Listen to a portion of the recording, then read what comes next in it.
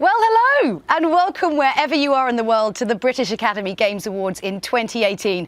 Coming to you live from the distinctly Art Deco treasure, that's the Troxy in London's East End. Now, I can promise you there won't be a jelly deal in sight, mainly because I contractually requested it because they're creepy and weird, yeah? But just the creative forces behind the most excellent games of 2018. So the ceremony itself will begin around 7 p.m. or 1900 hours BST for all you shooter fans out there and our international viewers too. And returning to host the ceremony this year for the 8th time is perhaps comedy's biggest gamer. That's Dara O'Brien. But before then, I'm joined by this bunch of gaming gurus who are busting to talk about what great year of games it's been, and with their hot tips to take home a coveted BAFTA mask. With me are Jane Douglas from Outside Xbox, everyone's favourite streamer with a name combining questionable tin meat and gill-bearing aquatic Criante animals. That's such a sentence. Spamfish and Alicia Judge from IGN. Hi guys, how you doing? Hey Julia. How's it going? Right, so I'm also in position on the red carpet, primed to speak to all the nominees and award presenters as they arrive is the all-knowing, all-seeing Aoife Wilson. Hello, Aoife. All-knowing and all-seeing. I love that. I wish everyone would introduce me that way. Thanks, Jules. That's all right. Yes, I hope you guys are enjoying your warm room with your comfy seats because I'm down here. It's freezing, but I do get to experience all the glitz and the glamour. And chat to everyone who matters tonight.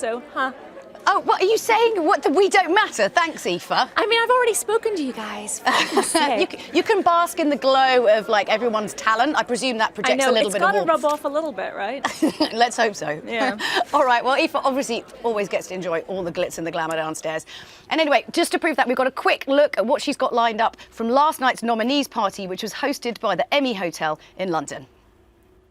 Now, when you're trying to decide where to hold a party for the pinnacle of games industry talent, you might as well aim high, which is why we're literally on the rooftop of the Me Hotel London, where the nominees for the 2018 British Academy Games Awards are raising a glass to one another and trying to calm their nerves before tomorrow night's ceremony. So let's go see who's here. How many years have you been hosting these now? Do you know, we're in the happy situation where I can't remember. Horizon Zero Dawn is up for quite a few awards. It's beyond anything that we were expecting and hoping for.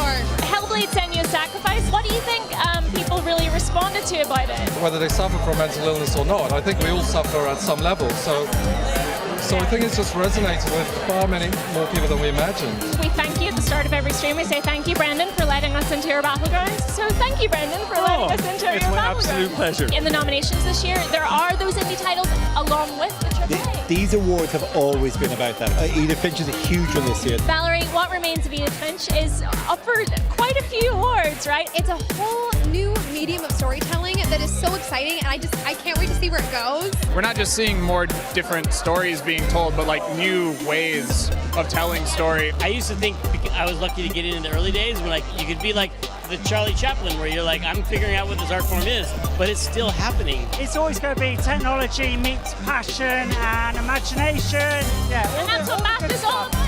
Exactly, yeah, totally. To be recognised by the BAFTAs is really important. Not just the team, but all the people that helped us make the game, you know. Good luck tomorrow. I hope you will be a winner, chicken dinner. Thanks so much, Aoife. So I think it's safe to say there are some excited and some nervously excited faces here tonight at the Me Hotel London.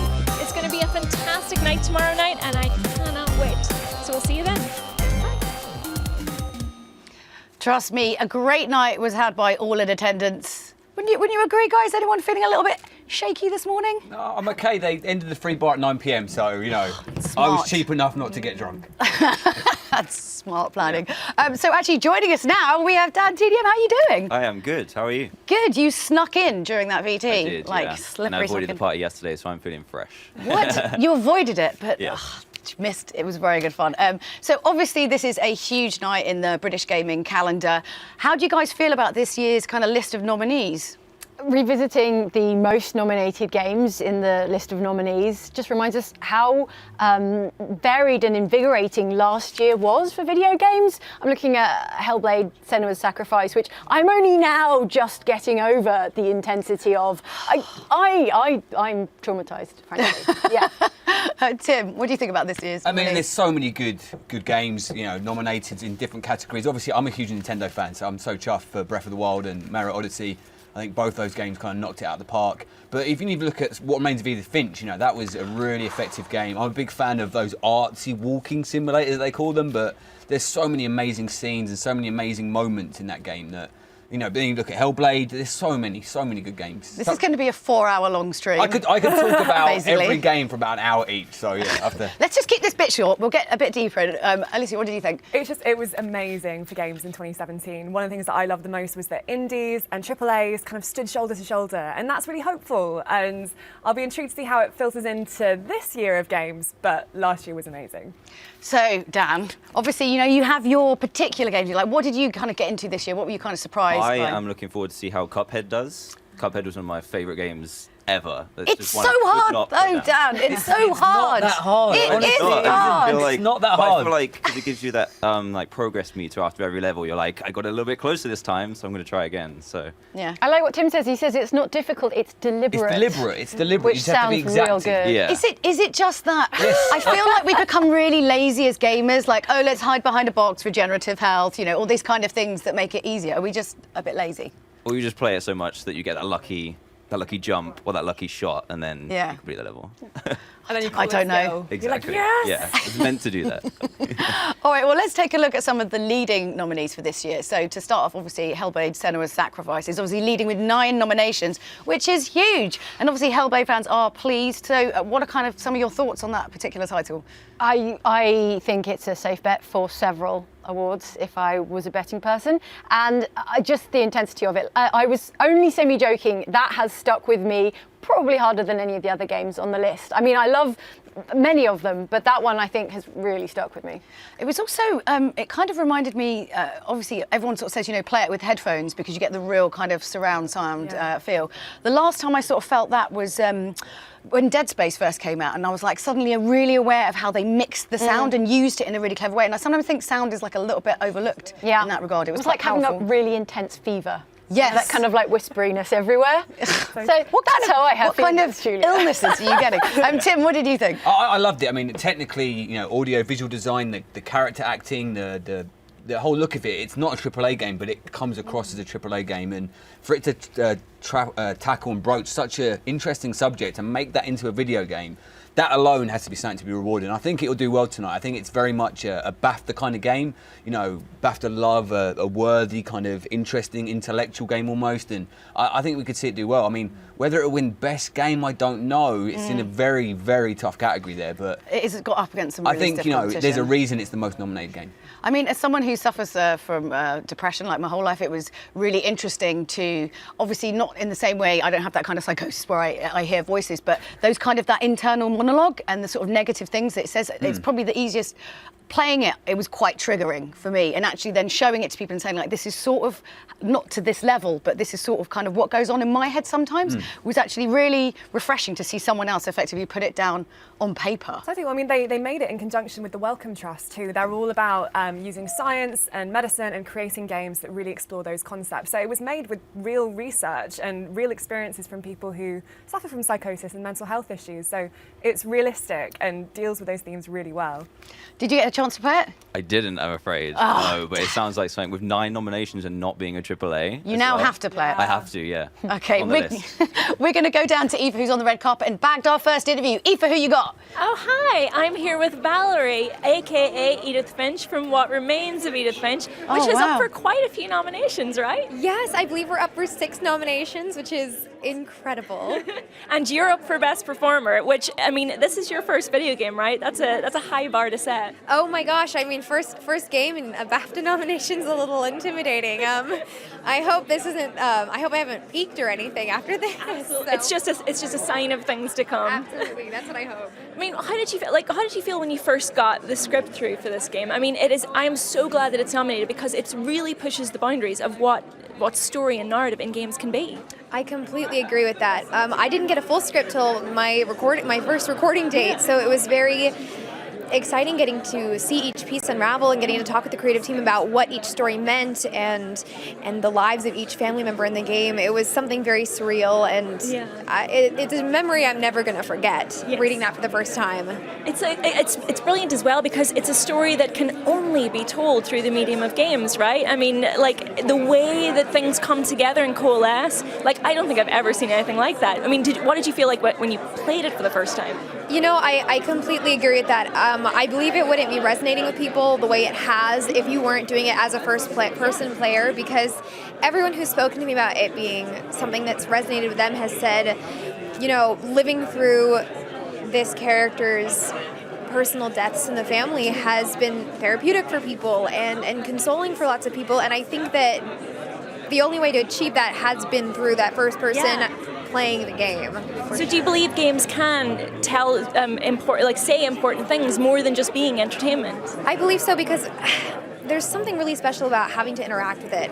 Movies and TV I love, but I know that there's a lot of people who put it on as background noise, and it becomes something that's it can kind of just be there sometimes if you're not fully engaged. Whereas with a game, you have to sit there and you have to engage with it because you're not playing it otherwise. It is literally you in their shoes, absolutely. So you come from a theatre background. I mean, would you sort of recommend, you know, getting into gaming to your theatre friends? I would absolutely. It's such an amazing medium, and I really am so excited to see all the news stories that are being told. I'm so excited about all the games that are already out that people have been recommending me to play. It's such a new world that I think we've really only had in this past few years. And it's a new horizon, and I feel, especially as a theater performer, that these are dynamic stories that are really touching people, and that's my favorite thing to do as a performer, is to reach people and touch people and tell a story. Games are the perfect way to do that. They really are. And we're getting better all the time. Valerie, thank you so much, and good luck tonight. Thank you so much. Great talking. Back to you guys. Wow, what remains of Edith Finch? It was one of those games that I didn't play for ages, so I was like, I know how this is going to go, and I'll just play it later. And then I played it and I was like, shut my mouth. So many people said that. So many people came to it really late in the year, and it was my game of the year last year. It was phenomenal. I think it's recommendation anxiety. You get that with like Breaking Bad, where someone's like, no, you're going to love this. And you're like, but what if I don't like it? I'm going to love. And then you're like, no, you're right, this is probably the best game of the year.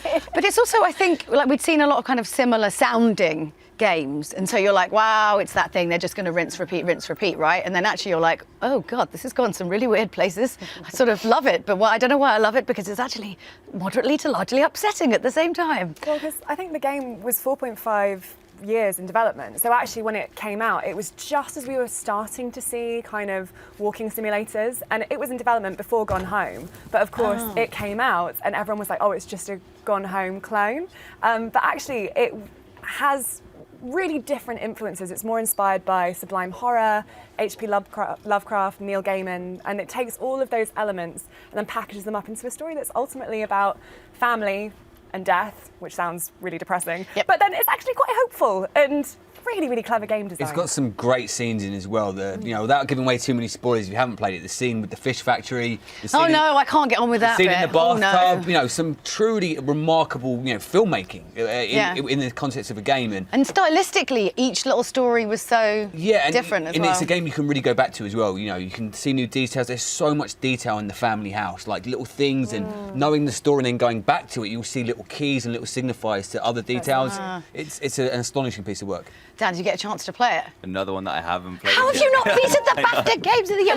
What did you play this year? What was your kind of game? I played a lot of Super Mario Odyssey. Was one that I was completely addicted to. Honestly, apart from Cuphead, they're like on level peggings as my favorite games of all time. Yeah. It wasn't the most difficult of games unless you played the new Balloon DLC, which is obscenely difficult for some people. Yeah. But it was just such a good game that I loved from beginning to end. You just play some bits and you'd be like, that design is insane. One bit with I think it's the boss with the chicken in the stew pot. And then there's the mechanics, the way those evolve is just so good. It's one thing Nintendo do well. I'm going to be Nintendo's drum beater all night, but they just give you new mechanics and then throw them away. Oh, here's a level, brand new mechanic. Oh, don't worry about that. We'll give you a new one next time. And there's, the bird, the flicky bird. That could have its own game. There's so many little design elements in Mario Odyssey where if they just took it away and have it at its own IP, it would still be a 10 out of 10 game. And Nintendo, no one does that like Nintendo. That's true. Although that's interesting, that's how I feel about Edith Finch. That kind of, we've devised something inventive and astonishing, and now we're going to throw it away and we're going to give you something completely different, which is so remarkable, especially in a game that is so far from a AAA. You know? Yeah, that's true. Do you play any kind of like more kind of story-based stuff? Are you like, because obviously like some of the big ones that are up are quite sort of like narrative-driven. Is that something that kind of interests you as a gamer? Yeah, so stuff like the Walking Dead games, Life is Strange, I still need to finish that one as well, but those kind of story-driven games I think have really come up a lot in the past few years. It's almost like playing a movie, which I think people, especially gamers, properly get involved with. Super deep stories, I love that. Yeah, just having the time to play them is, all of them, is tough. But I think the difference with when you play a story rather than watching a story, it's like you're solving the characters' problems for them. So that means, 100%, yeah. which is amazing, because like when you go to a cinema, you just watch these problems unfold, and actually that creates this huge opportunity for empathy and delivering messages, which I guess is also where the new category for this year's BAFTA comes in. There's a lot that can be done in terms of narrative and also actually having a message and, I don't know, creating empathy. Sneaking in sneaky learning and sneaky empathy, I think, is key. Because it's like, you know, like at school, they tried to make you play games that were learning, and you knew they were learning games, like they're going to teach you about geography, and you knew it. I mean, you played it because that was the only choice you had or whatever. But I like it when they kind of like sneaky side hustle a kind of message in there. So also, sorry to interrupt, but you also bear the responsibility of choice. You know, if you watch a film, you're partaking in watching it. When you're making the decision, like in The Walking Dead or something like that, you bear the responsibility of that, and that allows you to care more about the characters, get more involved in the story, and everything can blossom off there. Totally, like Life is Strange was a really good example of that, when like you just find yourself going, when a character, when they made a decision. And when it reminds you that you've just made a decision that will affect the game, you're like, wait, what? No. Okay, so I think we can jump back down to Aoife on the carpet, who's got Melina Juergens with her. Aoife, how you doing? Hi. So Melina, I feel like I know you so well already, because your performance in Hellblade: Senua's Sacrifice, it's so intimate, and you did such an incredible job. How do you feel to be nominated for a BAFTA? I just can't believe what's going on. I'm like, I just got back from holiday, and that's all I could think about. I could not relax for 1 minute. I was like, oh god, BAFTA, BAFTA, BAFTA, BAFTA. So yeah, it's very exciting to be here and surreal. Yeah. What was the experience like for you? Because this was your first role, right? I mean, that is just an amazing track record already. But like, what was the experience like of going through the performance capture and, you know, everything? Because it is a full-body performance now. It was, everything was new to me. I've never done any acting before. I'm actually Ninja Theory's video editor. I've been working on projects like Devil May Cry, cutting trailers, and then when the actress jumped out from Hellblade, they were like, oh, can you just put on that suit and can you just do this and that? I'm like, okay, whatever you say. Yeah, I guess so. Everything was new to me, and I had no idea like what's going to happen, and now this is happening. It's like, I think you've got a good career ahead of you if that was your first attempt, honestly. But what did you think when you got the script through? Because I mean, I remember when Hellblade was announced, and people were like, "Wow, that's a big subject to tackle." And I mean, obviously, you handle it with such grace and such intelligence. But like, did you ever have any worries about it? Definitely, it's like there was so much weight on my shoulders. Like representing a subject like this is really, really hard. Luckily, it turned out well, and everyone's happy about it. But we've been working very closely with professors and people that are hearing voices and seeing visions, and they told me all their personal stories. So we tried to keep tackle the subject really, really carefully, and we always get feedback from them to see if we're doing it right or wrong. And so. How was that for you? I mean, was it difficult? Were there any points where you were like, wow, you know, I don't know, like this is a lot of responsibility? Yeah, definitely. There were many times, especially when the game came out in August. I was just like sitting, waiting for the comments to come in. I was like, oh god, now I'm gonna get so much negative stuff. I'm like, oh no. But yeah. 95% positive, I think. Obviously, sometimes you get a little bit of. Sure. Yeah. Well, 9 BAFTA nominations is good to have as well. But like, what was it like? I mean, Tamim is a great director, great writer, and everything. I mean, did you guys like collaborate on that? Like, because I mean, your performance, like, it's so non-verbal in so many places as well. Like, did you kind of collaborate on that? There's a reason because I'm German. I have a strong accent, so we thought maybe we should keep it down a bit and express like with your face a bit more. So yeah, we tried to keep the script quite like small, because obviously I'm not an actress, I can't remember many lines as well. So yeah, we tried to keep the script very small, and I was sometimes even just improvising. Like he'd give me a script and I'm like, I don't really know how to pronounce these words and they don't quite flow, so can I just improvise? And he's like, yeah, go for it. And we do like a few different takes and yeah, we just pick the best one. And how long does it take before you actually see it starting to come together? And was it weird seeing your own face on another body for the first time? Yes, definitely. Well, I kind of saw everything happening at the same time because I'm the video editor as well. So whenever I was doing trailers, I would get the footage and already see everything. Yeah, that was really strange. So I'm like editing myself on the computer. Yeah, that was really weird. Amazing. Well, thank you so much. Have an amazing night and good luck. Thank you. Back to you guys. Wow, yeah. I mean, just incredible. Just imagine, like, working in an office. Hey, can we just borrow you 5 minutes, Jane? Sure. Just need you to, like, do a bit of audio, and then you're at the BAFTAs. That's the dream. Right? I mean, you are technically at the BAFTAs. Yeah, but I'm not nominated for Best Performance, Julia. What gives BAFTA? I know, right? Come on, BAFTA. What are you doing? So, Dad, what else have you been playing this year? Fortnite has recently taken over my life. And I think the life of many other people as well. It has. It's kind of destroyed everybody. Everyone's just staying indoors now. It's crazy. It's doing the same thing as Pokemon Go, but not getting you outside. So you feel a bit more guilty about playing it so much. I think it's up for multiplayer, which I think has a strong argument for. I've also been playing a lot of. I think everyone's dabbled in a bit of Just Dance, which is always up for the family games, which is awesome. Did you play any PUBG though, or did you just go straight to Fortnite? No, so I wasn't a massive fan of shooters at all. Like I hadn't played COD, nothing like that. Yeah. But Fortnite came along. The graphics were the main thing that really drew me to it. The building aspect as well. I think the best thing about it is it's a shooter, but you can kind of you don't have to be really good at shooting for it because you can make up for that with your building and all the other items they have. It's such a good game. And you still start playing it now then? Still. I was mad that the servers were down this morning, so I couldn't play it. So I saw a lot of tweets about that. Yeah, like Ali A was like, I've gone outside for the first time in ages. Here's me with my dog. What else can I do, sort of thing. I suppose we should also talk about one of the other really big contenders, which is Horizon Zero Dawn. So, kind of, Jane, did you enjoy the game? What did you think? So much fun, and especially for Ashley Birch, nominated for Best Performer. I think she's been nominated before for Life is Strange, and she's just such a talent, and I love Melina Juergens for Hellblade, but also Ashley Birch for Horizon Zero Dawn. She's becoming like the Troy Baker, right? Is that fair? Yeah, well, Troy, like, he mixes his voices up. It's okay. Like, you got Nolan North, and Nolan North is quite Nolan Northy most of the time. Okay. Yeah. Well, compared to Troy Baker, he's sometimes in games, and you're like, I had no idea. The man of a million voices. Yes. She's the lady of a million voices. Okay. Yeah. Okay. I can go for that. It's like quite judgmental here, Phil, just a little bit. Tim, what do you think of the game? I've not played Horizon Zero Dawn. Well, this is just awkward. Guys, come on. You're supposed to do your homework. I'm supposed to be like an expert giving an opinion. I haven't played it. There's so many good games, I want to. It's definitely on my list. I mean, obviously, there's so many good games, and that is one that's getting my attention. But the footage I have seen, it does look like it's the pinnacle of an open world game. So many mechanics that have been refined over the years, and so many different interesting elements of story progression have really kind of been crystallised in this game from what I've seen. But I do need to. I read about it on the internet. Alicia. I mean, 2017 was the year that developers really got creative with their inspirations. We mentioned earlier about H.P. Lovecraft and Neil Gaiman for What Remains of Edith Finch.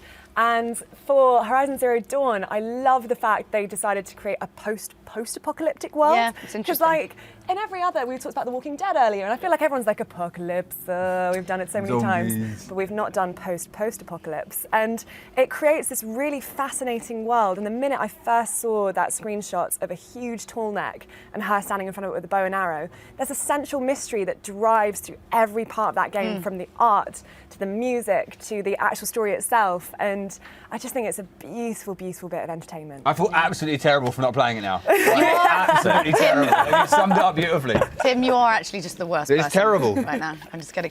Well, let's dive a little bit more into some of the specific categories where we're going to be putting some of our hard-earned gaming credits. So, obviously, this year there's a brand new award for 2018, which is the Games Beyond Entertainment category. So, just to explain for those who might be kind of wondering a little bit of like what that actually means, this award recognises games that deliver a transformational experience beyond pure entertainment and explore a range of impactful social issues.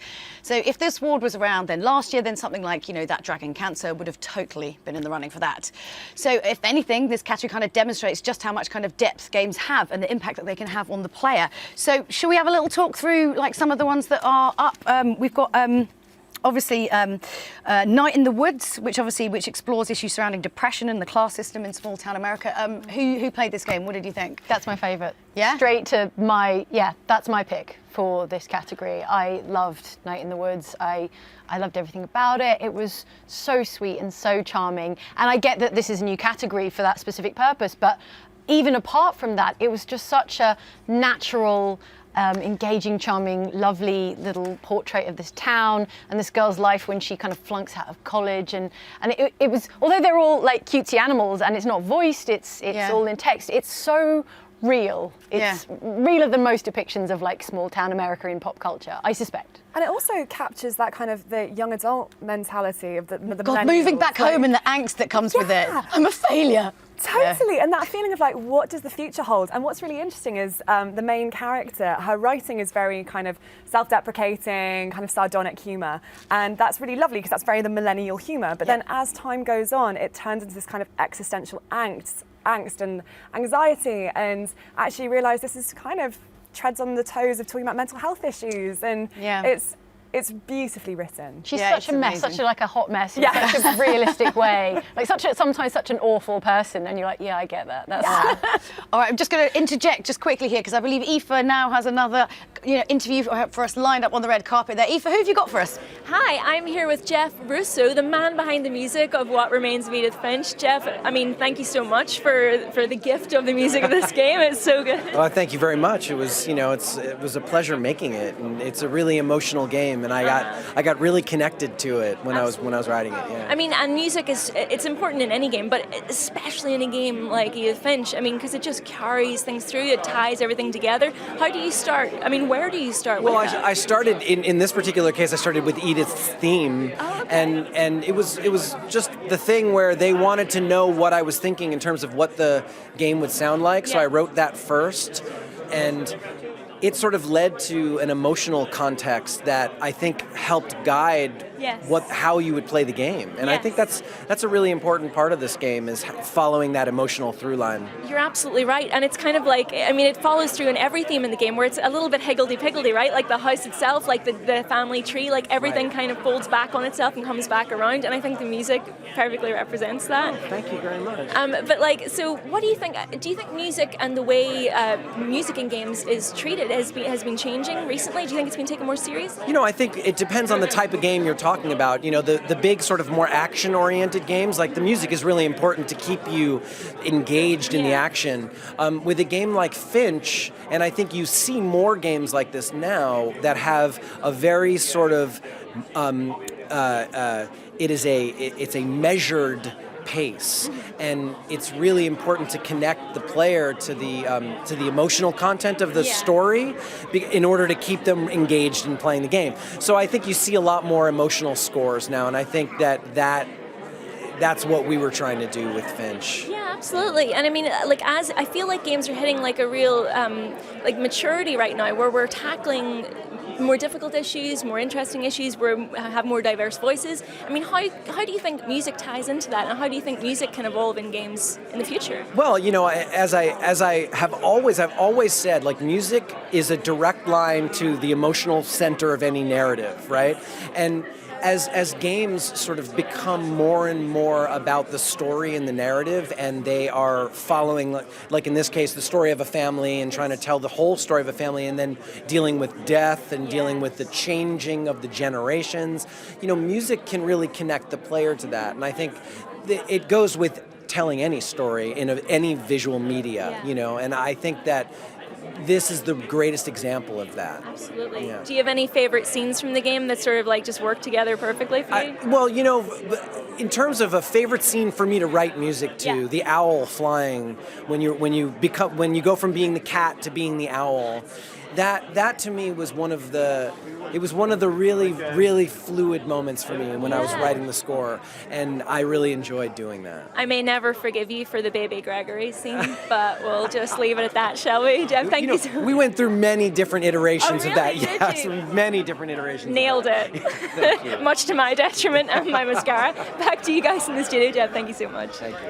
Oh wow! What remains of Edith Finch? Like so many feels. There were too many feels in one game. It was amazing. Obviously, another game that had way too many feels, of course, is see the segue. Life is Strange before the storm. Oh, sorry, Beyond the Storm. So who played it? Did you love it? What did you think of it? I loved it. I was so sceptical when we first heard about Before the Storm and got an idea of the premise because it's Life is Strange, but without the time travel puzzle powers. And you're like, hey, is that not the point? But it turns out that's not at all the point of Life is Strange. Life is Strange Before the Storm is the point of Life is Strange. So I feel like we've gone into like an existential crisis. Yeah. Alicia, what do you think? Oh, it's a beautiful game. And like, I completely agree with you. I had a similar response of like, but that's the central mechanic, how will it work? And actually, the idea of fast talking your way out of situations or like is quite a nice narrative compromise, I guess, that actually, we are dealing with different characters here and it's different stories to explore. And I had so many questions about the relationships of those characters, and it's really nice to dive into that as a prequel and go, okay, this was the grounding of all the characters that we saw in the main game. It was a gorgeous character portrait. And also I remember talking to the developers and they were saying, from data from Life is Strange, very few people would actually make a decision, make a choice in a dialogue and then undo it and go down a different path. It's like people want to role play that character and they want to make a decision and they want it to have an impact. So you might experiment and see what happens, but in the end, people kind of want to follow a path. Well, it's what makes real life special is that you have one go at it, and like even with games like Mass Effect and things like that, people go back and replay it a different way. To me, like the choices you make only have consequence and meaning because if you live with the decisions that you've made, sort of thing. Whereas if you kind of go back and redo it, it's a bit like, well, then it doesn't really matter what you say. Totally. Anyway, we could go a little bit too in deep into that. So obviously as well, there's another game which is called Bury Me, My Love, which is obviously the mobile game telling the tale of a couple separated by the Syrian conflict with really interesting gameplay mechanics. What did you guys think of this particular one? I loved it. We've seen so many headlines about the Syrian refugee crisis and they can all feel very far away. And what Bury Me, My Love does is it puts it right in your pocket. So that feeling when you wake up in the morning and just before you've gone to bed, because everyone checks their phone before they go to bed, and you've made a decision of saying to this woman who's fleeing conflict and said, hey, okay, maybe try and find a life jacket. And you wake up first thing in the morning and you've got a message from her letting you know how she's done. And actually suddenly you start to feel what people might feel if they were in this situation, and that's really powerful and gives you a whole new perspective on real life. But it's also talking to us in a way, in a language that is everyday. So normally, I turn on my console and I sit down and then I play the game like this, but actually having it interact with you in a way that you would normally interact gives it that extra gravitas in a way that other games can't, perhaps. Yeah, I think that's one thing that's great about this category. You mentioned last year that Dragon Cancer. I remember playing that game, and there's a certain scene in that game where I just burst into tears. It was just, I don't want to spoil it. If you've played it, you might know, but it gives you that weight of the subject. You can read articles, you can watch news articles about Syria or things or mental health with Hellblade, but to actually go through something, to go in a transformative experience and have it kind of taught to you via other means becomes so much more interesting and allows these very properly weighty things become part of a game. If you were to look at 20 years ago when the SNES first came out, and now we're talking about games about psychosis and the Syrian conflict and all kinds of other subjects, I think it's a power to the medium of video games. It's something that's definitely worth celebrating, and so good to see this award kind of big up. Yeah. Last day of June, obviously, that dealt with... Who played that? I mean, I feel like I was quite upset quite a lot this year with video games. I'm like crying a lot. Was that just me? That's why they had to make the category. Yeah, to give me tears. How upset you were. To melt my icy heart. Well, they did. Did anyone play it and enjoy it? Well, I say enjoy. I mean, the cruel thing about that game was it totally lured you in with this gorgeous, cutesy art style, these characters, with the big heads, and then wham, like gut punch. And just the idea of a couple the whole central premise of the story is that June dies. Spoiler alert, but not a spoiler, that's the premise of the game. And it's about her husband essentially trying to go back and change the events that led up to her death to ultimately save her life. So it was a commentary on grief and so heartbreaking because it pulls out these vignettes of little moments in a relationship that just, it's a celebration of life as much as it is about how awful grief is. Yeah. I feel like really upset. It reminds me of Edith Finch, actually. Yeah, it's funny. There's a lot of about death happening. Yeah, but a year. celebration of life that has a lot of grief in it. Yeah. It's only because of the rot that you can appreciate the blossom. Aww. I feel like this has gone like really deep. We've really been through something. Gosh. Hellblade, obviously, let's just touch upon that again. Obviously, this is the perfect game for this category. It's almost like it's designed for it, no? It was sorry. No, I was just absolutely, I agree. I mean, you know, we were saying earlier about how it was made by people who looked at real research around psychosis, and I think that, I mean, it seems that this particular category is all about drawing the real world and putting it into the virtual world and vice versa, and Hellblade does that so well. So the last one was See Hero Quest VR. Obviously, that was to do with dementia. Did any of you guys? Because obviously it came out before, and then this is the VR version. What did you guys think about that? See Hero Quest VR is a really fascinating one because it's probably one of my personal favourites for this category because it actually contributes to real research around dementia. So if you play 2 minutes of this game, it's 5 hours of research they would have had to have mined from people in a lab. So I think so far 12,000 years of research has been generated from people playing the game, which is phenomenal. And the game itself is really fun, but like the actual fact that science and gaming are suddenly coming together, and we're being able to use gaming as a way to fund and prompt these research. I just think it's amazing. And not to get on my soapbox a little bit here, but that's one thing that gaming does great. The fact that I think folding at home, I think it was 5, 6, 10 years ago that first started. Games like this that are actually doing proper empirical scientific data. Everyone says gamers, oh, it's a military shooter, it's Mario. There's so much depth and scope to the video game industry now. There's so many unique, transformative things going on through the medium of games, and it's so good to see us talking about these things rather than I like this jumpy game, I like this shooty game. Yeah. I like this game that is actually helping towards dementia research. Yeah. You're actually changing people's lives. And I think we're only going to see this category go from strength to strength every year. And I think it's going to inspire people to make more games of this ilk, which can only be a good thing. So that leads us nicely on to saying us that, of course, nights like this are where BAFTA recognises and rewards excellence, are amazing occasions. But the British Academy invests an amazing amount of resources into initiatives aimed at inspiring the next generation of talent across film, television and the games industries.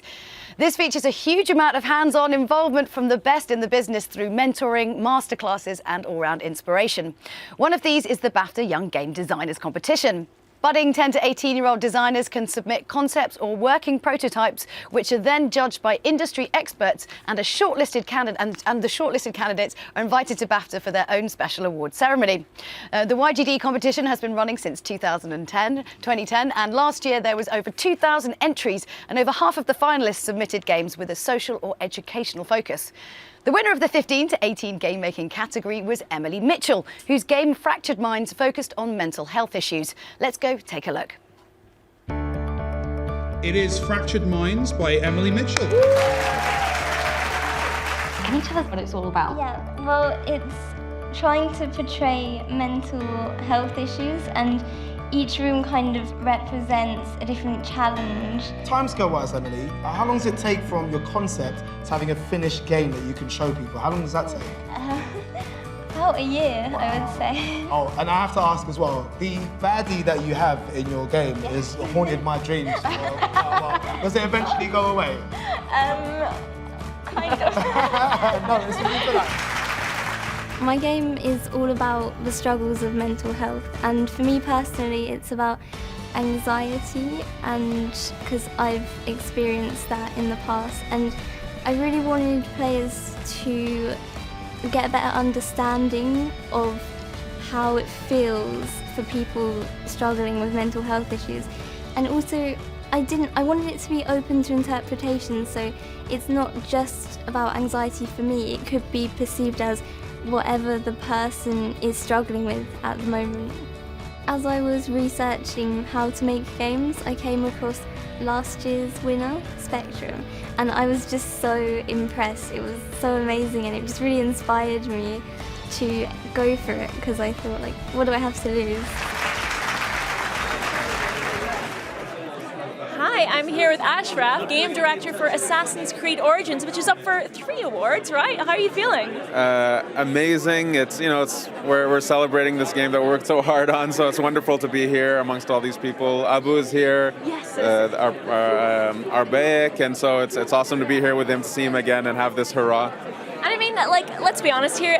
In the games industry, we don't get many opportunities to dress up, do we? You're looking very dapper in your tux, by the way. Thank you very much. No, for some reason we don't. So it's cool to be here to try to look nice and to represent the team. Absolutely. I mean, what do you think about the sort of batch of nominees for this year? I feel like there's a really great collection of games. We've had a vintage year, actually, really, haven't we? Oh, this year has been insane. Yeah. In terms of, the competition's been incredible. There's some really brilliant games. I'm a huge fan of a lot of the games that are nominated tonight, and it's an honor to be amongst the nominees with these really wonderful games that I admire, and I'm blown away by what they've achieved. So I think it's been an amazing year for games, and it looks like 2018 is turning out to be another one too. Pretty good one. Yeah. I mean, did you feel like, because an Assassin's Creed set in Egypt has been one that the fans have wanted for quite some time, did you feel a little bit of extra pressure with this one?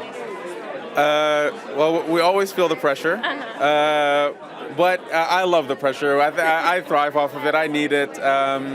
No, it was this big setting. There was an internal pressure to try to do respect to it and bring it to life in all its glory. So for sure for the fans, but we were also bringing in kind of like quests and RPG mechanics and all these elements that are new. So overall, there was a crazy amount of pressure. But I'm really proud of the result, and I'm honored that we're nominated for that effort. It's gratifying to, after 4 years of work, to have this reception. Have it paid off, yeah. And I mean, the decision to have Bayek and Aya's relationship is such an important, integral part of the game. Like that's a bit of a, it was a bit of a risk, right? And it totally paid off because you got 2 brilliant performers. But like, absolutely. What was the decision behind that? We just felt we wanted to do something a little bit different that we don't normally see in video games, like a relationship, a husband and wife relationship. With Abu and Alex, they did such a phenomenal job. We actually tried to keep pushing it, and it was really that we felt it wasn't done. It's a lot of our player base, even us in the office. We're going through our own. So it felt mature and it felt right, and it felt natural that the birth of the brotherhood and came from a husband and wife. So it felt natural for us. Games have all grown up. Ashraf, thank you so much and good luck tonight. Thank you very much. Back to you guys in the studio. Well, I suppose, when you're like a young person, like looking up at something like the Assassin's Creed franchise has got to be the dream. Obviously, we just had the YGD trailer, the VT that we just had just before. And, you wouldn't really believe the quality of each of these entries that has been submitted each year. I mean, it's actually quite scary how young, talented people come up with some of this stuff. I feel quite useless. Anyway, let's talk about some actually talented people. Let's talk about games in the frame for artistic achievement. And the nominees are, so let's have a quick chat through Cuphead. Obviously, super about the aesthetic here, as well as being quite punishing. Yeah, what do we think? Like the look of it? Yeah, it's a phenomenal achievement, obviously. The artistic achievement of making something look that old and kind of scratched up. Hard, yeah. Like it was made 100 years ago, but also is a cutting-edge video game at the same time. That is an achievement, and it's an unusual... A lot was hand-painted and stuff like that. The whole thing's handmade. Yeah. The whole game. I mean, sorry to interject and talk over you, but, the thing I love about it is the fact that it is this, 1920s early rise of Disney in that old animation, but also it's a proper video game. Every little cue, every little mechanical thing is tied into the visual aesthetic, which is, it's one thing to make it look amazing, but to have it become a video game that's based on the look and the reactions is incredible. Again, if you play it again, there's so many background details, there's so many little animation details. I don't look at that, I'm too busy having to restart because I died. Because you're so focused on the character and dodging stuff, if you watch someone else play it on like a platform like Twitch or other streaming platforms, You know, you get to see a lot of that, you know, and it's an incredible artistic achievement again. Yeah. Did you like the look of it? Oh, I loved it, and I think it's an artistic achievement. It's also technically the art style is so well done because you've got all of those different disparate elements moving on screen all at once over this rear projection blur, and yet somehow they never make it feel chaotic. You're never like, I don't know what. I mean, you do. You're like, I don't know what's happening. That's probably just me, like, but that's my own issue. But like, not chaotic and overwhelming. I have no idea. You always know where the boss is. You always know where your bullets are, and you always know where the projectiles are, and you never kind of get hit by something and go, well, I just didn't see it. Like, no, it was my fault. Yeah, it's readable, that was my fault. Exactly. And that's a real artistic achievement. Yeah. So another one, which was Gorogoa. How many of you guys actually got a chance to play this? Because it was kind of, it wasn't, you know, like on the surface so much. It was kind of like that sort of like a little bit of a sleeper one that sort of went around. It's beautiful. And it's also another hand-drawn game. It was drawn over 7 years by Jason Roberts, the developer. And he kept going back when because 7 years is a very long time. And you go from stick people to, you know, much better art skills, and as he got better and better, he'd go back and he'd redraw like whole squares, because essentially the game is all about, it's a puzzle game, but you move squares around the screen and you delve further and further into these kind of artscapes and landscapes and unlock secrets within them. It's beautiful, absolutely beautiful, and it blows my mind to think of how you plan that out and storyboard it in the first place. I mean, no wonder it took 7 years. Yeah, I think that's the game to watch in this category. Obviously, it's a very tough category. There's some big games here, but for a little indie game, like you were saying, the way these things kind of come into focus and different elements go to different parts of the screen, it is astounding. The fact that it's all hand animated and the fact that it all links together in these 4 panels, and then different vestiges and views are revealed to you, the way you interact with it, it's completely unique, and the art style is everything in that game. So I wouldn't be surprised to see this win. There was some, I don't know why, but part of it sort of reminded me a bit of Myst. I don't know why. There's some sort of element. It's kind of the looking, discovering, and revealing things. It's that kind of mechanic. You know, you look at something, you reveal it, and then you move on. So it was really interesting. Really interesting. A game I can't recommend enough. Okay, and of course Hellblade. That's in every category, obviously. Check. Check. Okay, and of course visually stunning. I mean, the facial animations are just out of this world. Were there any kind of particular favourite moments for you in the game, artistically, do you think? Very uncanny when she looks basically down the lens. Yeah. You see that so rarely, if ever. I'm trying to think of another time when a character that photorealistically is looking down the lens at you, and it's so uncanny. And obviously that is the exact effect they were going for, and it was so effective. I salute that. I think that was an achievement. And Hellblade marks a real milestone in motion capture technology, because they worked with Unreal Engine 4 to actually pioneer live, real-time motion capture that's directly rendered within the game. So there was an amazing conference where Melina Juergens actually stood up on stage and acted a scene live with all of the motion rig on, and it was directly imported so the audience saw it on the screen, and that's phenomenal. Like, we've never been able to do that before now. Okay, I think we've got another little interview on the red carpet there. Aoife is down there with Dan TDM. He's getting everywhere. He was just here. What? Well, this man needs no introduction, but I'm going to give him one anyway. It's Dan TDM. You've already been with the guys in the studio, right? And you've already chatted a bit to this. How are you feeling about tonight? What do you think about this year's batch of nominees? I think the batch of nominees, I think all of them are incredible. What's great is the whole, such a diverse set of people, games, people behind the scenes that are up for nominations today. It's great. I mean, what do you think? Because there's so many indie developers nominated, and there's AAA in there. Do you think there's anything that those two sort of camps can learn from each other? I feel like they're starting to. It's starting to all coalesce a little bit. Oh yeah, 100%. I think indie titles are starting to contest the AAAs all the time. It's like, it's great to see, because it shows that anyone can create a game and it become the next phenomenon. It's great. What do you think events like this, BAFTA Games, sort of means to games as an industry? I mean, do you think awards still have their place? It's awesome that they have them, because it kind of legitimizes video games as a whole. The video game world is massive. It rivals movies, so why shouldn't it have its own BAFTA award show? Right, exactly.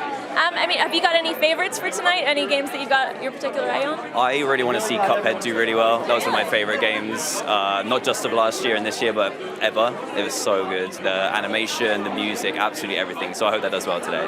Do you think that, I mean, it seems like this week especially, right, we've got GTA 5 being the most profitable entertainment product of all time, and we've got Ready Player One just come out. Do you think the conversation in mainstream about games is changing? Yeah, I think so. Like I said, stuff like this, with facts like this coming out, like GTA, I think it outsold every movie of all time. It's crazy. It's just crazy. I didn't even know that before I came out. Didn't expect that at all. All right, well, Dan, thank you so much. Have a great night. Yeah, you too. Back to you guys. So Horizon Zero Dawn was actually, very lauded for its particular aesthetic and its look. Was it one of your favourites at all? In terms of the art style? Yeah. How do you describe it? It's kind of shiny. It's like got that shiny thing. Sure, let's say that. Yeah. The combination of like the technological influences and the kind of Native American inspired clothing, for instance, and the housing, all of that stuff was really fresh. It was a really colourful game. That sounds like a pretty basic thing to say, but things have been really brown. Yeah, well, things have been really brown. Quite brown, and so it's that kind of that popping colour. Along with how much of a technological achievement it is visually, I think really makes it stand out. And yeah, shiny. No, I'm just kidding. Tim, what did you think? Did you like the style? I've watched a lot of it. I haven't played Horizon Zero Dawn. I say but you again. only need to see it to answer this question. But yeah, it's one thing I think does really well is as mentioned earlier, is the fact that it's this post-apocalyptic world. So you don't know what to expect. Things are new but have grown from rotting and then have become pared down but become new, and that's something that's hard to pull off, be authentic. As a viewer, you're instantly going to reject something that doesn't feel authentic like that, and yet it manages to convey a believable world that is so far in our fantastical imaginations that is something that needs to be applauded, and is there's a reason why this game's been nominated for so many awards. Elisa, you mentioned the tall necks, they're called, yes, right? the Starship Enterprise heads. They're brilliant. What a brilliant creature design, and not just a creature design. It's also a functional piece of the landscape, and it's the radio mast. It's the Tower of New Time. How you open up the map. But that was brilliant. That's such a brilliant design. Okay, I think we're going to chug it back down to the red carpet as Aoife has got another stellar interview for us. Aoife, who have you got? I'm here with Ralph Ineson, who's giving out an award for Best Performer tonight. Yes, indeed. Now, that's actually changed because it used to be Best Voice Actor, but nowadays the game's technology has come so far that it's a full body performance nowadays. I mean, do you think that more and more actors will start to come to games because of that? I really hope they do. It's great fun. I did Assassin's Creed Black Flag a few years ago, so we did a lot of motion capture for that. I've just been working on Ready Player One, which was a lot of motion capture for that.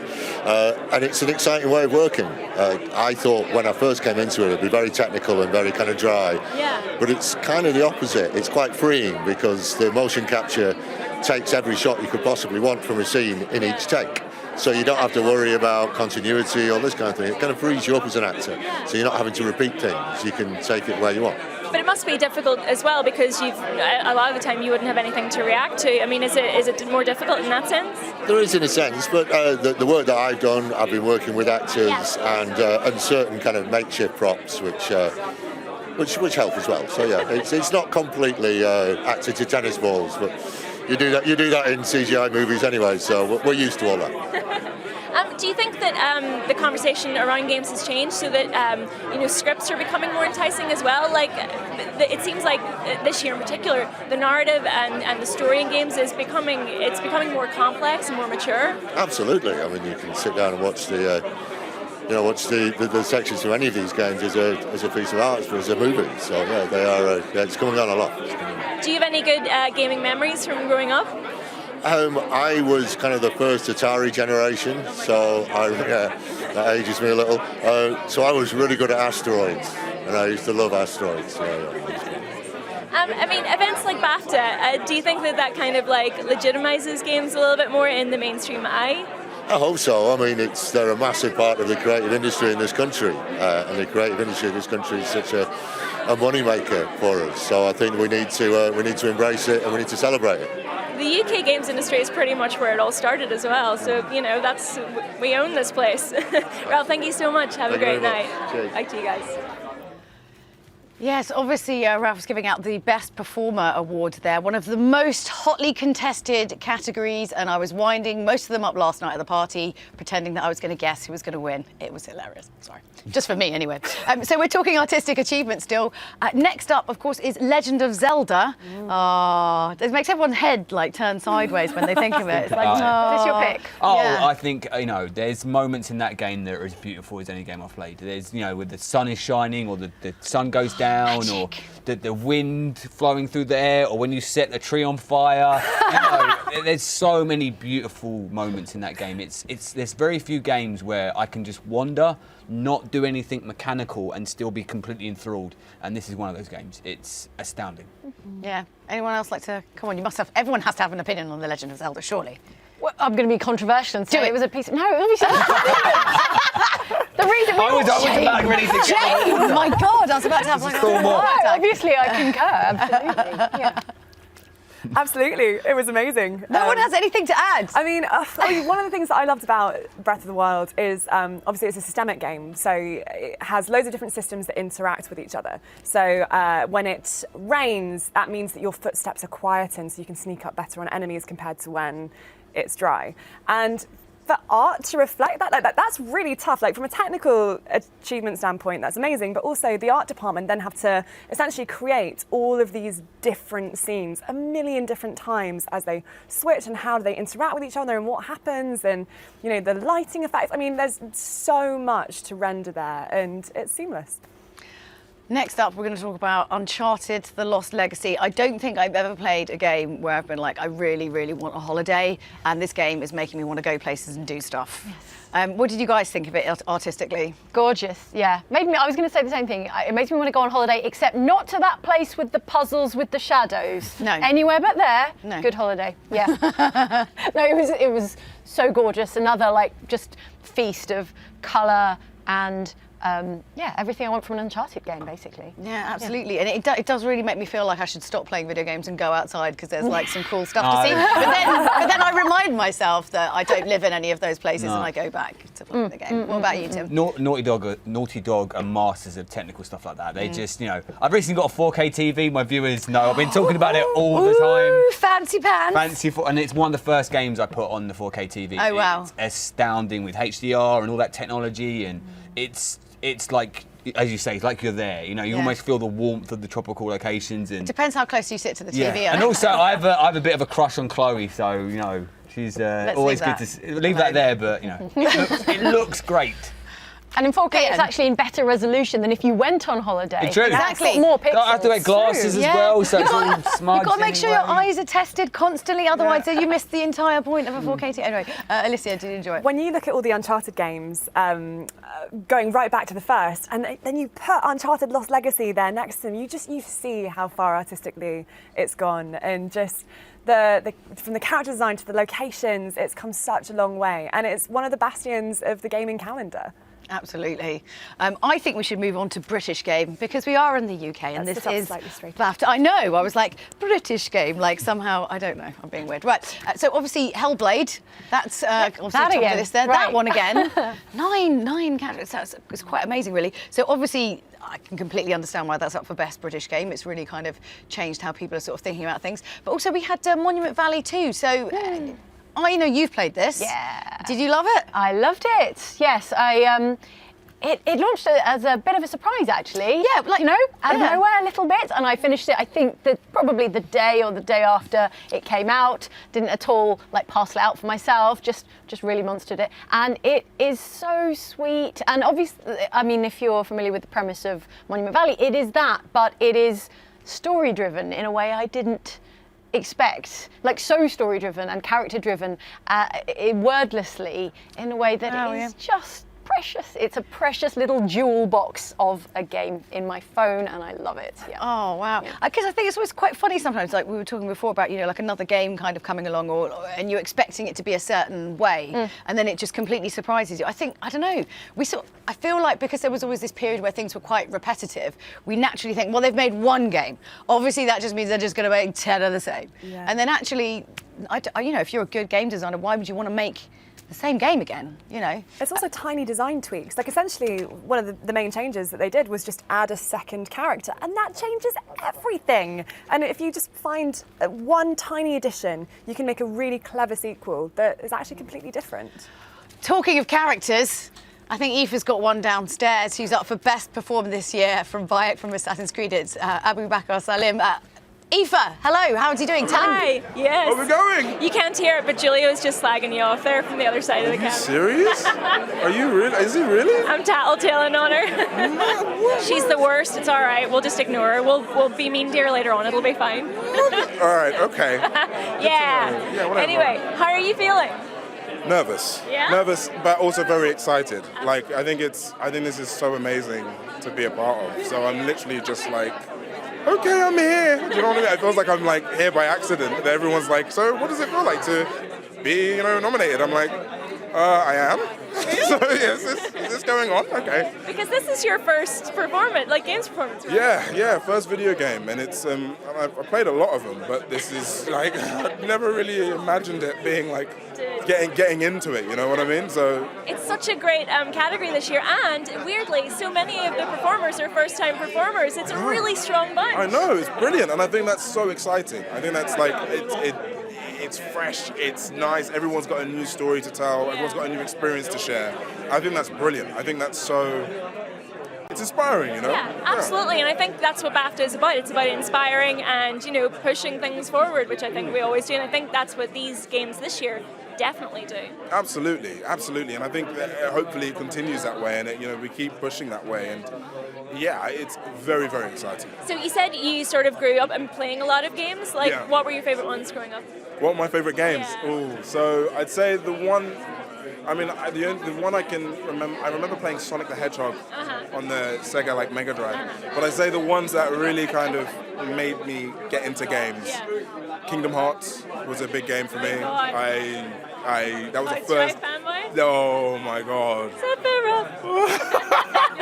He was the hardest boss to kill. I know. He was so ridiculous. And I loved it. I mean, it was actually one of the games that I remember playing and crying to, because it was just, as a kid, it was only game that kind of really got me. So that was good fun. What else? I remember I spent a lot of years of my life on World of Warcraft, which was 6 years of my life. Are you God, serious? yeah. This is the thing. It took so much from me. But Night Elf Druid, Alliance for the One. See, I was really boring. I was like a human paladin, and every time I know, but this is the thing. It's overpowered, kind of, Yeah, a little bit. Do you know what I mean? It's kind of really cheap. It's like a cheap. You had a good time, whatever. Yeah, I had a great time. So. But what about making a game wasn't what you expected? What was different about it? Yeah, I think the difference about making a game was that it was so free and so beautiful to sort of be in an environment where literally everyone was excited about making a game. I think that was one of the big things that kind of sort of shot out to me. So that was great. That was a great learning experience. I think that's what's great about events like this as well, is that everyone in the games industry is so passionate, and you get them all together in a room, and it's like, yes. Yeah, and that's what really, I mean, having worked with Ubisoft on Assassin's Creed, and there's loads of people working on it. And I tell you, each and every one was so excited about the game. Each and every one was so passionate about it, and it's so refreshing. It's so freeing. It's lovely to do. Yeah. Well, awesome. Good luck tonight. Thank you. We'll get Julia later. Better watch yourself. Don't worry about it. Back to you. I'm on it already. Thank you. Oh my goodness, never have your best friend on the red carpet, because she will just mess with you. Aoife Wilson, you are in so much trouble. Sorry, let's leave that alone. Right, we are talking about Best British Game. Reigns Her Majesty, very British sounding, because, we like kings and queens and all that stuff. You like this one? We do like this one. Did you play the first one? What did you think of the second one? Any takers here? It was a real... I'm sorry, are you... No, I really liked it. I really liked the fact it's kind of like sociology... Dude, give it up. Sociological. What did you think of the game, James? No, I want to know what you're going to say sociologically now. It's like sociological Tinder. Yes. Because it's left or right swiping, Yeah, but you're making these huge decisions about, humans and politics and the state and religion. It's really hard. And, you know, even though you're just going left or right, you're having some really complex decisions that echo forward. And, you know, you have a queen die and you think, oh, she was one of the better queens. And you get really involved in a game that's essentially left or right swiping. One thing, normally when you get the games that are sort of like the kind of perpetual runners, and I get really bored with that, I'm like, I need to know there's like an end to this. You know, like there's got to be somewhere I'm going. I don't want to just do the same thing over and over. But actually with Reigns, I would keep going back again and again and again and again because I was like, I can do better. My subjects will love me. When you have one really bad short life and you mess it up immediately and it's like Julia the failure and that's next, That's literally written on my business cards. Queen Julia, awkward. though. That's not bad. The Queen Julia, still not great. Alicia, did you play the game? What do you think? No, I completely agree with you. It's almost like a narrative temple run in some ways. Yes. Because it's got that thing of I can run that little bit faster, or I can make my kingdom live a little bit longer, and you always want to go back and beat your previous achievement. It was, I really loved it, and I loved the kind of the Tinder swiping. I thought that was such a clever way of doing it. Let's talk about the sexy Brutale. So, did any of you guys actually play this game? Yeah, I played it at preview, I remember, because we were so taken with the way it looks, and it's got this like dual-coloured, isometric. Yes, you know, it reminded me of like really old Spectrum games. Like if you go like way back, they used to have a lot of kind of old Spectrum games that were that kind of isometric projection of a room, and you had to sort of solve the puzzles, but like not Spectrum graphics, obviously, because that would be terrible. But with insanely complicated time travel puzzles. Yes, well, they didn't have them, but no, this time. Yes, absolutely. It was really good. I thought. I really love the idea of kind of going back in time and kind of switching things around, and then you're trying to save everyone's life. And I just like snooping around the rooms and seeing what was going on, really. What was kind of one of your favourite bits? So the way you say snooping around the rooms, it reminds me of why I like walking simulators as well. It's just voyeurism and exploration. I just like going through people's stuff. Yes, Sexy absolutely. Brutale also for that reason. It's kind of like an interactive diorama. Like it's got this kind of, you know, this cause and effect, kind of that thing happens and you see that character interact with that. And it's kind of this, you know, it's part isometric puzzler, it's part kind of story character game, and it's part time travelling puzzler. There's so many unique things to it. It's such a unique, fresh idea and something that only Britain can do. Of course. That was amazing. Whoa. Someone needs to Twitch clip that. Twitch clip that. Oh, don't. Can you? Because we'd love to see it. It's embarrassing. That's not the worst thing you've done tonight, so don't worry. No, it's not. Not by a long way. The sociological bit will be the one that will be. Okay, thanks for reminding everyone about that. Over and over again. Alicia, did you get a chance to play the game? I think what's really wonderful about the Sexy Brutale is the fact that the puzzles themselves are so cleverly designed, because you go from essentially walking into a situation and every murder that you solve is so different, and yet you know the beats that you've got to. So you suddenly feel very good at the game when you've only played a few missions, and you can kind of lather, rinse, repeat the approach, and yet it still feels fresh each time. So, Sniper Elite 4, that's up for Best British Game. Any sort of thoughts on that particular title? We play actually quite a bit of this on Outside Xbox. Yeah. It's received quite well. Yeah. People love a bit of sniping. Yeah. Sort of lying down in the long grass waiting for someone to pass through the crosshairs. Yeah. Internet loves sniping. Yeah. So, yeah.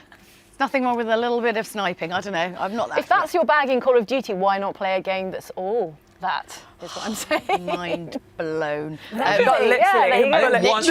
I didn't even see that pun. Mind blown. I like it. Anyway, I've lost train of my thought.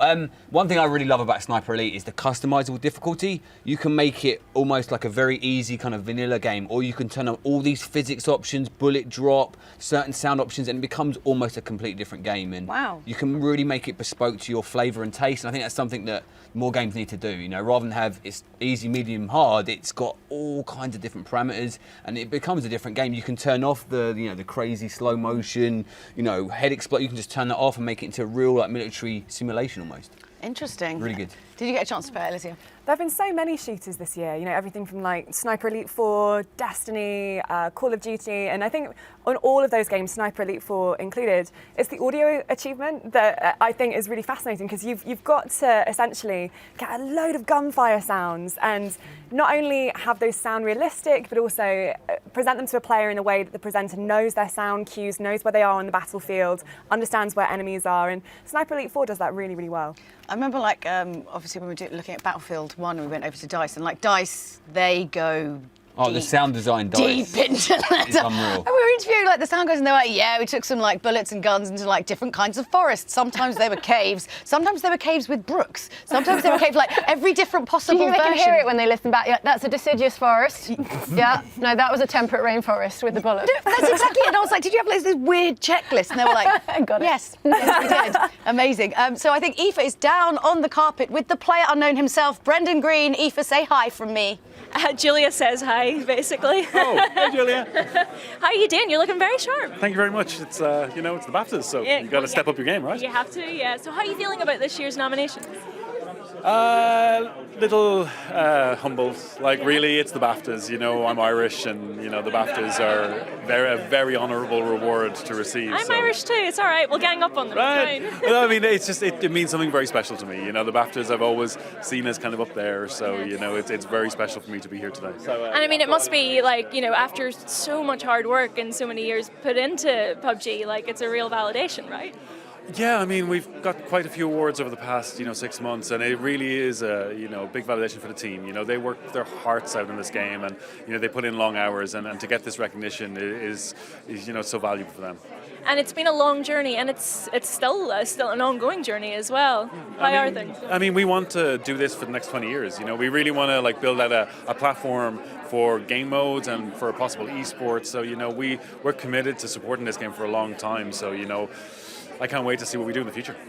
And the new map's coming up as well. Yes, indeed. How are you feeling? It's great. I mean, we're opening up our second round of testing now on, I think it's on Tuesday. Keys for the website for Keys opens on Saturday. So, I can't wait for people to really try it out. More faster paced Battle Royale. I'm still struggling with Erangel. I've only gotten 2 chicken dinners. Come on, man. And we have the 8x8 coming out later this year as well. Yes. So, but this is it. It's all about testing you as much as we can in as many different situations and really testing your mettle as a player.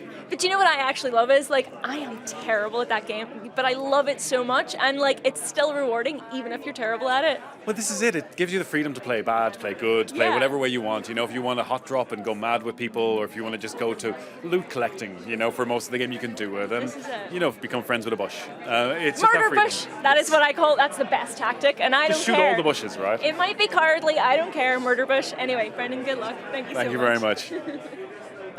I feel like that's the quote of the night, become a friend with a bush. It's a good rule for life there. So we haven't quite finished this category yet. So we're talking about Total War Warhammer. Any particular fans of this game?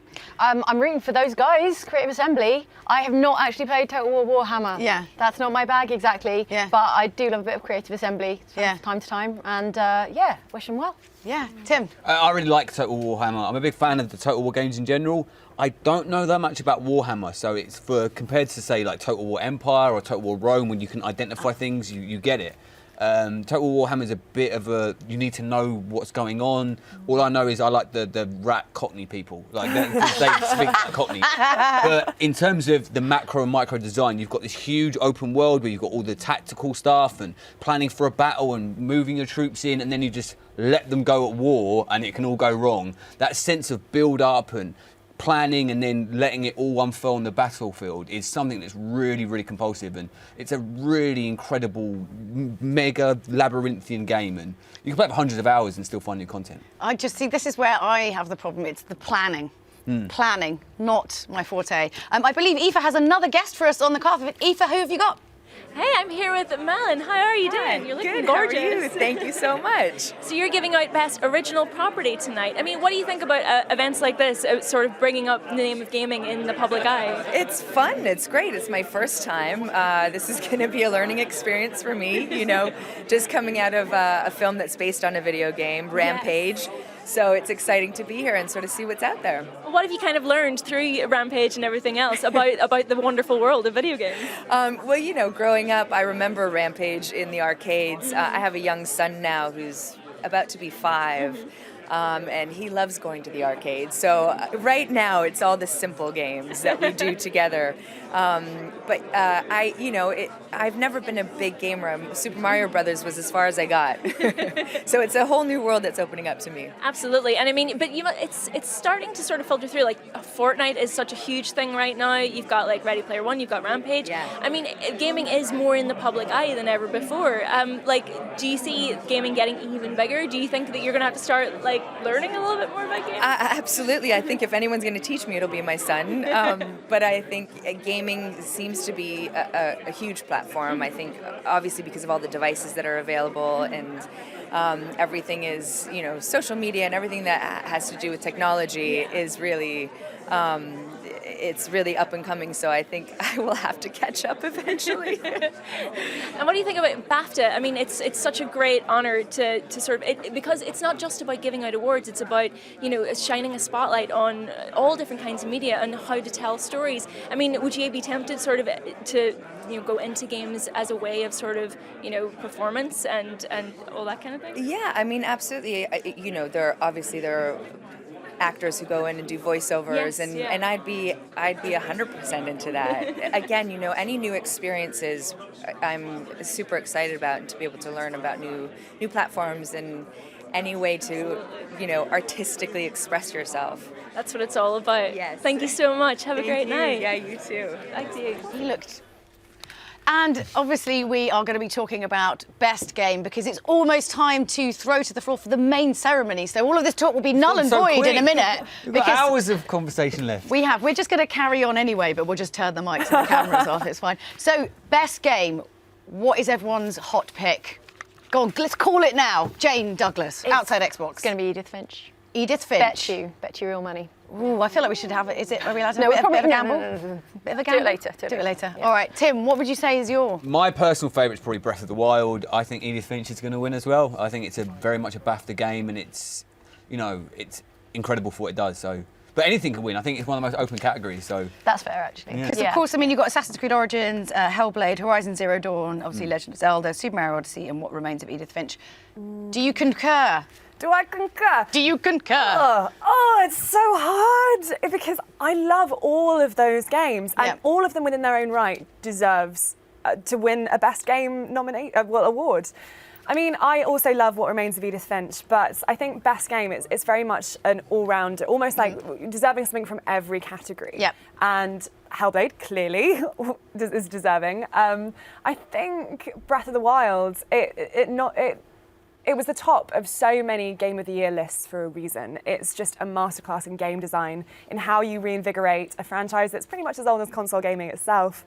I don't know, I think it could go to anyone. Do you know what? I really enjoyed Assassin's Creed. It's definitely the best Assassin's Creed game that's been made. I don't know about that. That's all. Is that controversial? Is that the claim to it? Assassin's Creed 2 is really good, but I do love Assassin's Creed Origins, especially that new exploratory mode that's just come out recently where you get to just learn about Egypt and there's no enemies, there's no fighting. It was such a waste of all that kind of historical stuff that it was like, well, we can't use this in schools because, the assassinating.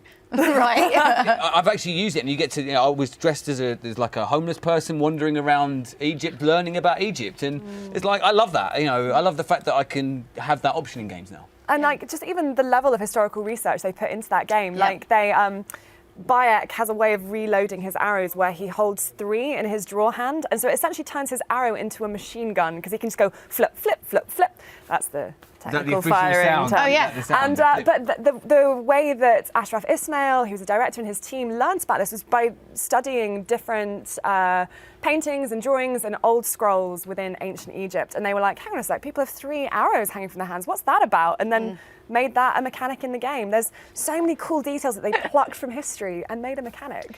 Well, I mean, they've always been quite renowned for hiring historians and stuff. Yeah. I just always thought it was a bit of a waste that it was only, sometimes, older people who could actually get to kind of play the games. Because history was always one of those categories at school that was like, this is actually super dull to read from a book. I don't want to use my imagination. Why can't someone show me? Or the worst one where they bring you in and make you watch a video of the world at war for 3 hours because obviously they lost their lesson plan. The World at War is an incredible documentary series. Yeah, but come on, why? I could watch that at home. I understand the point you're making, but let's not disparage the World at War, please. I'm not disparaging the World at War.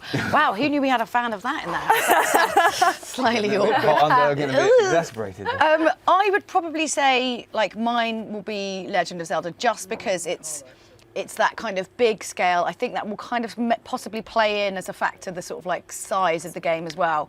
But I think definitely Edith Finch it's between one of those two. Nintendo vote could be split though. Mario Odyssey and Breath of the Wild could. I don't know, but then Mario is Mario, and he's kind of been quite Mario-y for quite some time. Is it the best game in terms of innovation, in terms of... I think Mario Odyssey, you could say, I think it's the best Mario game ever. I'd put it up against Galaxy or 64. Yeah, but is it the best game? I think, you know, Breath of the Wild does incredible things, and it's so fresh. You know, it's emergent design. You know, the things we were talking about earlier, the systemic design, the fact that everything links together. It's almost a turning point for the industry, especially in open world game design. And I think, you know, if I was voting, if I was deciding, I'd vote for Breath of the Wild. But I can see Edith Finch winning. I can see Mario winning. I can see Assassin's Creed winning. That's not an answer, Tim. I can't wait to watch the ceremony and see who wins. I think ultimately it will be Breath of the Wild. I would also place a bet on that if we want to go down that path. All right, let's do that. Is it? We should have just done this. It should have been like some sort of like weird quiz night. They should combine the BAFTA Games Awards with like a late night quiz show where it's like you can have like see who everyone's voting for. I don't know. That's a way of funding the BAFTAs. I don't know. I think, you know, there's so many great games on there, and like all of these categories. I mean, we don't even have time to even begin to go through all of them because there's just so much. I'm really excited about the future of games. I always get this way when it's BAFTA season. I always get this way. I'm really excited about the future of games. I do actually believe we've got one more kind of interview on the carpet there. Aoife, who do you have for us?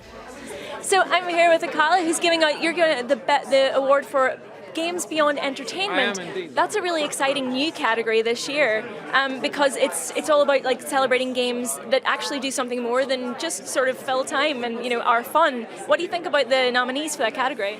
I'm really interested to give out the award, and I'm really interested to, you know, recognise people that are trying to use their platform within a world that's not traditionally known for social consciousness to try and use, you know, this world and this tech for to at least, you know, raise consciousness to a certain degree. And it's really exciting because like this year feels like the perfect year. It feels like the year that games have really sort of committed to doing that, and there's some brilliant stories being told. Have you actually got a chance to play any of them yourself? I haven't yet, but I look forward to doing so. Amazing. I mean, do you think the games can be something beyond just like something fun? Do you think that games should tackle more challenging subjects? Yeah, I definitely think they should, and I think that's true of all art and all popular culture in a sense. I don't, you know, people who know me and know my work will know I'm not so much a believer in art for art's sake always. I do think art should have something to say about the world. I do believe that even, you know, companies and artists and software exists within the world and should be commenting on that. And I think actually games in a way can, because of the manner in which they can tell such big, long narratives, you know, are kind of uniquely positioned in a way to contribute to education and to things of that nature. Absolutely. Well, thank you so much. Have an amazing night. Cheers. Back to you guys. I think we've still got a little bit of time to chat about debut game, because actually I think that's one of the most interesting categories as well, because, you know, you're right out the gate, all of a sudden you're whisked away and you're slightly tipsy at a BAFTA event. I mean, who knows? So obviously within that category, we've got Cuphead, Guragoa, Hollow Knight, Night in the Woods, Sexy Brutale, and Slime Rancher. Are there any kind of standout faves in there? Night in the Woods, obviously. Know that answer. Yeah, well, we've already talked about, I think, all of those except for Slime Rancher, which I was going to bring up because it is adorable. I haven't played this one. What happens? You ranch slimes. Like you're a slime rancher. But they're really cute slimes. They're like lots little of personality. Yeah. And... They're just sentient blobs in different colours, and sometimes they get eaten by each other, and then they excrete stuff and you sell it. I mean, I don't know why it's so hard to grasp you. This is the problem I have sometimes talking about video games on the radio, because you actually verbally explain it out loud and you sound like a crazy person. Like, really, you're like, oh yeah, and you just ranch some slimes, and they're like, of course. No, obviously It's not. extremely fun, and it's extremely impressive as a debut game. Very polished, actually, very cool idea, very well executed, extremely cute and consistent in its style, a very impressive achievement, but obviously a very strong field as well of nominees.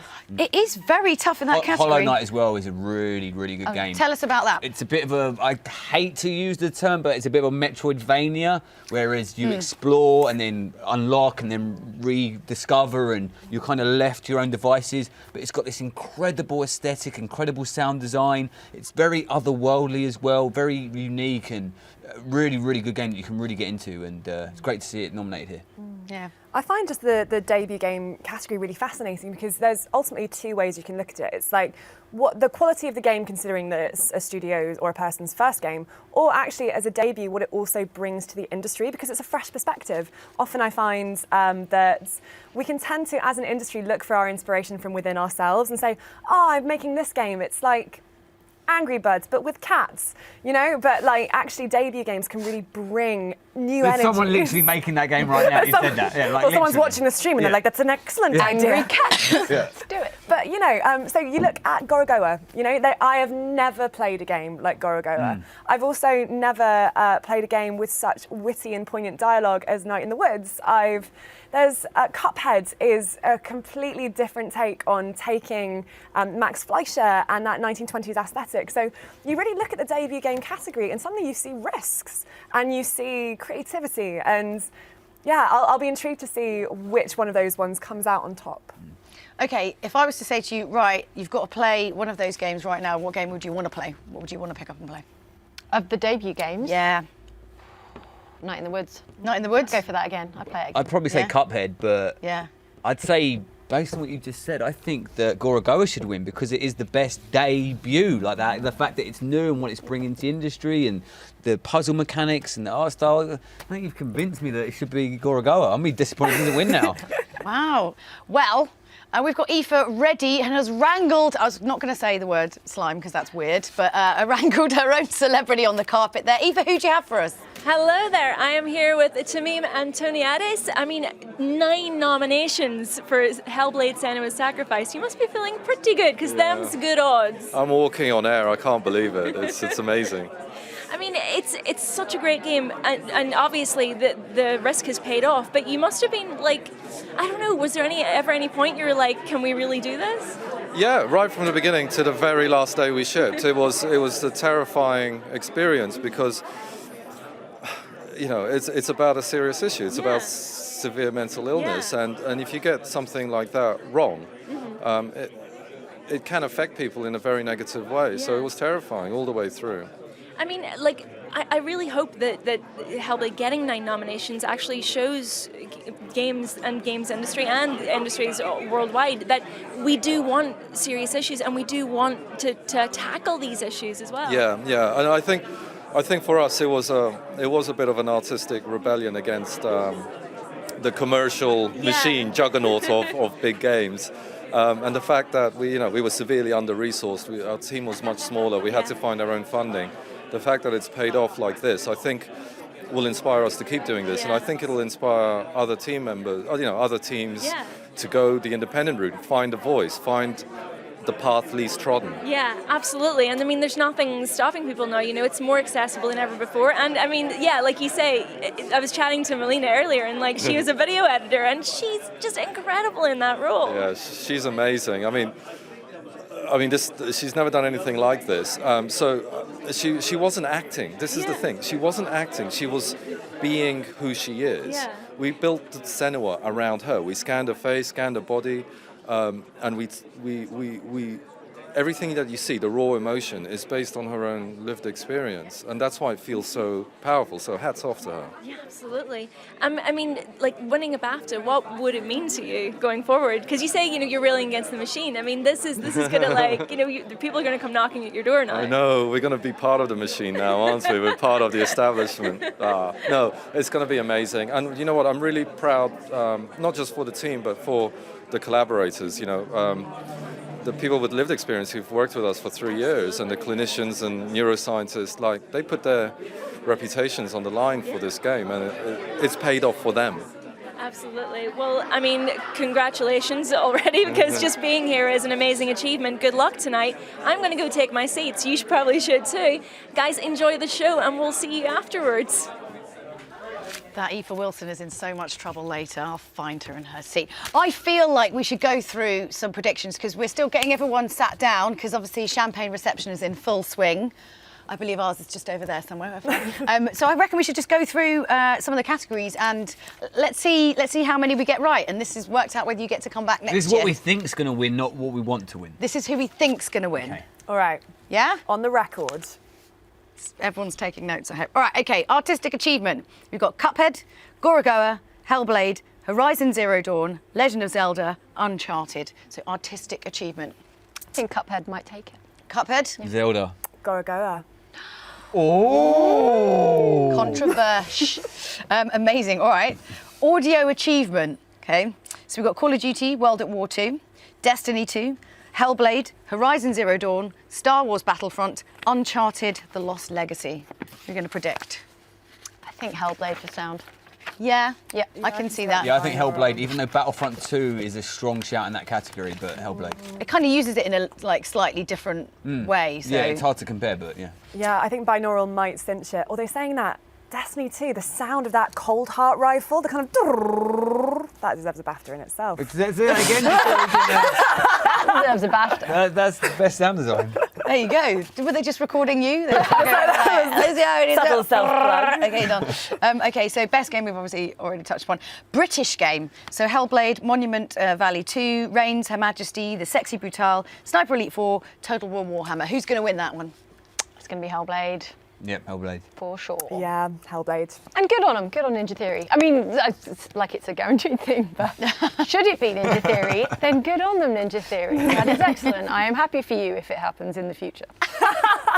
Debut game, we've got Cuphead, Gorogoa, Hollow Knight, Night in the Woods, The Sexy Brutale, Slime Rancher. What do we predict? I think Cuphead's going to win that one. I would be agree. with you on Cuphead. Yeah. I think so, yeah. Jane? No, I concur. Full Minority Report I trio. That's a prediction. I watched Minority Report again the other day. That film's incredible. There you go. Incredible film. Sorry. Slightly. It's not the BAFTA Film Awards. Just let you know. Evolving game. Clash Royale, Final Fantasy 15, Fortnite, Overwatch, PlayerUnknown's Battlegrounds, Tom Clancy's Rainbow Six Siege. This is a weird, fascinating, difficult category to predict, isn't it? It just means like older game that's still doing stuff. It's a tough one as well because you've got Fortnite and PUBG going head to head in this. But it depends when the Siege voting has been so well happens, supported. right? Siege has been incredibly supported That's over true, the years. actually. So, Yes. But I think it's going to be Fortnite. It's the popular meme at the moment. Yeah, but when did the vote happen? Because there's been a lot that's happened very recently. So if it was like within the last couple of months, yes. I think it was before Drake. I think it's before Drake and after Drake, isn't it? That's like the Fortnite meme now. But maybe it's Fortnite for evolving game in a year when it's evolved even further. And Siege, like you say, it's been so well supported. It has Constantly. absolutely, yeah. So would that be your prediction then? What's going to win? It's a tough one. I'm going to say Siege because I think it deserves it, but I'm not confident about that prediction. Okay. It'll probably be Overwatch and we'll all be wrong. Yeah.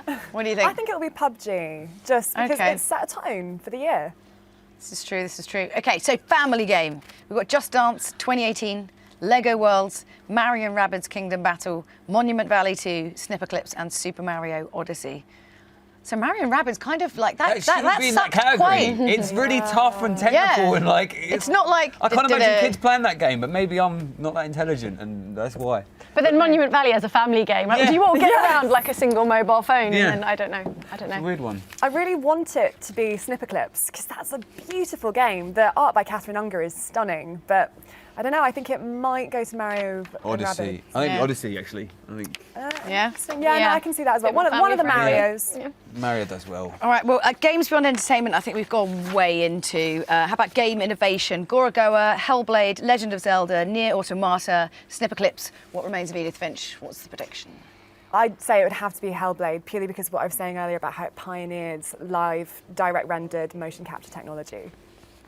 I think that's a safe bet. Yeah, I think it's not that those games aren't all innovative in their own way, but I think it's quite clear and distinct, like the innovation in that game. So, yeah. I'm going to say Zelda. Right, I think. Okay. Zelda. Fine, right, okay. Well, I think we're actually going to be going to the floor now. So, I mean, it's all the time we have for the build-up. And we're sure that you've heard enough of us kind of yakking away. We're going to keep carrying on anyway, but it's now time to get the proper party started. So stay tuned straight after the ceremony as we'll all be discussing and dissecting the winners. But stay tuned, and very shortly we will hand over to BAFTA's Vice President of Games, David Gardner, OBE. We'll see you very soon.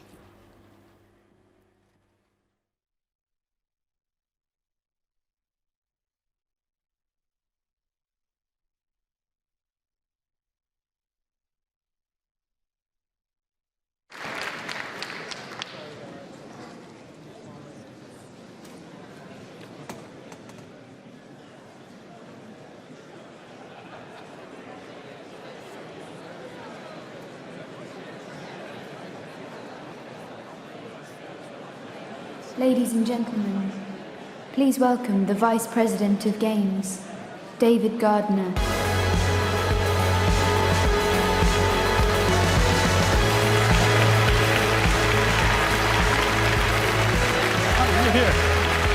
Good evening. Good evening to everyone, high and low. It's a very warm welcome to be here tonight at the BAFTA Academy Games Awards. I'm David Gardner, the Vice President for Games.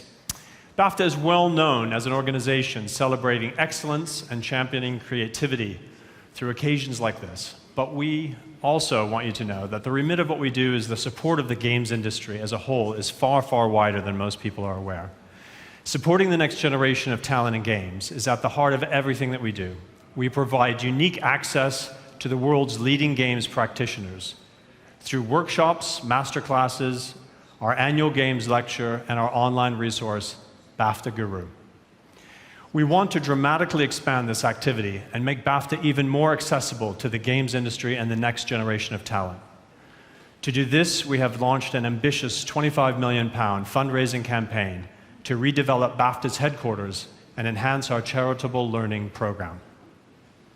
One of the grassroots events is BAFTA's annual Young Games Designers Initiative, which encourages children and young people to create, develop, and present their new games ideas to the world.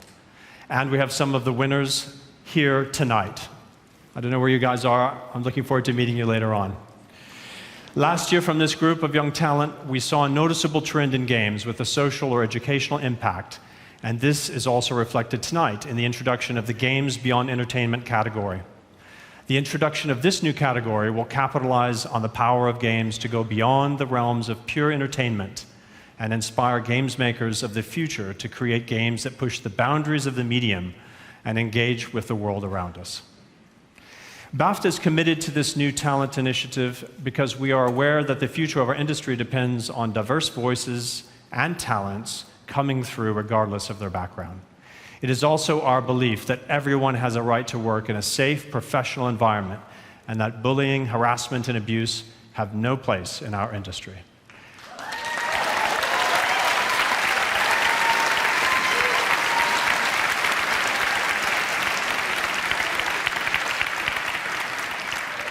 That's a fantastic response because there's not an applause meter here, and I know you really meant it. This is why BAFTA has worked with over 40 other organizations, including Yuki and the BFI, to support clear, consistent action to eliminate this behavior, including developing principles and guidelines that can be adopted by the industry. BAFTA has also recently announced that the Immersive Entertainment Advisory Group will take over the work done by the previous VR Advisory Group, and they will explore the positive impact of this medium and advise on the best ways to support BAFTA, its members, and facilitate learning experiences. You will definitely hear more about this over the year. Finally, I have just a few thank yous. This evening has been made possible by the incredible BAFTA staff. Nick Button-Brown, who is chairman of the BAFTA Games Committee.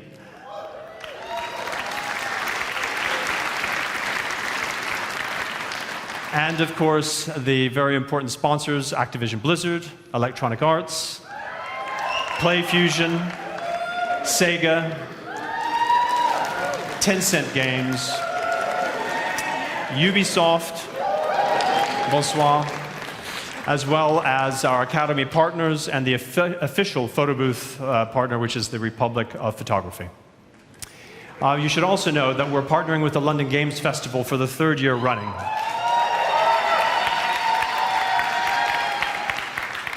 The festival began last Thursday and it continues until the 15th. So please try to get out and see some of the incredible events. The festival is organized by Games London and is underpinned by significant funding from the Mayor of London. So 2 weeks ago, the Mayor confirmed that he's going to continue to sponsor the event for a further 3 years. So we're really excited about that. Thank you, London.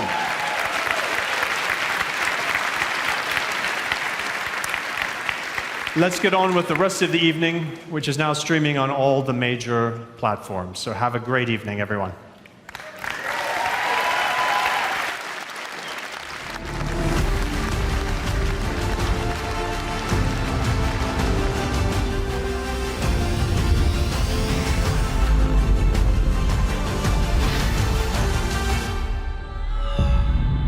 This is the BAFTA Games Awards. As we take a look back at the year in games, please welcome to the stage the BBC Young Dancer of the Year, Nafisa Baba.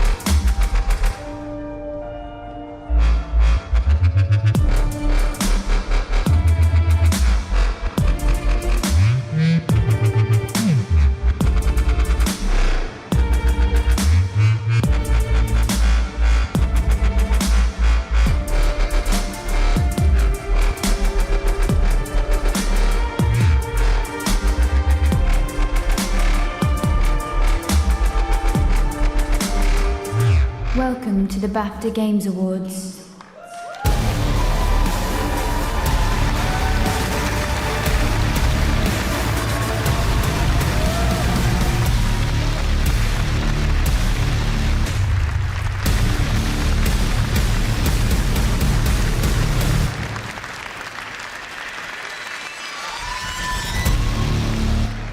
Please welcome your host for this evening, Dara O'Brien.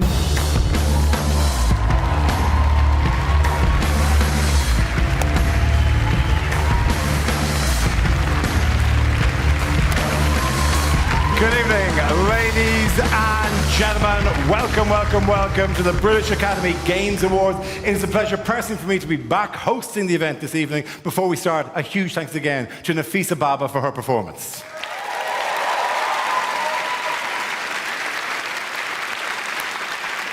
Yes, it's a pleasure for me to be back. I've done these many times, but not for a couple of years. I've been busy. I was hosting Dara Breen's Go 8-Bit, a television show about gaming. Look at you. You've made the mainstream. You're on Dave. Thank you all, brothers, for coming out tonight. A big thank you to our games partners that helped make this evening possible. Activision, Blizzard, Electronic Arts, Sega, PlayFusion, Tencent Games, and Ubisoft. Thank you very much to all of you. And a huge welcome as well to everybody watching on the live stream. If you look around, we have leveled up to a new location this year, the beautiful Art Deco gem that is the Troxy Theatre in London's East End. I have been doing these awards for a while now, ladies and gentlemen. This is the plushest we have ever been. This is the largest, most glossy and fully interactive. Those lines behind me are a real-time representation of all the Xbox One X updates currently downloading across the UK.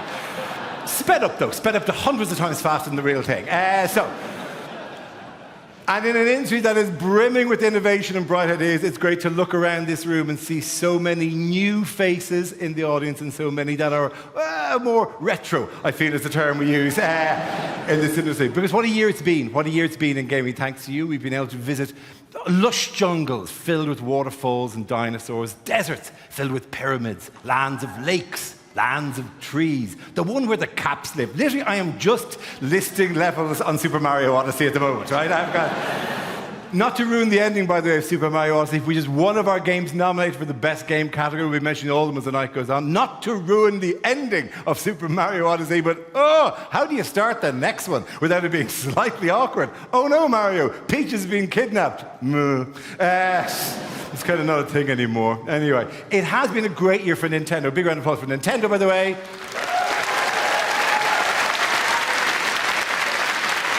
With, another one of their exciting new technologies. Switch has been a fantastic piece of technology. 2 nominees for the best game, Super Mario, as I mentioned, and also Zelda. I'm not sure how many of you are playing Zelda. Zelda contains 172 hours of gaming on a machine that has 3 hours of charge. So... And it has been exciting. Just even if you look at that range that we have within those best game nominees, which we'll get to, there are 6 games. And now I don't work in your industry. I can't comment on how things work in the industry. I'm merely a consumer of your products. But I can tell you that's exciting in itself, though, to see the representation occurring in those games. In those top 6 games, there are 6 heroes. 3 of them are female. 2 of them are male. And Link can identify whichever way Link wants, right? That's up to Link, and that's cool, right? So... we're also touching on very, very interesting material. Hellblade: Senua's Sacrifice. Congratulations to the team behind that.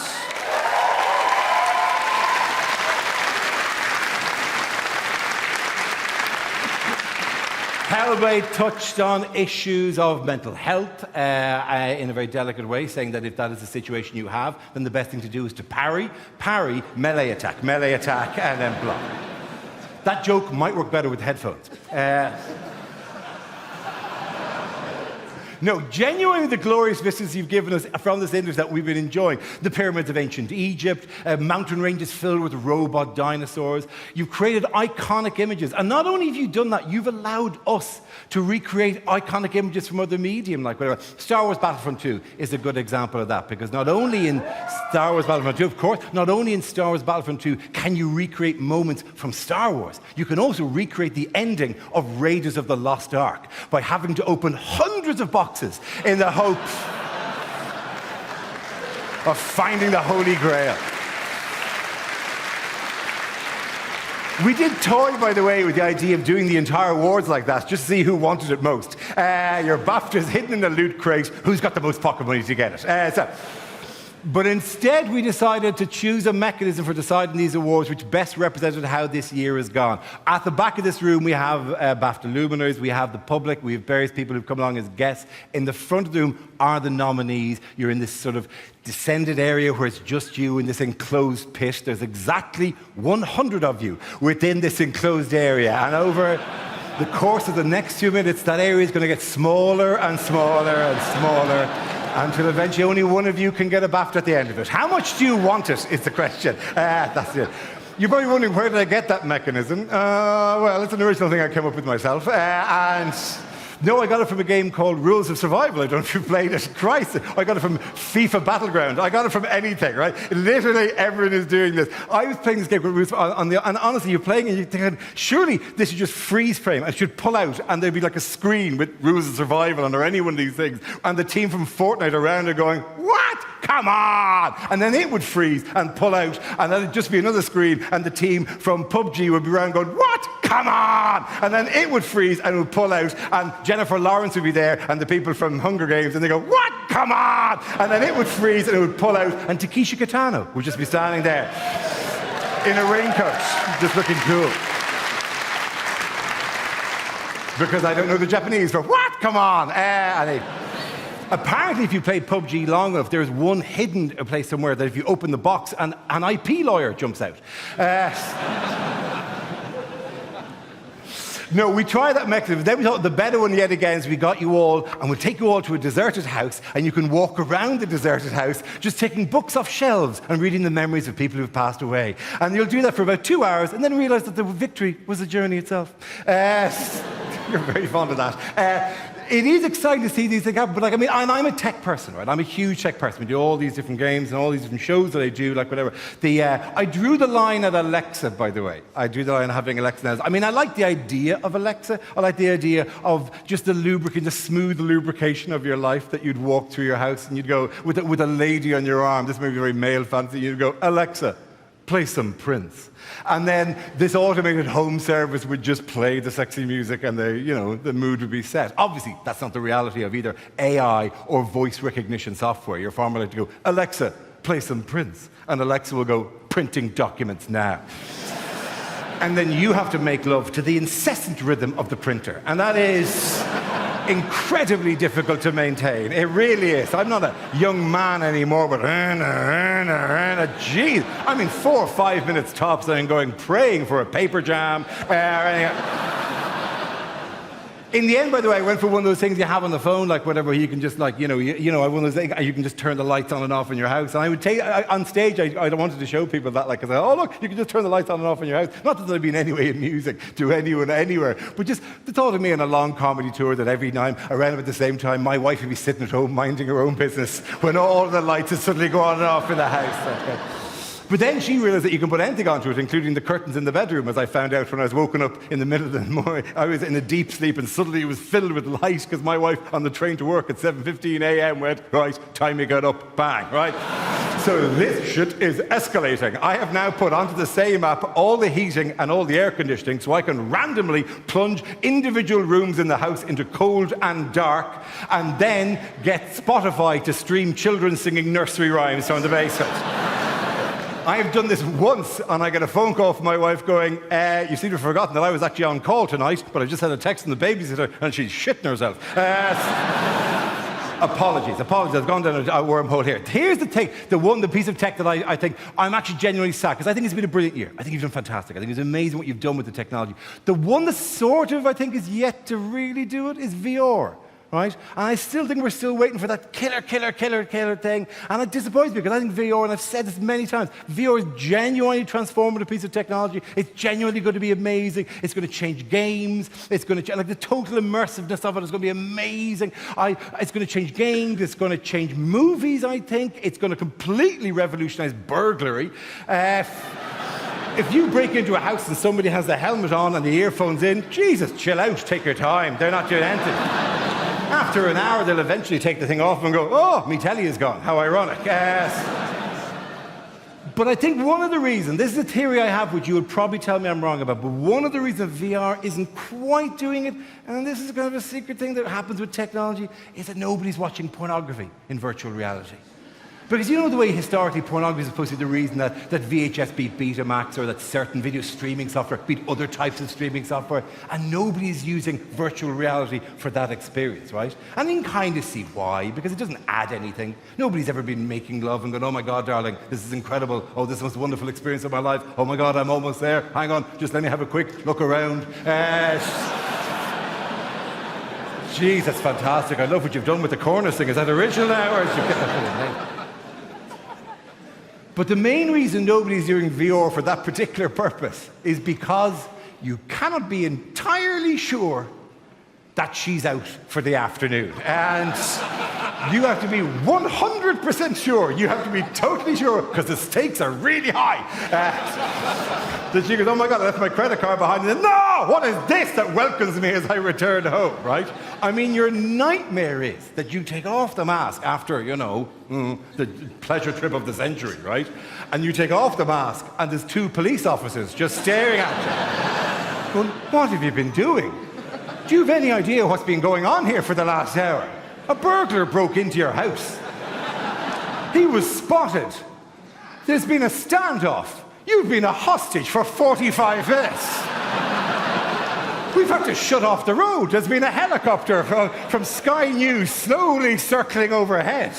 Oh, your wife is outside on a megaphone going, stay strong, John, stay strong. And we've been watching on the thermal imaging, just battering away at yourself for the last hour. Definitely the classiest monologue I have ever delivered at these awards, right? The shinier this has gone, the more classy I've got. Listen, we have awards for you. We have treasures and we have rewards for what you've done, and it's going to be crazy because you have generally been the one with the huge achievements this year, like whatever. By the way, throughout the night, why not get involved yourself if you're watching the stream and share your opinions along with us as it goes along, whether your favourites won or not. Your favourites that won, didn't win, tag us at BAFTA Games or hashtag BAFTA Games. But let us get started. Shall we get started, ladies and gentlemen? Absolutely. The first award of the night is for original property. New ideas are the definition of progress, and while sequels might have an association with reliable success, eventually a series either gets stagnant or becomes a sexy volleyball game. Here, too niche as a joke. Here to present the award are two exceptional talents from the just-released movie Rampage, based on the 1980s arcade game, which was itself based on the 1930s monster movies. Please welcome actor Melina Juergens and director Brad Payton.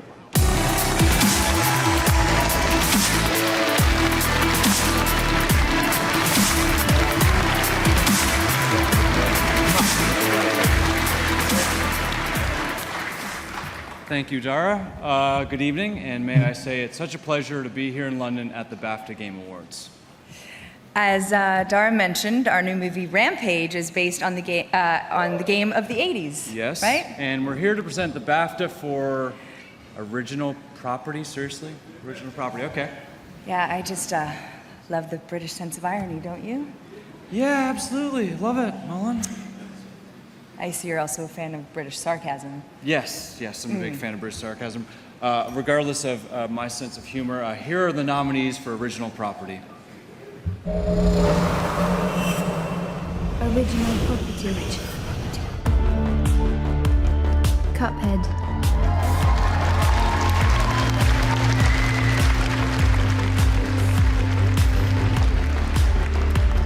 Gorogoa.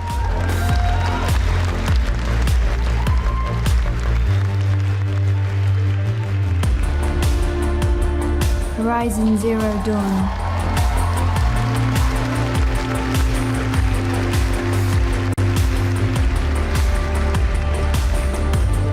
Night in the Woods.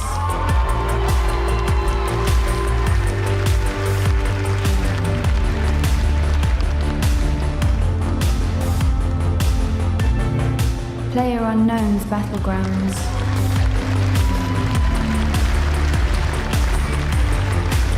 What Remains of Edith Finch.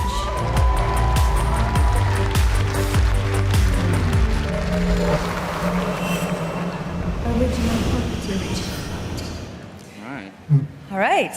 And the BAFTA for original property is awarded to Horizon Zero Dawn.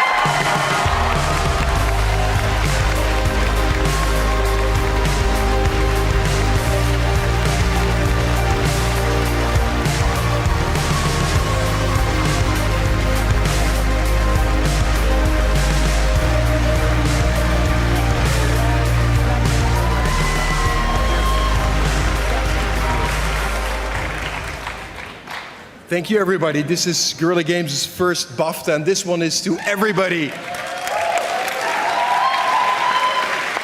Everybody back in Amsterdam, I know you're watching Team Guerrilla. I'm super proud of our 230 people that so fearlessly pursued this creative pivot. It couldn't be more different than anything we had done before. So to pull this off and get a BAFTA in this category is amazing.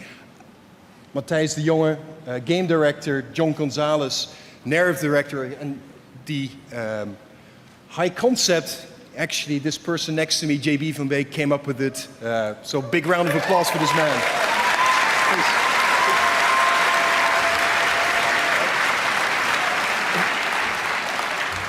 Thank you very much. It's a once in a lifetime opportunity when you get up to imagine a whole new universe. So it's been very, very rewarding to stand here and actually get a BAFTA for it. Wow. Once a decade, JB, once a decade. Once a decade. Thank you so much.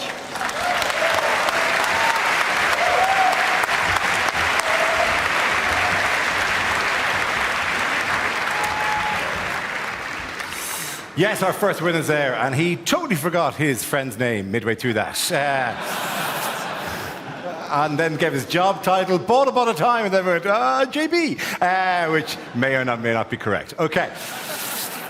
While a game's visuals are often celebrated, let's not forget one of the most important factors in video games, which is, of course, in-app purchases. No, wait, no, wrong. That's not it. To present the BAFTA for music, we have two fantastic British artists and performers. One is an NME award-winning musician. The other a seasoned presenter and comedian, currently hosting a television show where comedians sit on a couch and play video games. Where do they get their ideas? Okay. welcome to the stage Professor Green and Rob Beckett.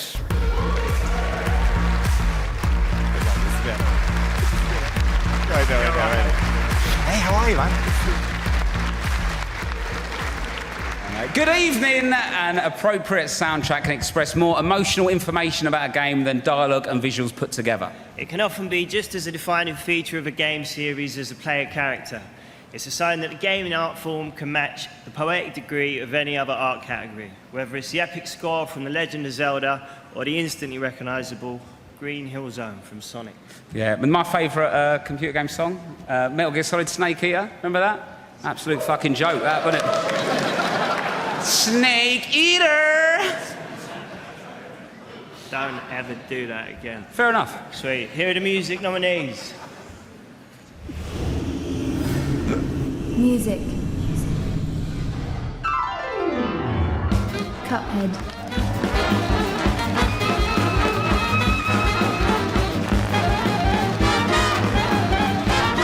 The wheels are in motion. Get even. So I need to know, are you with him?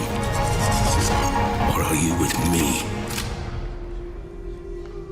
Hellblade. Senua's Sacrifice.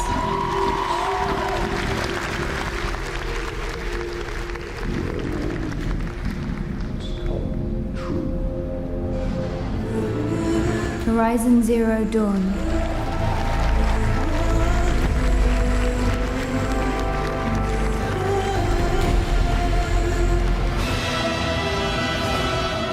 Everything I've done up until now, it was all for nothing.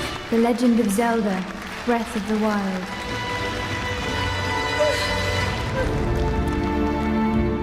What Remains of Edith Finch.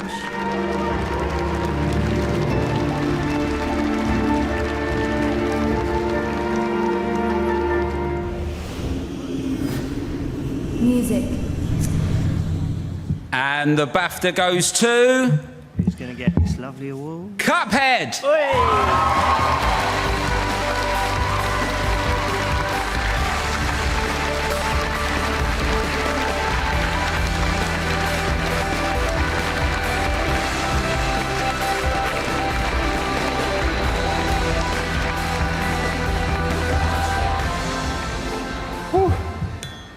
Oh, this is heavy.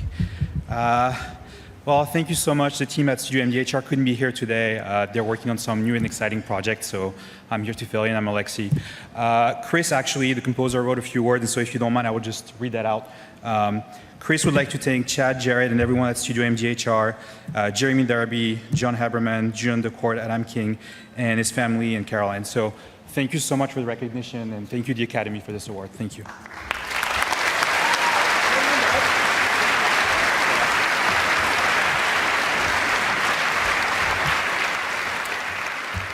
It's a very beautiful game, but frankly, when he won, we should have taken the stairs away and made it frustratingly difficult for him to travel. A game's ability to captivate and engage its audience is a key differentiator from other media. The Game Design Award recognizes and honors those games that built spellbinding experiences for its players, from awe-inspiring realistic environments like Assassin's Creed Origins to whatever the hell Luncheon Kingdom is in Mario Odyssey. To present the BAFTA Game Design, we have probably the most recognizable online handle in the world at the moment. He's known as PlayerUnknown, but the secret is out. Please welcome Brendan Green.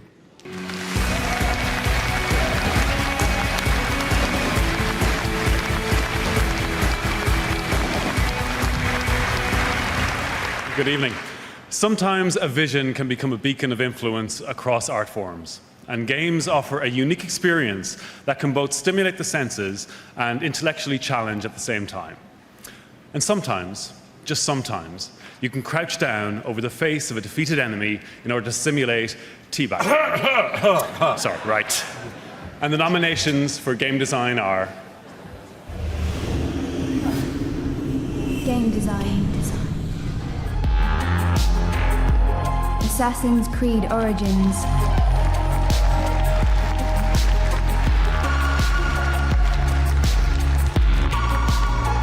Horizon Zero Dawn.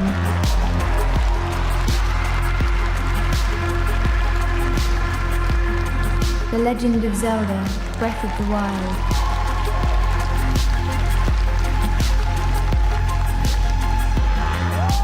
Nier Automata.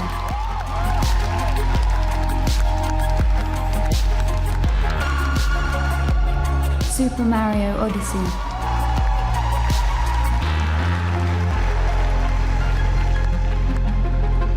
What Remains of Edith Finch.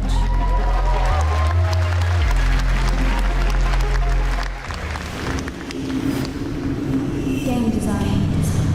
And the BAFTA goes to Super Mario Odyssey.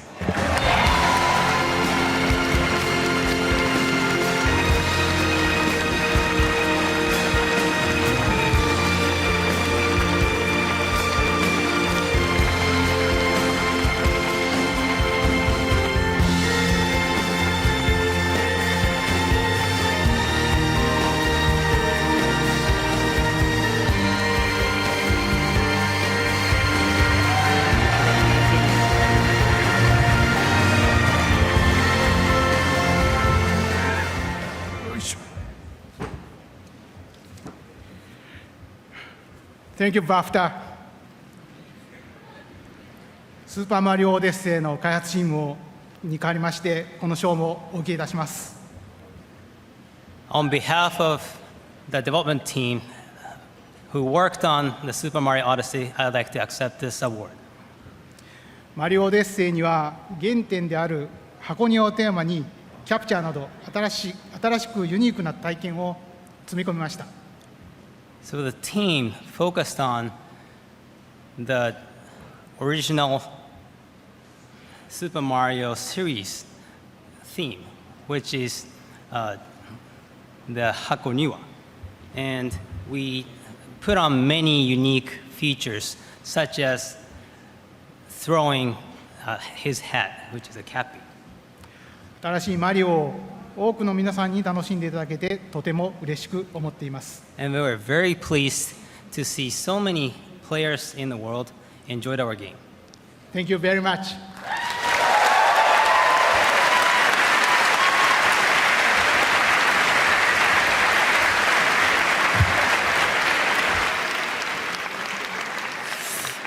An utterly delightful game, but a slight etiquette issue if they win any other awards. Do I shake hands and congratulate the translator next time? That is... I'll give it, I probably will. Throughout the evening, we'll be taking a closer look at 6 games. The 6 games that are nominated for the coveted BAFTA Best Game Awards. It's time for the first of those. Let us go to ancient Egypt. It's Assassin's Creed Origins. Best Game nominee. So I'm Ashraf Ismail, and I'm the game director for Assassin's Creed Origins.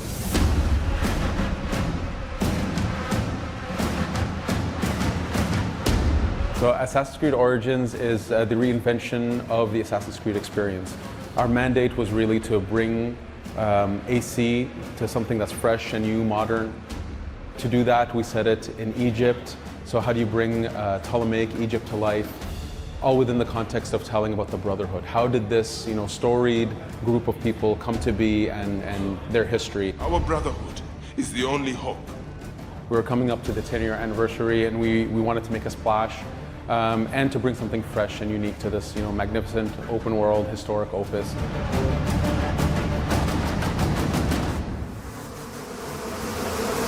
Working on the game was a real adventure. It was a real challenge. It was a 4-year experience.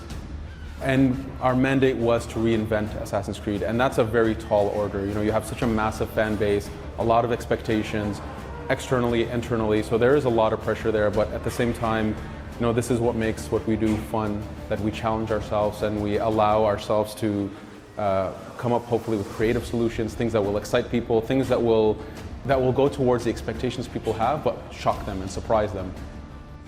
For me, it was an honor and a pleasure to be able to make a game set in Egypt, to try to bring this culture to life, this land to life that is now lost into the history, and to do it with a sense of respect, a sense of majesty to what it was. Of course, me personally, having a Middle Eastern background, it was a pleasure to be able to do that. Best Game nominee.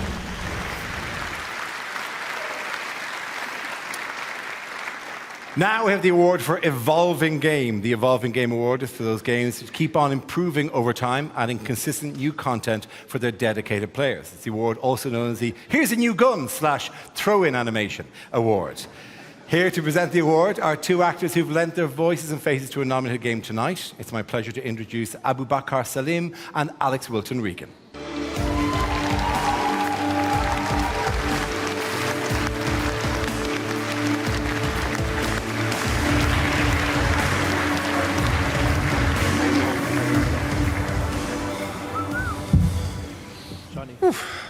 Good evening. We're here to tell you the nominees and winner of Best Evolving Game. But before we do that, as actors who have worked in film, television, on stage and in games, there is something else that we would like to share with you. 5 women and a big black guy. Bayek, watch your tongue. No, sorry, this is definitely not the start of some crude sex joke. 5 women and this beautiful man here are the 6 artists nominated for the BAFTA Best Performer Award tonight. We're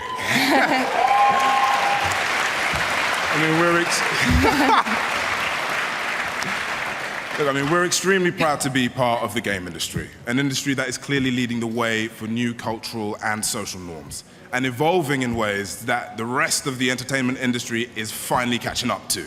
Hear, hear. It is down to your open inclusion of all people that makes games an incredible world in which to work, and long may you all continue. I also want to say a huge congratulations to BAFTA for championing this diversity with its groundbreaking list of performer nominees tonight.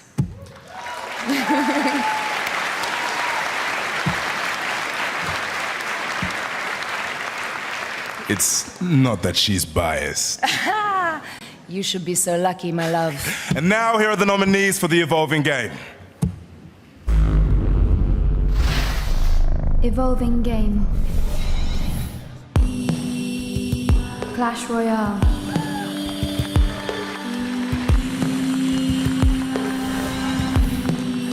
Final Fantasy 15.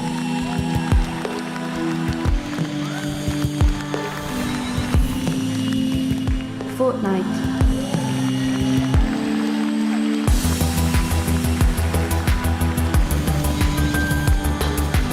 Overwatch.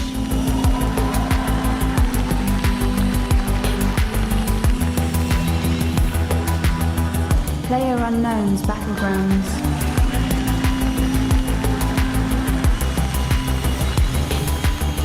Tom Clancy's Rainbow Six Siege.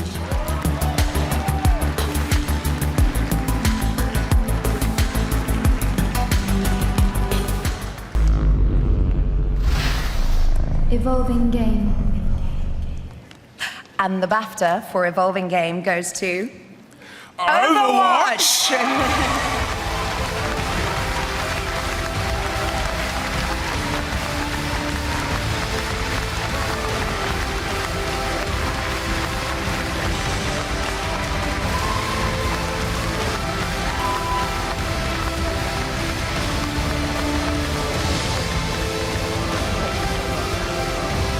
Wow. Okay, sorry.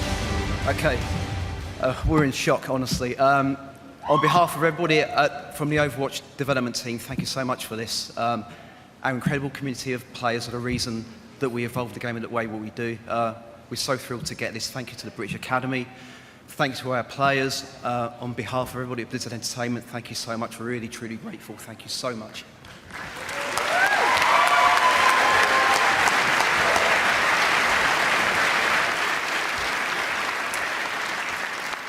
Games continue to push the boundaries of the narrative art. Here to present the award, we have one of the best British authors and screenwriters working today. She's written the incredible Kingsman movies, Kick-Ass, as well as 2 X-Men movies and the good ones. Please welcome the extremely talented Jane Goldman.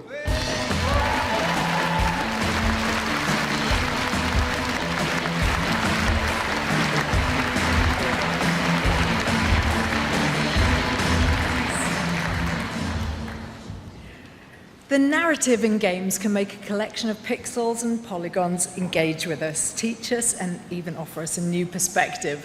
Video games have so many excellent examples of storytelling, but these games this year surpass even the highest expectations. The nominees for narrative are...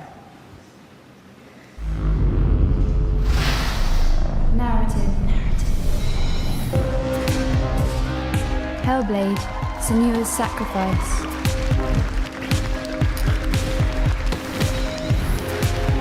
Horizon Zero Dawn.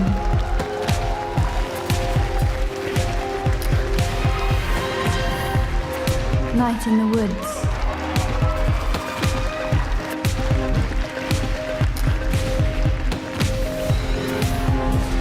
Tacoma.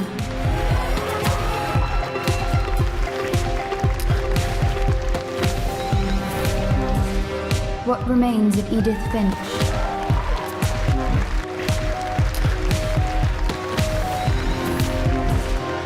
Wolfenstein 2, The New Colossus.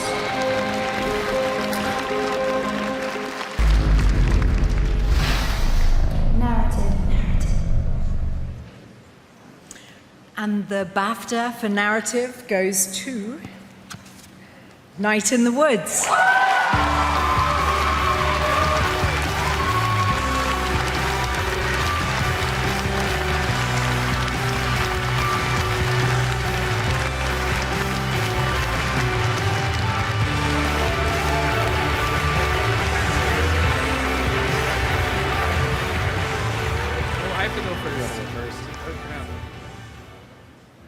I have to go first. Sorry, hang on.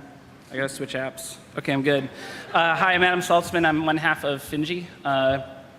And I wanted to say thank you to Scott, Bethany, and Rebecca, the rest of the Night in the Woods team that couldn't be here tonight. So honored that we got to help out with your beautiful game. Thank you to Tony Barton and the rest of the team at 22nd Century who produced our console ports. Thank you to Nick Suttner, Lisa Faber, and Matt Milberger for making our PS4 launch possible. To the rest of the folks working so hard behind the scenes at Microsoft and Nintendo. And thank you so much to my family for helping us during the last 2 years, and to my kids for just barely tolerating our weird schedule. So hi, I'm Alec. I'm the co-creator, one of the co-creators, and I did the music and the programming for the game. But fortunately, Scott and Bethany, who wrote the story, can't be here. So I'm going to read something from Scott Benson.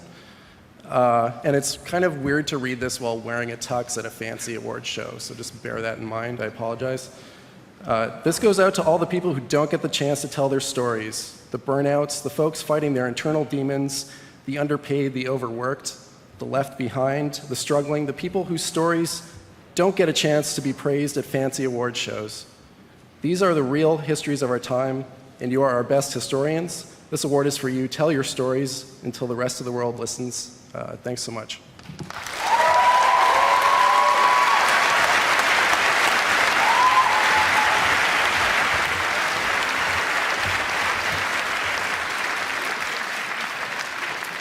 But in the meantime, let's put on some Succhizos. Okay. Yes, now it's time to take a closer look at another of the nominees for Game of the Year. This time, we'll be taking a look at the indie title that could, who competed in the AAA market and beat the odds to succeed. Let's take a look at Hellblade: Senua's Sacrifice. Best Game nominee. I like fantasy, and I wanted to make an original fantasy, and I was searching for ideas. And I thought, well, fantasy all comes from the mind, so why not go to the source?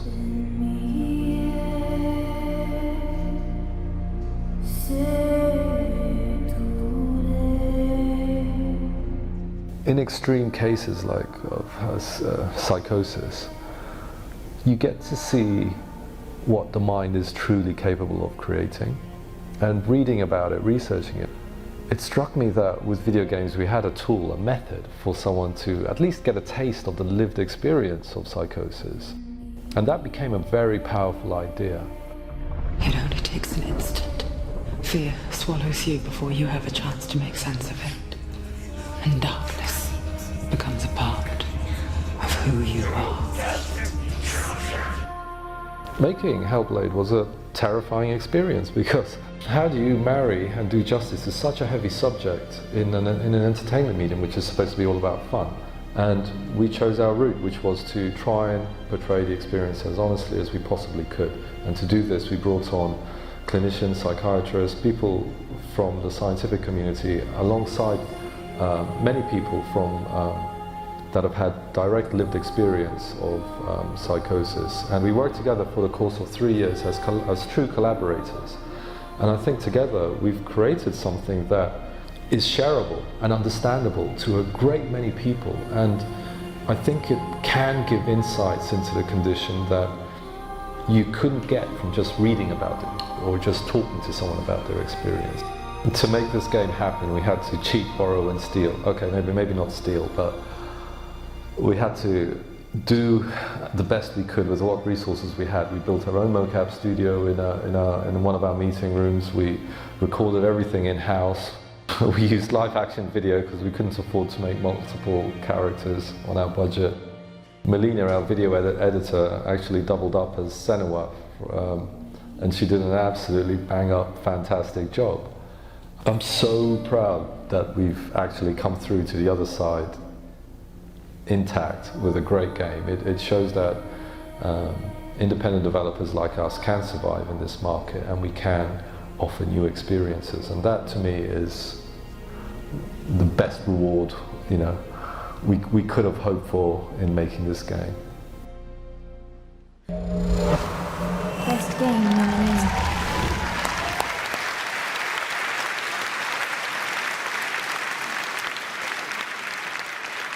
And if we learn nothing else from that VT, we learned that there's loads more of that game that I haven't got to, and I'm totally not finishing it without a save point. So, next up, we have a brand new category for BAFTA, the Game Beyond Entertainment Award. But rather than tell you about it myself, I'm going to let our presenter do the job for me. He's a respected musician, writer, activist and educator, an artist who has definitely taken his own talent beyond entertainment. Please welcome Akala.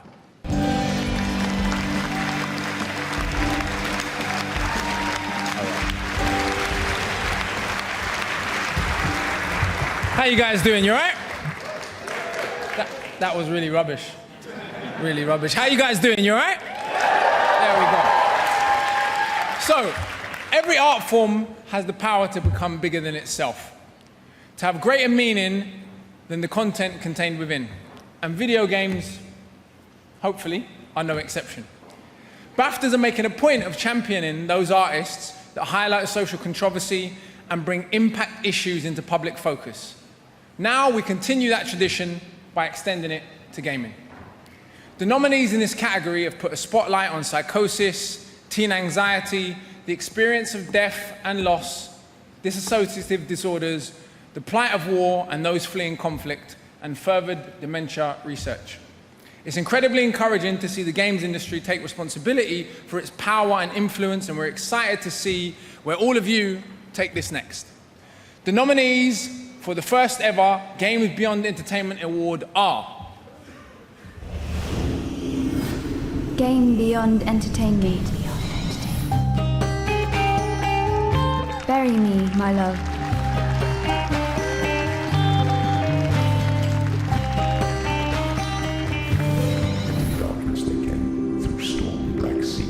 Hellblade, Senua's Sacrifice.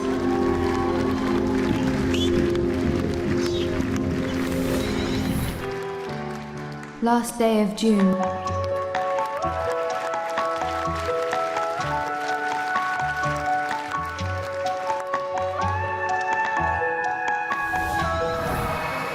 Life is Strange, Before the Storm.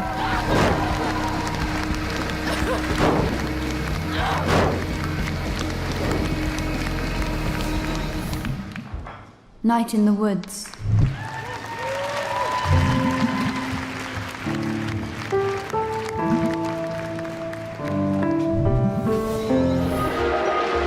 Sea Hero Quest VR.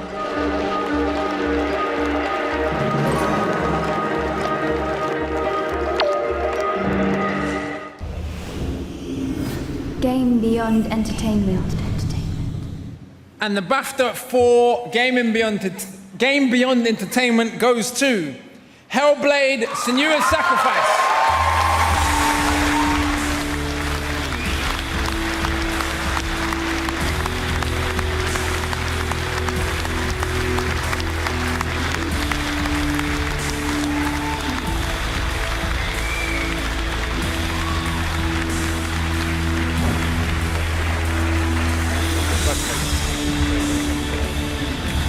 Thank you. Where's the BAFTA? Oh, you got it. All right. Just checking. This is truly a dream come true for me. Our first BAFTA. But I don't want to talk at this stage. What I want to do is to highlight our collaborators. Paul Fletcher, Professor of Neuroscience and Psychiatrist at Cambridge University, who worked with us as our guide for 3 years. Tracy Bartlett from Recovery College East, whose students lent us their lived experience over the 3 years. Ian Dodgen from Wellcome, who opened doors and helped us right from the beginning of the project. And it's a true collaboration between science, art, and lived experience. But I would dearly like to invite Paul first and Tracy to share a few words. Thank you very much indeed. Mental anguish, mental suffering is characterized by the fact that it's usually invisible, it's usually silent. Working with the incredibly talented Ninja Theory, with the Cambridge Peterborough Foundation Trust and with the Wellcome Trust, has actually, I think, shown me something very powerful, which is that games can aspire to and achieve a remarkable exploration of the state of the mind and the state of mental suffering. It's been a real pleasure and a real honor to be part of this.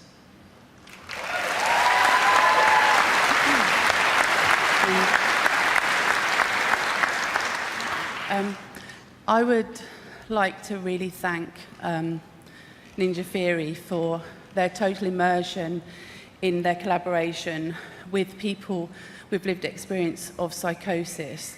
Quite often, we find ourselves trying to explain our experiences, and sometimes people find it hard to understand, and I am inspired on a daily basis by all of the students that come through and come into the Recovery College for their courage around how they put one foot in front of another every single day. They are a massive inspiration. And Tam and Dom and everyone at Ninja Theory have just completely done something which has inspired me so much to believe that any medium of entertainment can actually break down stigma and discrimination around mental health. I'd just like to say a massive thank you to the others from the Recovery College. There was lots of people involved, but specifically Jen, Michael and Kathy, who were very inspirational during this whole process. Thank you very much.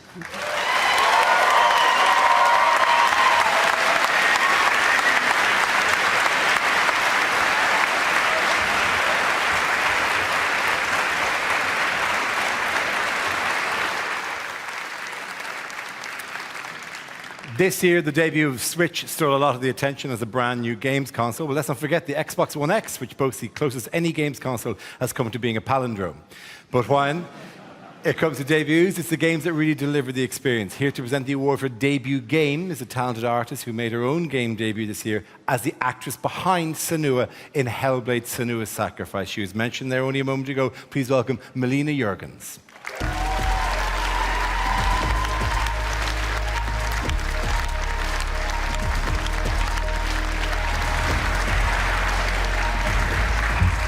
Thank you, Dara. My video game debut on Hellblade was a great honor and a fantastic opportunity that I put lots of sweat and tears into. Having your work released for the very first time is very exciting. So to all the nominees, I really know how you feel. Except for Slime Rancher, guys. Like, what's going on in your heads? But I like it. So the nominees for debut game are Debut game.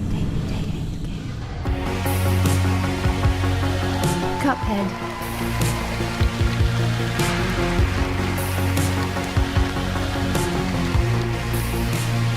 Gorogoa.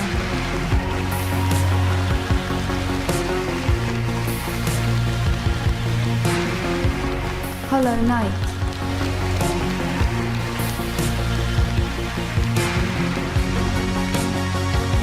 Night in the Woods.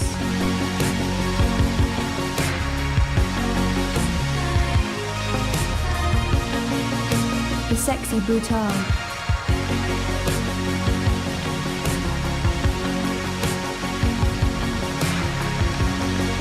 Slime Rancher.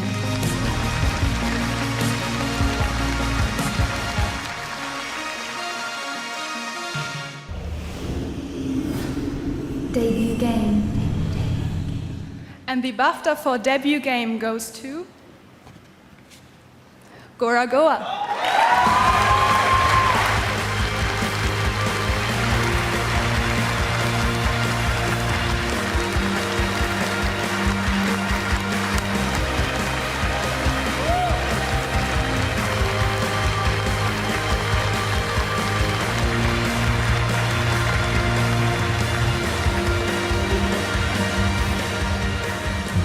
Wow, this is unreal. I appreciate all the effort that's gone into making this feel like a dreamlike experience. I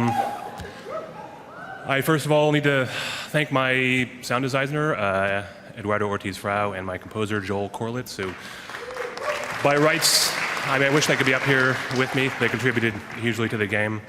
Thanks to everyone at Wholesale Algorithms, and especially the whole family at Annapurna Interactive, without whom this would not have been possible. And thanks to the Academy.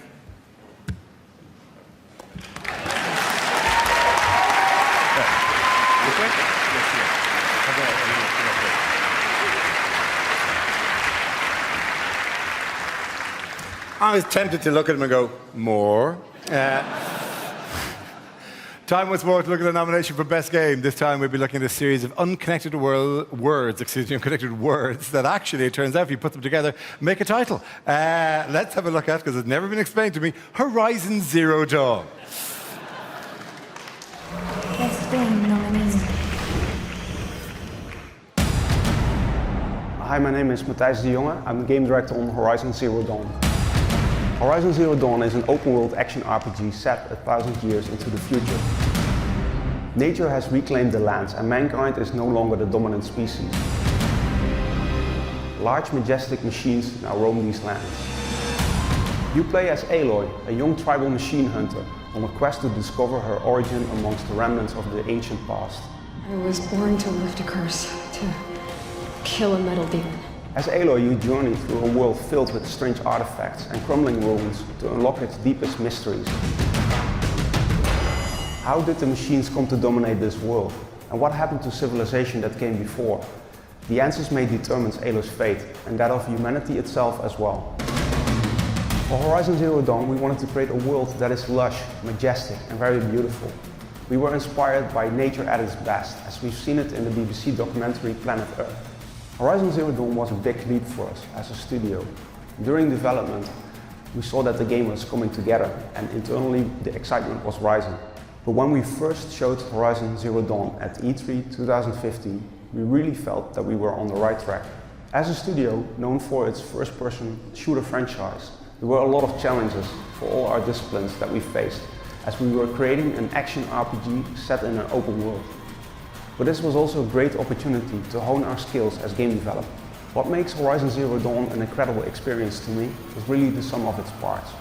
The music, the majestic scenery, the dangerous machines, and the story of Aloy that takes you on this epic adventure. Best Game nominees.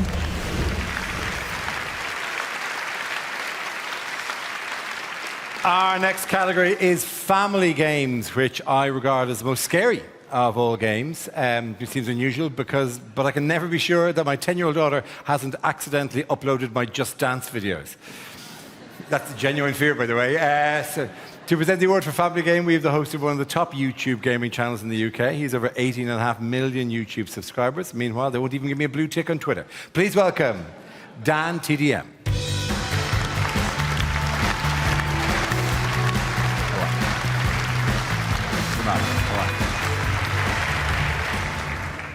Hello. Games are the best when they bring families together, like in Mario Kart, when your wife sends a nasty blue shell your way after you've been first the whole race, sending you spiraling into the last spot as she takes the top spot. Good times. Real good times. The nominees for Family Game are... Family. Just Dance 2018.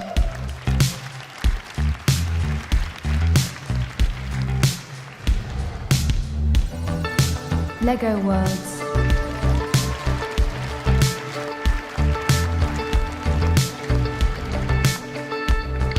Mario Rabbids Kingdom Battle.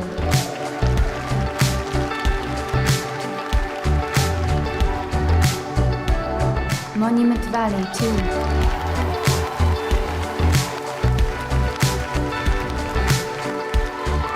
Snipper Clips.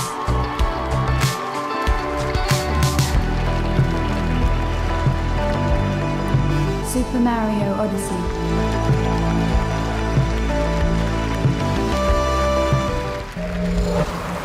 Family. And the BAFTA for Family Game goes to Super Mario Odyssey.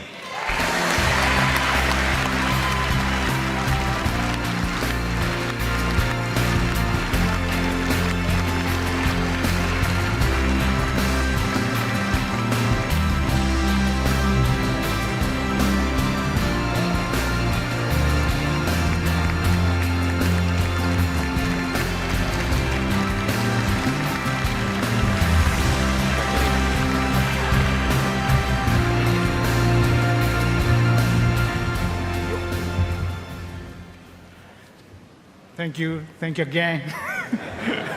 Thank you, BAFTA.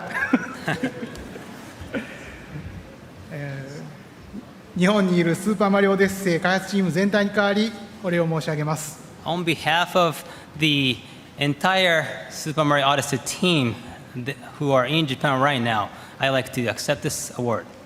スーパーマリオオデッセイでは2人プレイを導入して1人がマリオ、もう1人がキャッピーを操作します。With this game, we added the two-player mode where one player controls Mario and the other controls Cappy.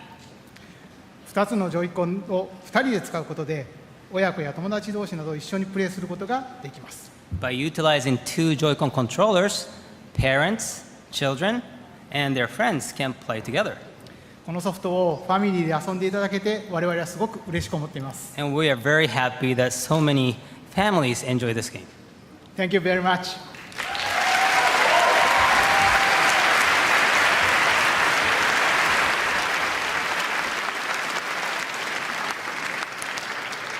The mobile gaming industry in the UK has been instrumental in maintaining the nation's status as one of the top countries for video game development in the continent. And soon, you'll be the top everything in the continent because you'll be your own continent. So there, take that, Europe. And we'll keep all the jelly deals and Cornish pasties and you'll come crawling back. To present the award for mobile game, we have another British YouTube sensation, as well as a writer, presenter and producer for Eurogamer. Please welcome Mess Yourself and Aoife Wilson.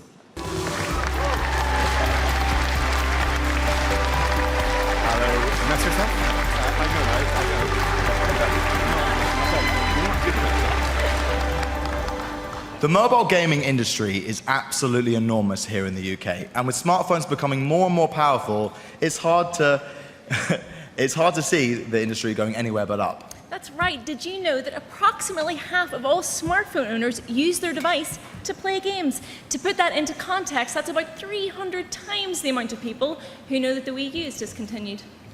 Wait, I still play my Wii U. Did you know it's been discontinued? Yeah.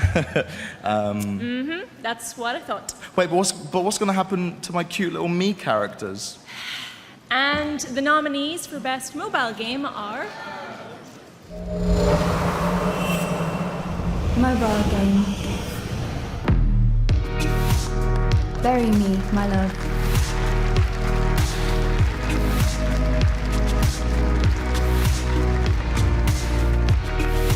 Golf Clash.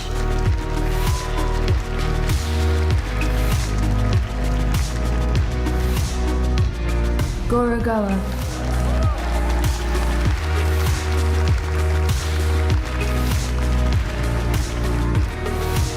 Cammy 2.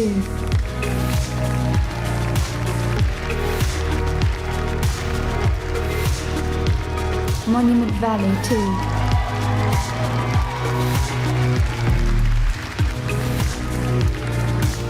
Stranger Things, the game.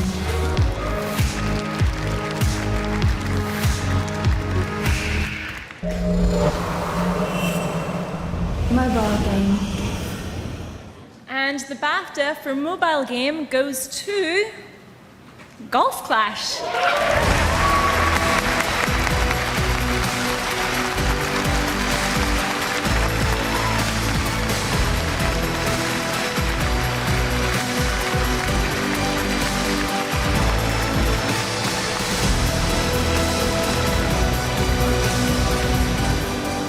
Wow. I think we totally convinced ourselves we wouldn't win this, and I think that is credit to the other games that were in our category. Incredible games. I'm Alex. I'm the creative director of Playdemic. Paul would normally be here to collect this award tonight. He can't make it, but I know he's watching, so Guji, we did it. We just want to say a few thank yous. So first, thanks to BAFTA for recognizing us for this award. These guys behind me, they did it, and they deserve it. Thanks also to our families, our wives and our partners for putting up with our crap over the past 10 years as we built this studio. It's been a tough ride. A lot of ups, a lot of downs, much like Golf Clash. Thanks to the platform holders, our really good friends there. You guys are out there now, you know who you are. You supported Golf Clash when it was little more than a prototype, many, many months before it was launched. You backed us all the way, and you know we really appreciate that. And finally, I want to just say thank you to the most important people tonight, who's the amazing gamers and players who support us over the past 12 months. Nearly 4 billion games of Golf Clash have been played in the past 12 months, and almost 1 billion of those have resulted in someone smashing their phone on the pavement as they miss a putt. So thanks to our players. We've got loads of stuff coming in 2018, so thank you.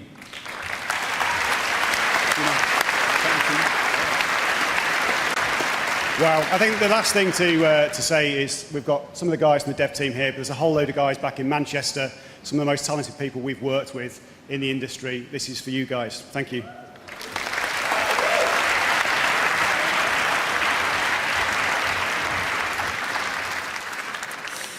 Okay, let's take a look at another nominee for Best Games, one of the longest-running game franchise in both real-time and its own convoluted fictional timeline. Let's have a look at The Legend of Zelda: Breath of the Wild.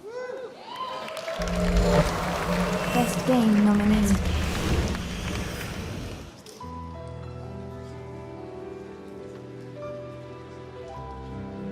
ゼルダの当たり前を見直すというテーマのもと、シームレスな広大な世界を舞台にどこに行って何をするのも自由というゼルダのゲームに求められている探索と発見の楽しさをスタッフ一丸となって引き出しました。生き手を阻む敵やそびえ立つ山々などゲームを進める上では障害となることもたくさんありますが、そこにある自然との関わりや自分のできることの中に必ず突破口はあって、それはゲームを遊ぶ皆さんの自由な発想で作り出すことができます。プレイヤーの自由な発想が無限な遊びを生み出す世界、それが我々が達成したかったオープンエアの世界です。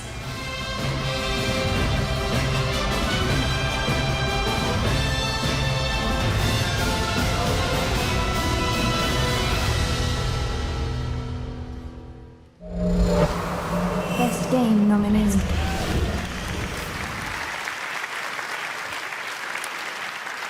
Our next award is Artistic Achievement, and it's dedicated to those that make the most of their resources to turn a powerful vision into reality. For some in this room, that meant riding a moose into battle as a lingerie-wearing humanoid robot lady. For others, it meant stabbing a giant magical cloud monster after frying some bananas. What's important is that these are experiences that help us in the real world. Here to present the award for Artistic Achievement is a woman with an exceptional CV. She's the CEO of UK Interactive Entertainment, was previously the commissioning editor of Channel 4, and is on a host of well-respected advisory groups and boards. They could please welcome Dr. Joe Twist Obiye.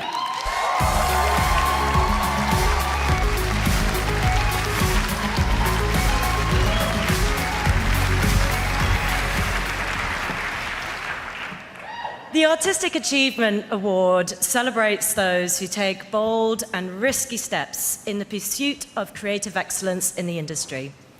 Thanks to developers and artists taking these steps, we've had incredible game experiences, like previous winners Okami and Inside.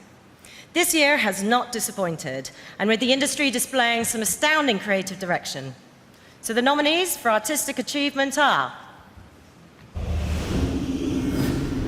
Artistic achievement. Cuphead.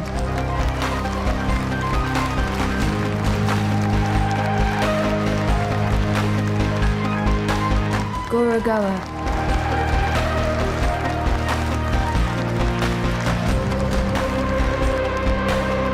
Hellblade, Senua's Sacrifice.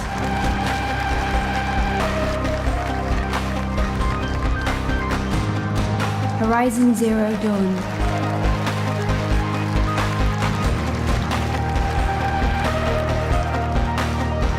The Legend of Zelda, Breath of the Wild.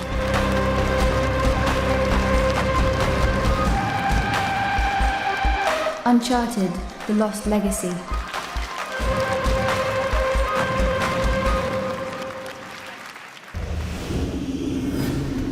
Artistic achievement. And the BAFTA for Artistic Achievement goes to Hellblade, Senua's Sacrifice.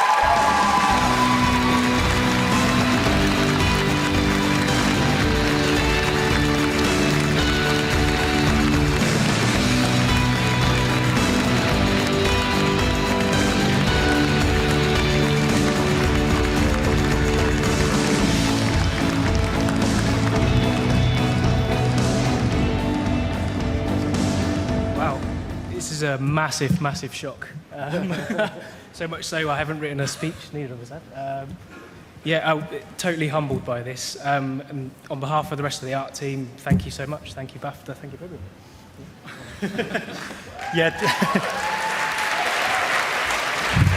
I think I'd just like to say, I think like everyone in this category deserves this award. There's been some amazing work this year in the industry, and it's unbelievable that we've even been nominated for this. So thank you everyone. I'll just point out that Dan here almost created all of the environment art on his own. Jeff here created pretty much all of the characters on his own, and Mark did all of the visual effects and on his own. And I'm so proud of you guys. What you've done is amazing and inspiration. Thank you.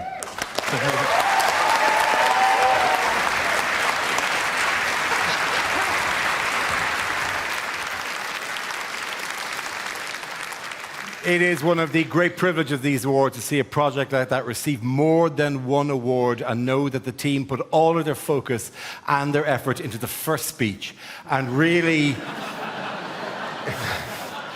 kind of left going, who have we got left to thank? And they've got more candidates to come, who knows? Watch that evolve. Okay, so our next category is multiplayer, where 46-year-old men go to die. Our next host is an incredible comedian, actor, and author. Please welcome Russell Kane.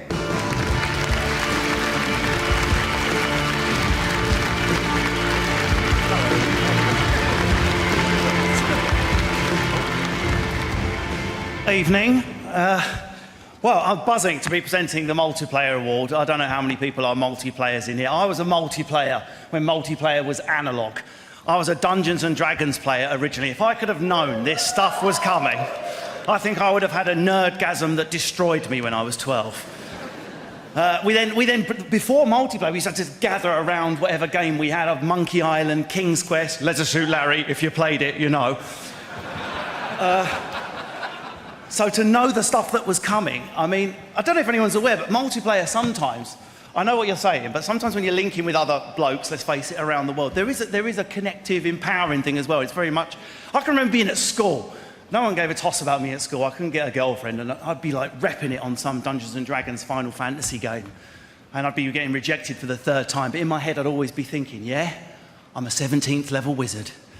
And I could destroy you with a fireball, you bitch, so back off. Now I can connect with other men that feel the same. The nominees for BAFTA Multiplayer are, roll it!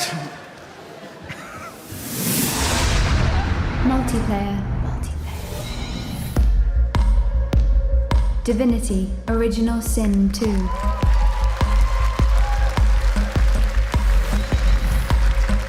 Fortnite.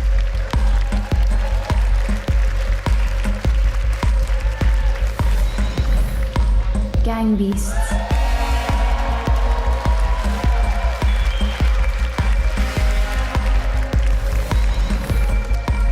PlayerUnknown's Battlegrounds.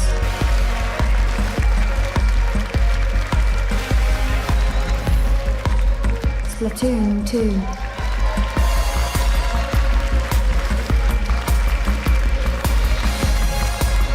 Star Trek Bridge Crew.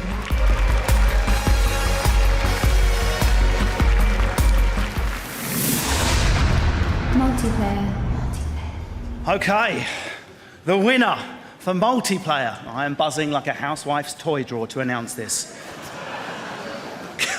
The winner is Divinity Original Sin 2.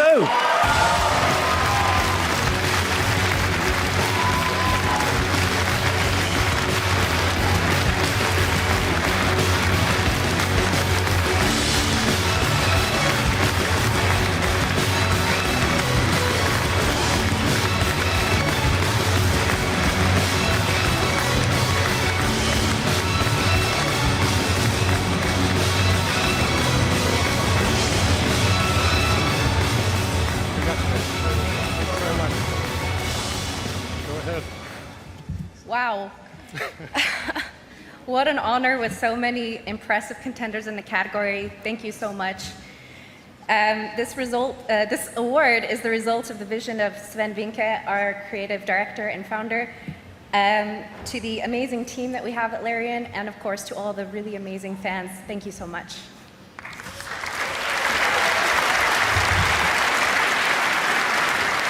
First of all, I would like to apologize for not reading the dress code any closer, so more time, sorry. I'm sure that everyone at Larian is very impressed that we win the multiplayer category. It's kind of a unique experience. It's something where 2, 3, or only 4 players come together. They start out as friends, but they very much definitely end up as enemies. It's a very unique experience. Thank you very much.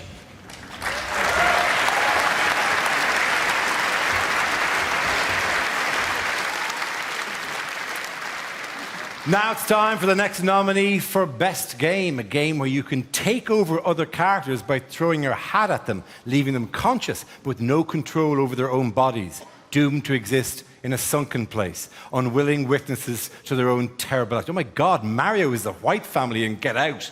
The next...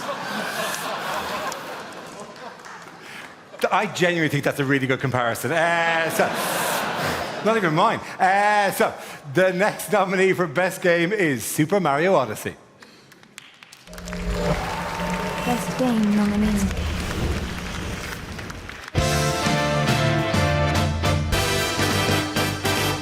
そうですね、スーパーマリオオデッセイはこれまでのシリーズの要素やマリオらしさに加えてもっと新鮮な驚きをテーマにしてきたんですけども、でも本当にマリオと全然関係ないゲームの要素を模索していた時期があって、これがすごく楽しかったですね。例えば宇宙人になって UFO でコミカルに人間をさらうゲームを作ったりとか、羊を後ろから追いかけて集めるゲームを作ったりとか、これオデッセイにも組み込まれました。であとリアルな恐竜に食われないようにカメラでエクセレントな写真を撮る、そういったゲームなんかも作りました。そこからマリオにまとめ上げるまで本当苦労するんですけども、マリオというルールの外でゲームを考えてそれをマリオにするのはすごくチャレンジャブルで楽しい体験だったと思います。そうした中から T-Rex やキャッピーが残っていったんです。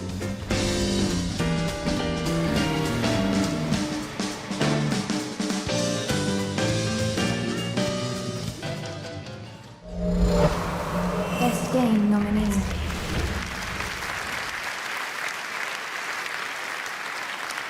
Next award is Audio Achievement, a criminally underappreciated art form, whether it's footsteps on gravel, horses' hooves with coconut shells, or the sound a mechanical dinosaur makes when it's hit with a flaming arrow. Audio mixing brings life and immersion to visuals. Here to present the awards is the founder of Fulbright, the company behind the BAFTA award-winning Gone Home, and tonight's nominated game Tacoma. Please welcome Steve Gaynor.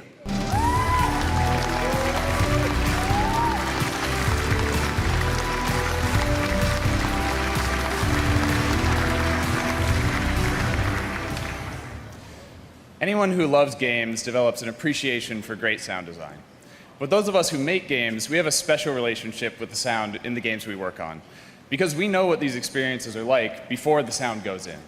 They're empty, sterile, and then there's that one magical day during development when the snow level is transformed by whistling Arctic gusts across the tundra, or an empty house becomes your refuge against a raging storm outside. The following games use the power of great audio to bring experiences to life. The nominees for Audio Achievement are Audio Achievement. Call of Duty, World War II. Won't be easy.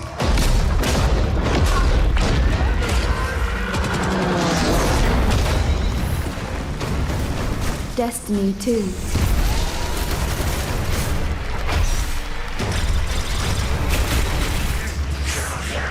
Hellblade, Senua's Sacrifice. But her world changed the day the North were taken from her. Horizon Zero Dawn.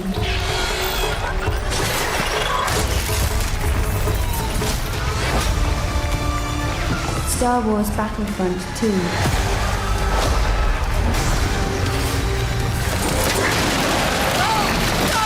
Uncharted, The Lost Legacy.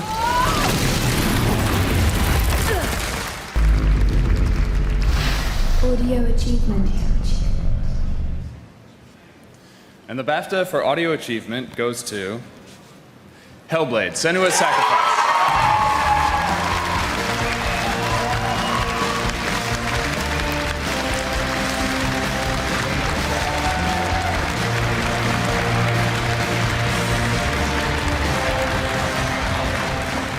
Thank you. I want to thank first all the team at Ninja Theory there. They are incredible. I feel like home there. I want to thank Tamim, our creative director, for being brave, for pursuing a vision, a complicated thing to do actually, very complicated. And you are all my heroes. And I want to thank my son, my 2 daughters, and my wife. Thank you. Thank you, BAFTA.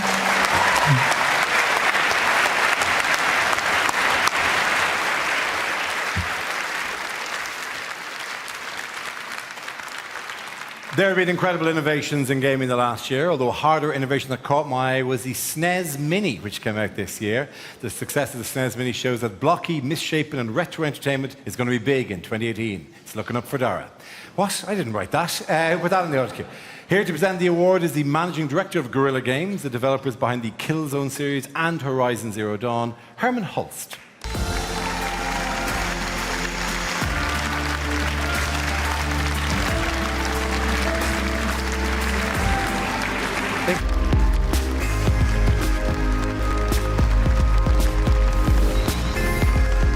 Hellblade, Senua's Sacrifice.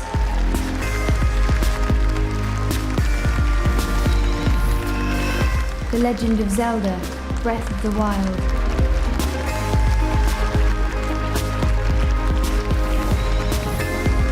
Nier Automata.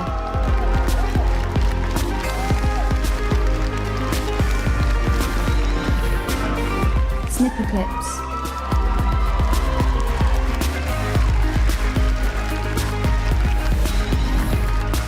What Remains of Edith Finch.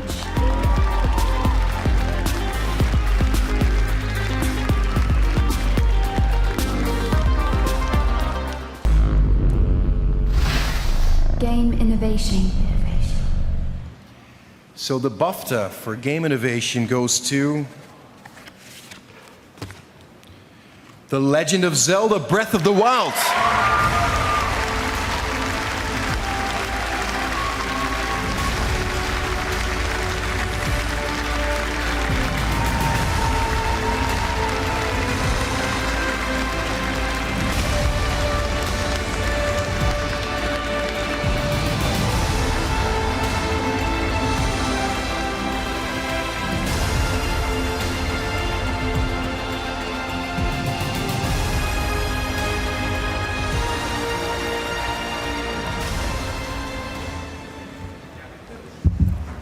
Thank you. Thank you again. Thank you again.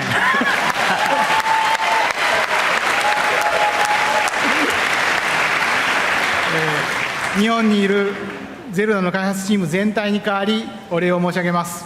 I'd like to accept this award on behalf of the Zelda's development team in Japan. ゼルダの当たり前を見直すというテーマに開発チームは取り組みました。The team's mission with this game this time was to challenge the series conventions. そしてこれまでのゼルダから何を残して何を変えるかを十分検討して本作を作り上げました。So they spent so much time in discussing what to change and what to keep. この新しい挑戦を皆さんに楽しんでいただき、とても嬉しく思います。And we're very pleased to know that everyone enjoyed this game. Thank you very much.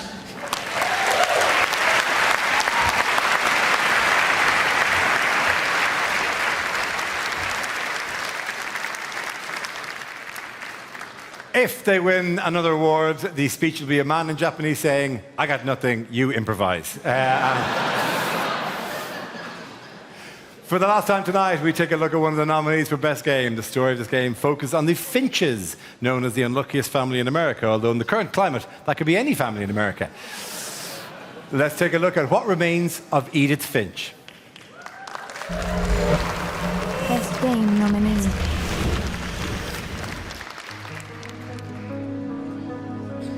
Hi, I'm Ian Dallas. I was the creative director on What Remains of Edith Finch.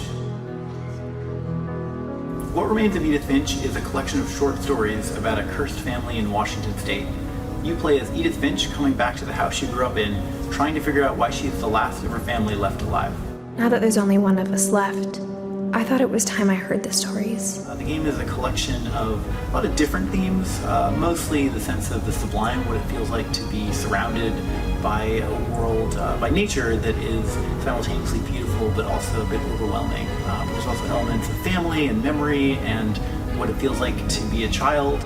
So we would make these little prototypes, and when we found one that effectively evoked this little kernel of a feeling, then we would write a story actually after the fact to describe the experience that we found in playtesting. We had a lot of fun working on the game as a collective group, because I think there's so much that goes into a game like this, particularly in spaces like the Finch house, that no one person is really in control of or aware of everything that goes into it. And so often we would play the day's build and see something completely new that hopefully was totally appropriate, but that was really surprising. And initially this game started off as being inspired by my childhood, but as we went further along in development, it was great to see that so much of the game, particularly the house, became an expression of each person's childhood and what they brought to it.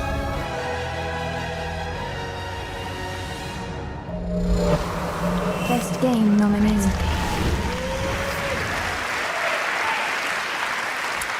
The next award is for Best British Game. Thankfully, British game development is still going as strong as ever. This award is a salute to the local game development companies, you guys keeping the UK on the map, even as dozens of EU nations erase it from the map. It's my pleasure to introduce a man that fully encompasses the British man. He's funny, he's a sharp dresser, and he's a last name that makes everyone's right-wing grandfather thoroughly furious. Mr. Paul Chowdhury.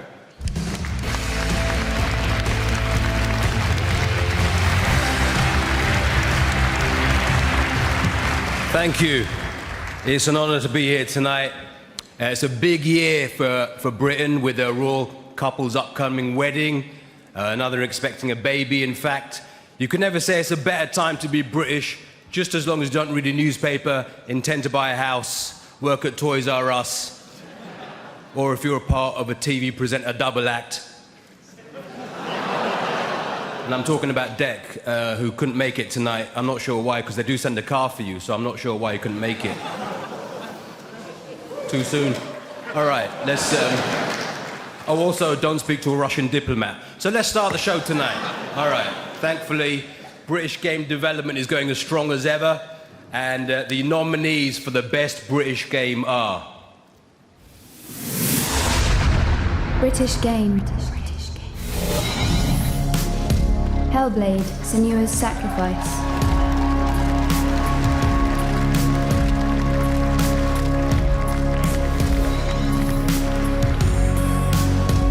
Monument Valley 2.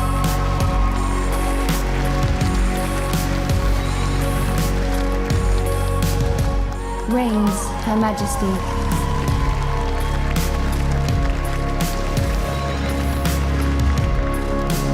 The sexy Brutale.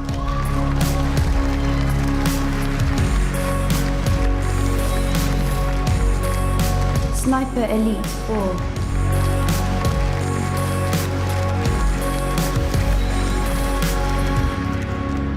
Total War Warhammer 2.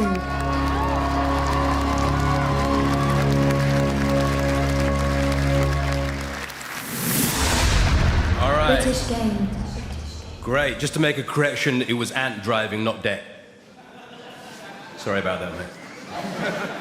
So the winner for British game is Hellblade: Senua's Sacrifice.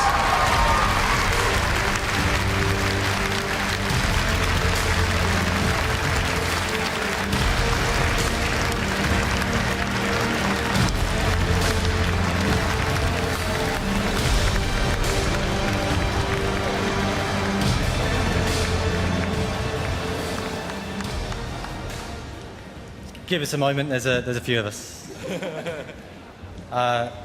Thank you so much to everyone that supported us on this game. This is an incredibly proud moment for us at Ninja Theory, for the entire team. To win British game with so many great British developers is an incredible achievement, and I want to take a moment to thank everyone's family and friends that have supported us through this project. We spent 3 hard years trying to do something different, something creative, and trying to bring very high production values and mixing that with creative and independent freedom, and it's paying off. And I'd also like to say thank you to all of the people that helped us to make games, all of the HR teams, the QA teams, all of the admin teams, the receptionists, the cleaners, everyone that supports us in making these video games. Thank you.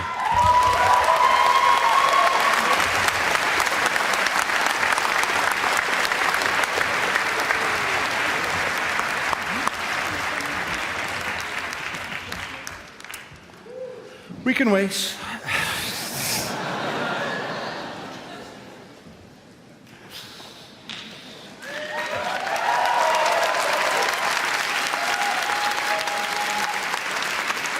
The next award is for Best Performer category, and a job that has moved on so far from its early days. What is my motivation here? You've just run into a wall. Here to present the BAFTA is a man who starred in far too many incredible movies to count. Most recently, he's appeared in Spielberg's Ready Player One. You may remember from Guardians of the Galaxy or Assassin's Creed or Game of Thrones. It doesn't matter what he does, a small part of him will always be Finchy to me. Please welcome Ralph Ineson.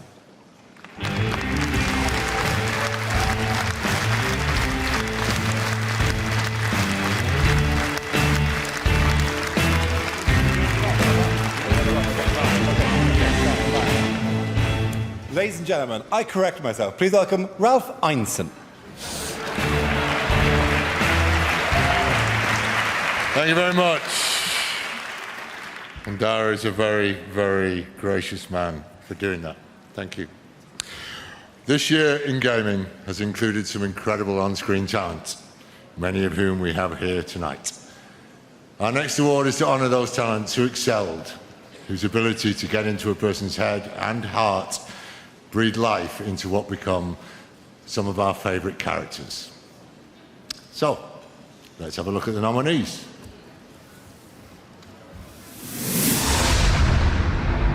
Performer. Poets of the Kid. Abu Bakr Salim as Bayek in Assassin's Creed Origins. I am not a father anymore. I am not a husband. I am not a Magi. I am a heathen one. The goddess spoke to you? Ashley Birch as Aloy in Horizon Zero Dawn. I was born to lift a curse, to kill a metal demon. Claudia Black as Chloe Fraser in Uncharted: The Lost Legacy. Damn, see?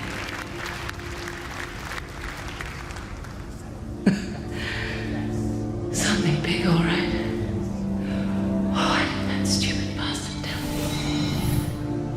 Laura Bailey as Nadine Ross in Uncharted: The Lost Legacy. Sam went ahead to do recon for me on the disc, but then he went missing and I couldn't leave You him knew my for history dead. with Sam and then you dragged me into this anyway. Your history with the Sav made you the obvious...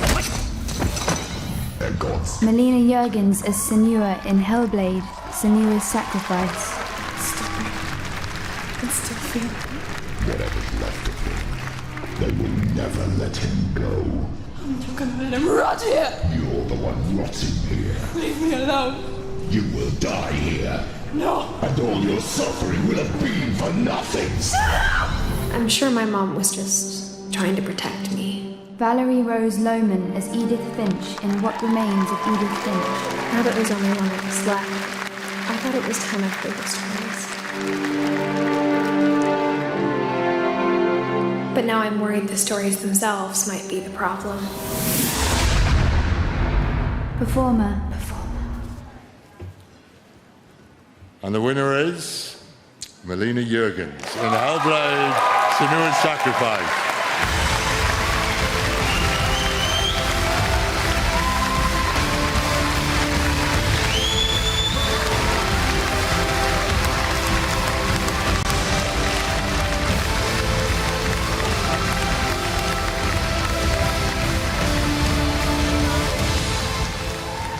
Wow, I can't believe I'm actually holding a BAFTA in my hand right now.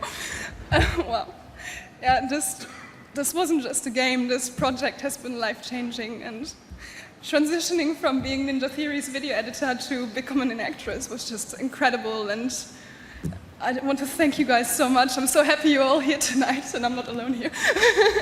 Yeah, thank you to Meme as well for being so patient with me throughout the project.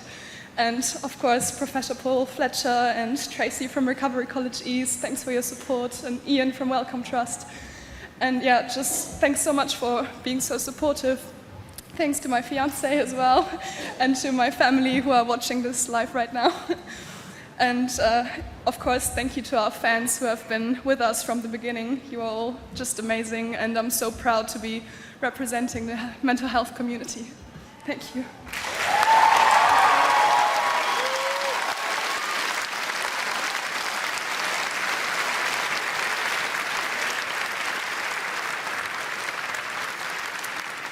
Yes, you truly are all here tonight, as we realised during the last award. Now it's time to present the big one, the BAFTA for Best Game 2018. To present the award, we have a distinguished British presenter, famous for the Jonathan Ross Show, and also the voice of the ugly stepsister in Shrek 2 bracket UK localisation version only, close bracket. I'm a huge fan, I'm sure you are as well. Please welcome the one and only Jonathan Ross, ladies and gentlemen.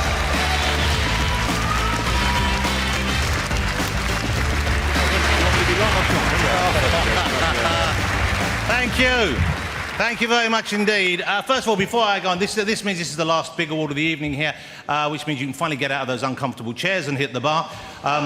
But to receive a BAFTA is a huge honour, and I wonder if we could take a moment once again to thank BAFTA for being behind the gaming industry as wholeheartedly as they have for so many years, back before it was seen as the powerhouse of entertainment that we all recognise it is today.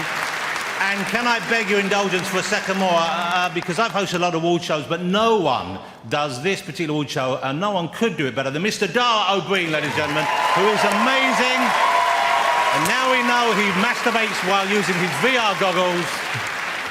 But to receive a BAFTA is a big deal. You've got BAFTAs, haven't you, Dara? No. Oh, that's awkward. I have a lot of BAFTAs. I've got a lot of BAFTAs. I don't know, I can't, too many for one shelf. Anyway, to receive a BAFTA, as Dara would one day find out, is a big deal.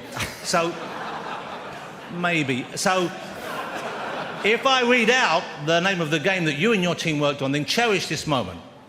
Think about it, because it means that a group of your peers, people who you respect and who like you, and some people who can't hate you, but even so, through gritted teeth, they've had to admit that you are at the very pinnacle of your game. You have done the best it can be done. Your peers and just a handful of people at Cambridge Analytica have decided that you are the best that you can be. If, however, your game is not the game I read out, then that means by a simple matter of deduction that you are not a winner. It means you're a loser. And there's a difficult night ahead, and I suspect you should start drinking heavily and forcefully so that you're ready for the moment when you have to go home and face your children, if you're lucky enough to have them. And they look up and say, Daddy, or Mummy, but looking at this industry, almost definitely, Daddy, did you do it? Are you a winner? And you have to say, no, darling, I'm a big fat loser. And then after 10 or 12 years of expensive therapy, which you'll be paying for, and they decide they don't want to speak to you anymore and cut you out of their life completely. And you realise we're just specks on a big chunk of rock spinning through a universe with no purpose, and you take a bottle of Jack Daniels and a double-barreled shotgun and go to the garage and put it in your mouth, making sure you get the soft spot at the top, because you really don't want to fuck this up. When you do that, you'll remember it all began this evening. So let's have a look at the nominees, shall we, ladies and gentlemen? There they are. Best game. Assassin's Creed Origins.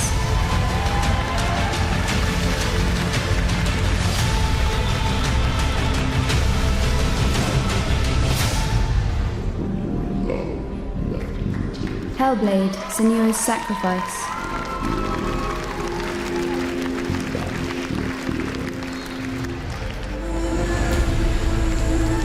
Horizon Zero Dawn.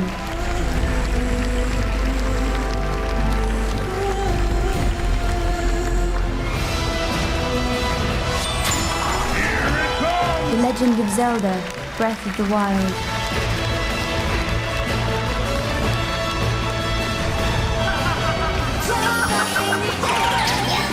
Super Mario Odyssey.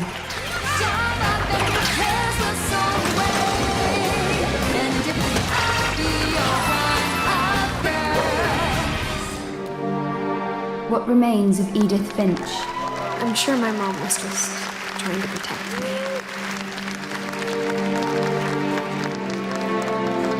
Now that there's only one of us left, I thought it was time I heard the stories. Best game. Joking aside, obviously, congratulations to everyone who's been nominated, and thank you for your remarkable games. And I'm a big Mario fan, so subarashi desu. But the winner, or rather the BAFTA for Best Game, goes to... Just building the tension just a tiny bit longer. Amazingly, What Remains of Edith Finch?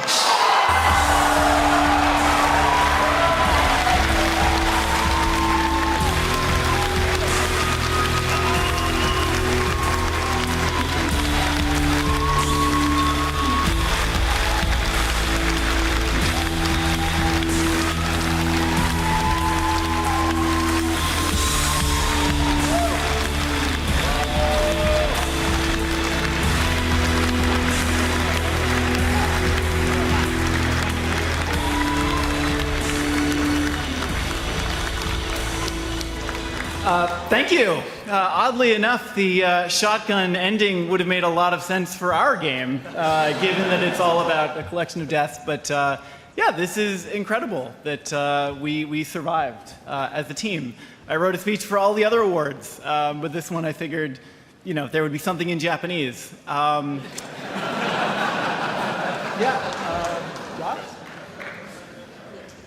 Everybody spent 4 years of their life trying to make this game, trying many different things, and this is unbelievable. Thank you. I wish the entire team could be here. Everybody was crucial in making this game, so thank you.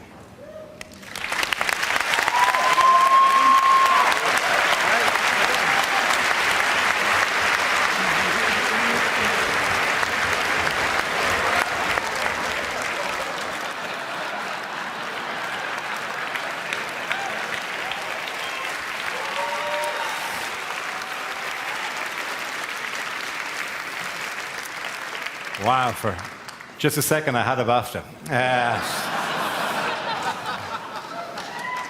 How bittersweet. Much like the game. Before we end, there is one more award to give out. It's time for the BAFTA Fellowship, the highest accolade BAFTA can bestow upon an individual. The fellowship recognises outstanding and exceptional contribution to the arts.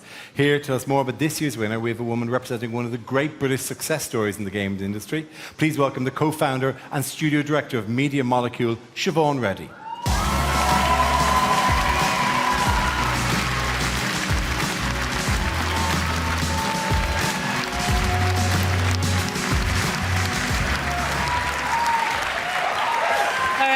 Hello. So like a lot of people here, I have childhood memories of playing the LucasArts games with my siblings, for which I will be forever grateful. But tonight, I want to talk about the Tim that I know now and how important it is for us to, as an industry, to recognize his amazing impact. Tim and I have forged a friendship over a shared love of the chaotic creativity of making games and the people that revel in it. One of my wise friends said a thing to me once. He said, "You should always judge a conversation on how it made you feel, no matter the words they said." Tim, a giant in his field, long before I ever met him, never once made me feel like I didn't belong, never once made me feel like he was a superstar and I was something lowly, never once was a shit. Instead, he always made me feel like a fellow collaborator, and he always celebrated and encouraged Media Molecule. Every chat with him has left me feeling accepted and that our energies were going in the right direction, and that creating stuff that comes from those deep parts of the soul is the only way. His encouragement has been energizing and provided bright rays when the path wasn't always clear. Thank you. And I know that I am not the only one. Thank you.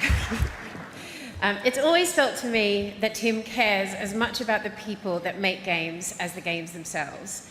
It's not just about what do you deliver, but it's about what your take is. He knows that they take the blood, sweat, and tears, and a hefty chunk of our souls. And so he encourages us that we may as well make sure that we get our unique visions on the screen. His work with Double Fine is true evidence of this. They are such an amazingly brilliant friggin' force for good in our community, like amazing. Not only do they open their doors to game dev visitor after visitor, but between their internal jam approach to projects, Day of the Devs, and Double Fine Presents, they combine people, creativity, and projects in a way that is unparalleled. I feel like they're one of the few places that unashamedly revel in their chaotic brilliance of making games, whilst others spend all of their time trying to tame it or find the formula. Tim is exactly the person that the games industry needs to celebrate. He wants all of us to do well. He wants all of us to be happy. He wants our medium to be one that is filled with amazing, unique games made by anyone who wants to make them. He fights the good fight and is unafraid to step out into the firing line to stand up for what he believes in. Let's take a look at some of his work. The BAFTA Fellowship.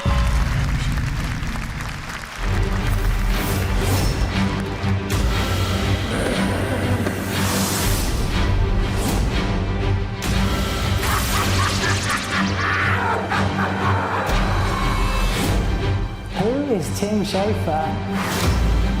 He's kind of a person who doesn't really need an introduction. He's the most creative, warm-hearted, amazing game creator I can think of. Well, Tim Schafer to me is one of the founding fathers of the games industry. He's a game designer. The games that he has worked on and designed have had far-reaching influences in the industry. He's one of the most charming, delightful people you could wish to meet, and a real inspiration. For me, Tim is a master storyteller. You know, if you ask a normal person, what did you do this morning?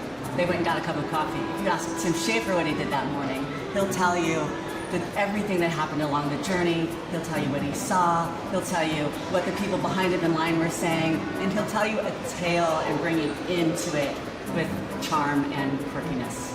Tim is funny. He's fucking funny. And he really cares about character. I'm headed into the lair of the giant spider queen. Anybody got a problem with that? My friend is dying. I'm heading in there now. You sure you don't want to talk me out of it? No? Okay. Tim's games stand out because he's hilarious, and he's quirky, and he's charming, and there's a bit of an outsider to Tim. So his games are generally like taking a character and plopping them into a space that they're unfamiliar with.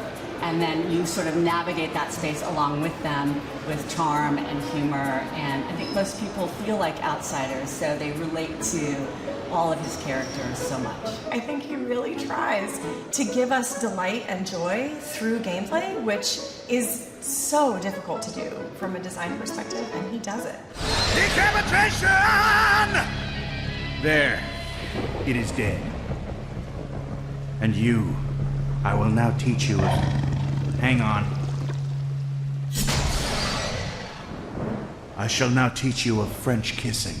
Yeah, you can always tell a Tim-written game because he just writes unlike anyone else. He has such a unique personal style to his writing, and it's just hilarious to hear his characters talk to you. So I wrote some lines, including the line, "Really? Splarg? Is it my birthday or something?" That's gonna be probably the best line in the game.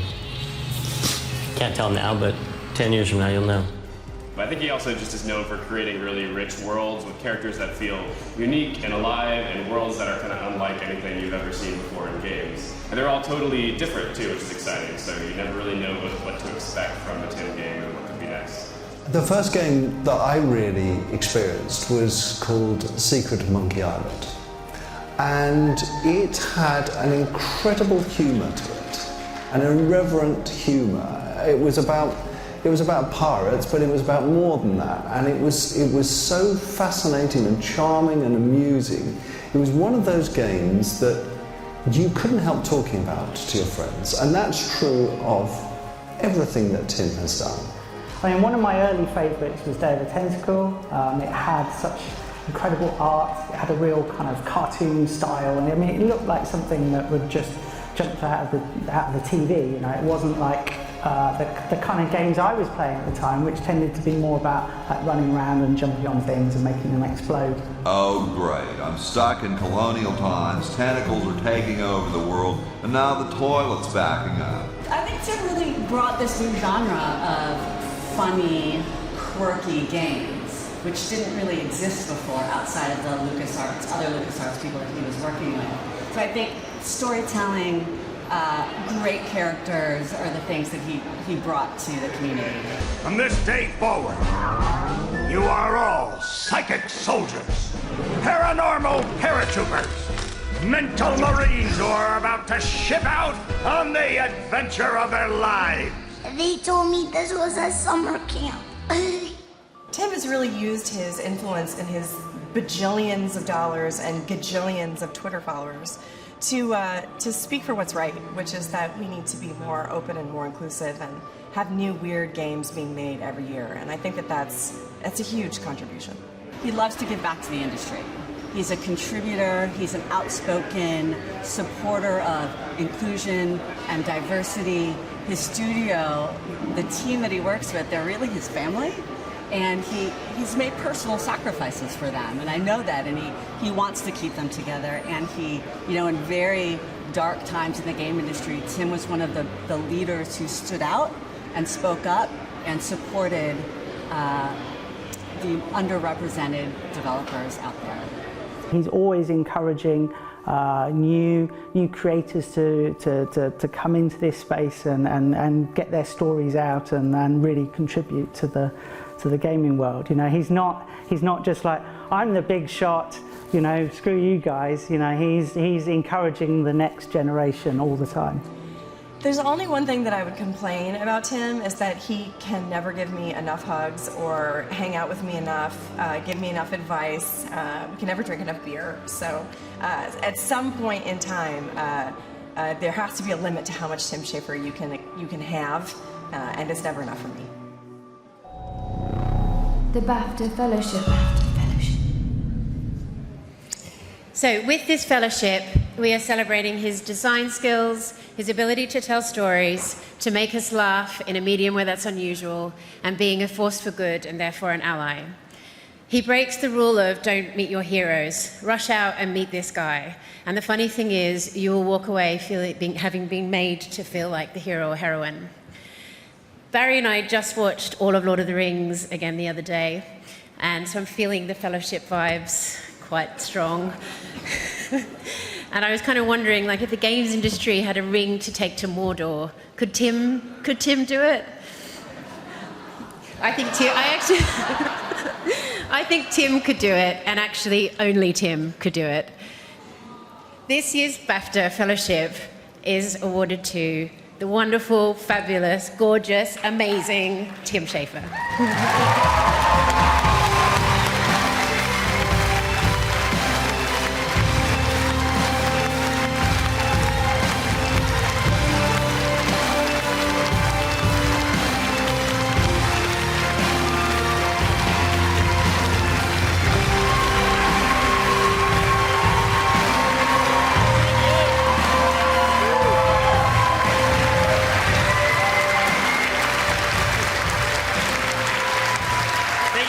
Thank you so much. Thank you, and you're all standing up. That's good. Stretch those leg muscles. You've been sitting for a long time. I'm gonna try. I'll keep this short because they already came out game of the year, and you're probably sick of seeing me already after that video. And also, if I talk too long, I'll start to get all emotional and blubbery, and no one wants to see me ugly cry again. And I was recently at an event where I was thanking all the people who had helped me in my career, and it was such a long list that I got really overwhelmed. And there were a couple of themes to that list. One was I've met so many amazing people like Siobhan and everyone in that video, and I've been so lucky in who I've met, and also that my career has had so many near-death experiences where it almost ended if it were not for those people. And I felt a lot like that career was like in an old Buster Keaton movie where he's walking down the street and he's reading a newspaper, not watching where he's going, and he steps on a construction girder, and then a crane lifts him up in the air, and he's about to walk to his death, and then right at the last minute, another girder comes by, and he walks onto that one, and then another girder, and on for 30 years until someone hands him a big heavy trophy and he falls to his death. And of course, those girders in that story are an allegory that come in and save me at the last minute are of course an allegory for my looks that I've been exploiting all these years. So I'd like to thank them, first of all. No, it's always about those people that have supported me, and that when you look at it that way, it really encourages you to want to keep that going, keep that rolling, and help and support other people. And I think that's what's so great about the BAFTAs. The BAFTAs are such a great organization that not only just give us this excuse to get all pretty once a year, but also they do so many things throughout the year to encourage new people in the industry and creativity in general, and establish mentorships and have programs like the BAFTA Crew and the Breakthrough Brits. And so I love what they do. Thank you.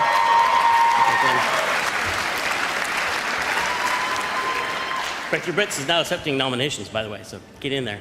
And I believe in that mission too, and I really want to do that, even though sometimes it feels strange because we'll, in one breath, be like, we have to lower the boundaries and let more and more people into the games industry. And then in the next breath, we'll be complaining, but there's so many games coming out. Oh my God, there's so many games. And sometimes I wonder, like, do we want fewer games or do we want more games? We want more people entering, but we also want no one to launch a game on the same weekend that we launch a game. So how do we rectify those two things together?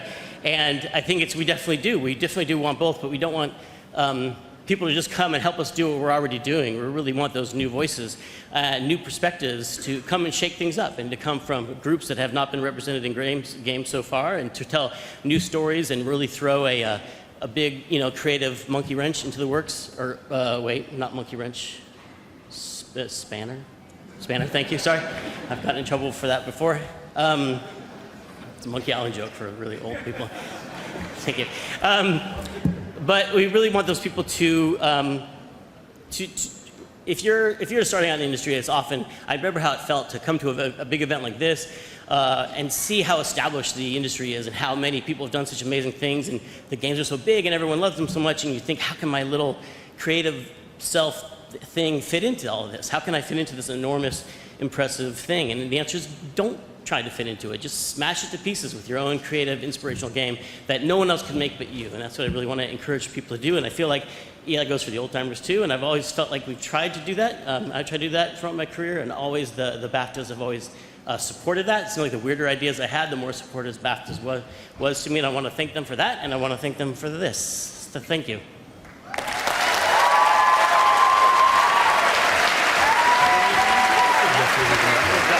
Thank you very much. Very kind.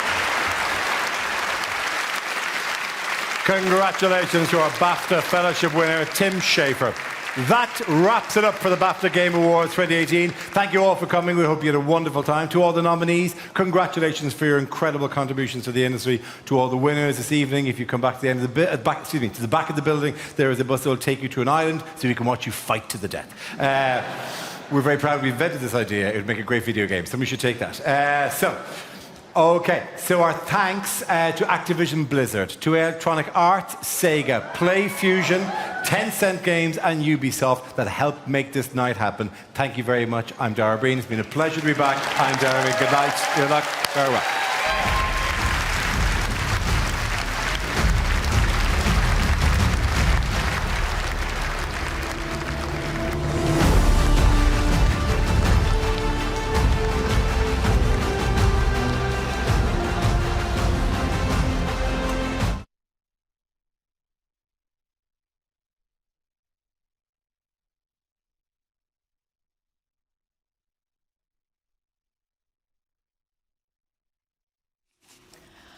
Wow, what a night for the BAFTA Games Awards 2018. Guys, I've just been sitting here, and normally I'm pretty good at predictions. I think I got about 70% right this year, which is still high. It's not my best average. You'd get a first if it was a degree. Good. That's the way I was very think of good it. point. Got it. Yeah. Thanks. You're a bit more upbeat than earlier. Okay, right. Let's go through some of the kind of shocks, winners. Anything that really surprised you out of that? I think, it's a good surprise, but we were saying just before, that What Remains of Edith Finch got Best Game. I'm so glad that it did, but after, because, I was really hoping that it would win, because it was up for so many awards, and it didn't win anything for a while, and then for it to just snag that at the end, I was like, yes. You would happily pass up, the other ones to get Best Game. You'd be like, all right, we're up for, however many, and I didn't get them, but I got Best Game? But because it's Best Game. That means I'm the best. The best of the best. Yeah. Yeah, but every game in that category, it must have been hard to pick a favourite, right? Definitely. I think what's really amazing about What Remains of Edith Finch winning is that in other categories it was so strong, but there was always something that pipped it to the post. And I think it shows that it's a really good all-rounder. Mm-hmm. Whereas others might spike in a particular art, or audio achievement, or exactly. yeah. It had all of those, yeah. and I think it's a really worthy winner. Yeah. Tim? Yeah, definitely. I was we were saying, we're gutted that Edith Finch hasn't won anything, and Jane was saying, I hope it wins Best Game, and lo and behold, it does, and it's... We were sat together in the audience. Come on now. Come on. Jane's like the BAFTA mafia. She just has to say the word, and they're just recount. Do you want to win next year? Get in touch. Were there any other kind of shocks? So obviously we had Horizon Zero Dawn original property. I feel like that was a very sensible pitch there. That made a lot of sense. But again, there were so many games in that category that I was like, I could see any one of those winning. But I liked how they described it as a creative pivot. I thought that was such a... Okay, we didn't have audio in here. What? So Guerrilla described Horizon Zero Dawn as a creative pivot, because of course they made Killzone previously. And it is the biggest creative pivot that you've ever seen. Yes. And what a pivot. Yeah. I mean, the title Killzone to Horizon Zero Dawn. If you look at some of those other ones there, so you had Cuphead, Gorogoa, Night in the Woods, PlayerUnknown's Battlegrounds, What Remains of Edith Finch. I definitely picked Horizon Zero Dawn because I thought, it's the one in my head that's new IP, but also can they make 10 sequels? Right, completely. Because they could make another Cuphead, but how do they iterate upon it? Whereas Horizon Zero Dawn, they could take that world anywhere. I suppose it's always going to lend itself more to narrative in some way then, right? I guess? Yeah. Because it'll be a story. Anyway, music, obviously Cuphead, which was... I was kind of surprised though. Why? I guess because I really love the music in What Remains of Edith Finch and all the others, and I don't know. But it was bespoke hot jazz. You could buy it on vinyl this is to it, go and along hot, with it. And hot jazz. How would you not want hot jazz, Eva? Well, I do. I mean, you know, Constantly. hot jazz is my jam, but like, you know. Isn't that a line from Mighty Boosh? I'm sure. No, it's we write it ourselves. Oh, but I think one great thing is there's so many different games have got awards. You know, if you look through all the categories, Yeah, I'm you just can gonna easily go see through them why now. games won. If Yeah. you look at like the games that are nominated for best game, I think nearly every game won some kind of award. You know, Pretty much, Zelda, yeah. Yes. Mario, Edith Mario, Finch. yes. Obviously, Hellblade did really well. Horizon Zero Hellblade's Dawn won an 5 award. for Hellblade. So it's good to see. Yeah, There was that no was like, oh, they've missed out completely. Where's their award? You know, I think. But it's also weird because obviously, like, the way that they vote, it's all like separately in a sealed room. Yeah. But we were just saying this before, it's like kind of weird. It's almost like they've got this like weird hive mind. They sort of know, well, I think maybe this one's going to get Since this this category. one gets all these, Yeah. then we'll And we'll be save the big. fair. Yeah, we'll save the finale. Do you like, think yeah. Hellblade will be disappointed they didn't win Best Game after winning all No, the awards? you get best game or you get like I'm a playing bunch of devil's other advocate ones. here. But you can't Right? have both, or you shouldn't have both. Yeah, you Then can't have that's both. greedy. That you is know? greedy.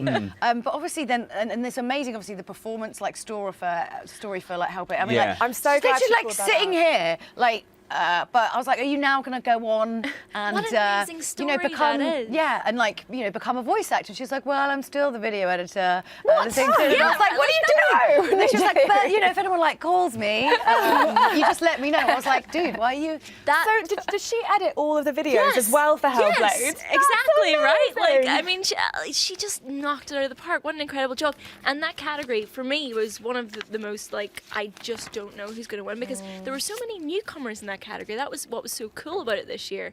And then you have, like, absolute pros, like Ashley Birch, and then it's just like, I just can't pick a favorite. I just feel like they couldn't get over the story and her performance combined together to just make this like BAFTA Holy Grail Matrix. But the thing right? that was really special to me about her performance was so much of it is, it's non-verbal. It was so expressive, It was like, and how far and how, like, it's the technology allowing her to tell so much with her performance.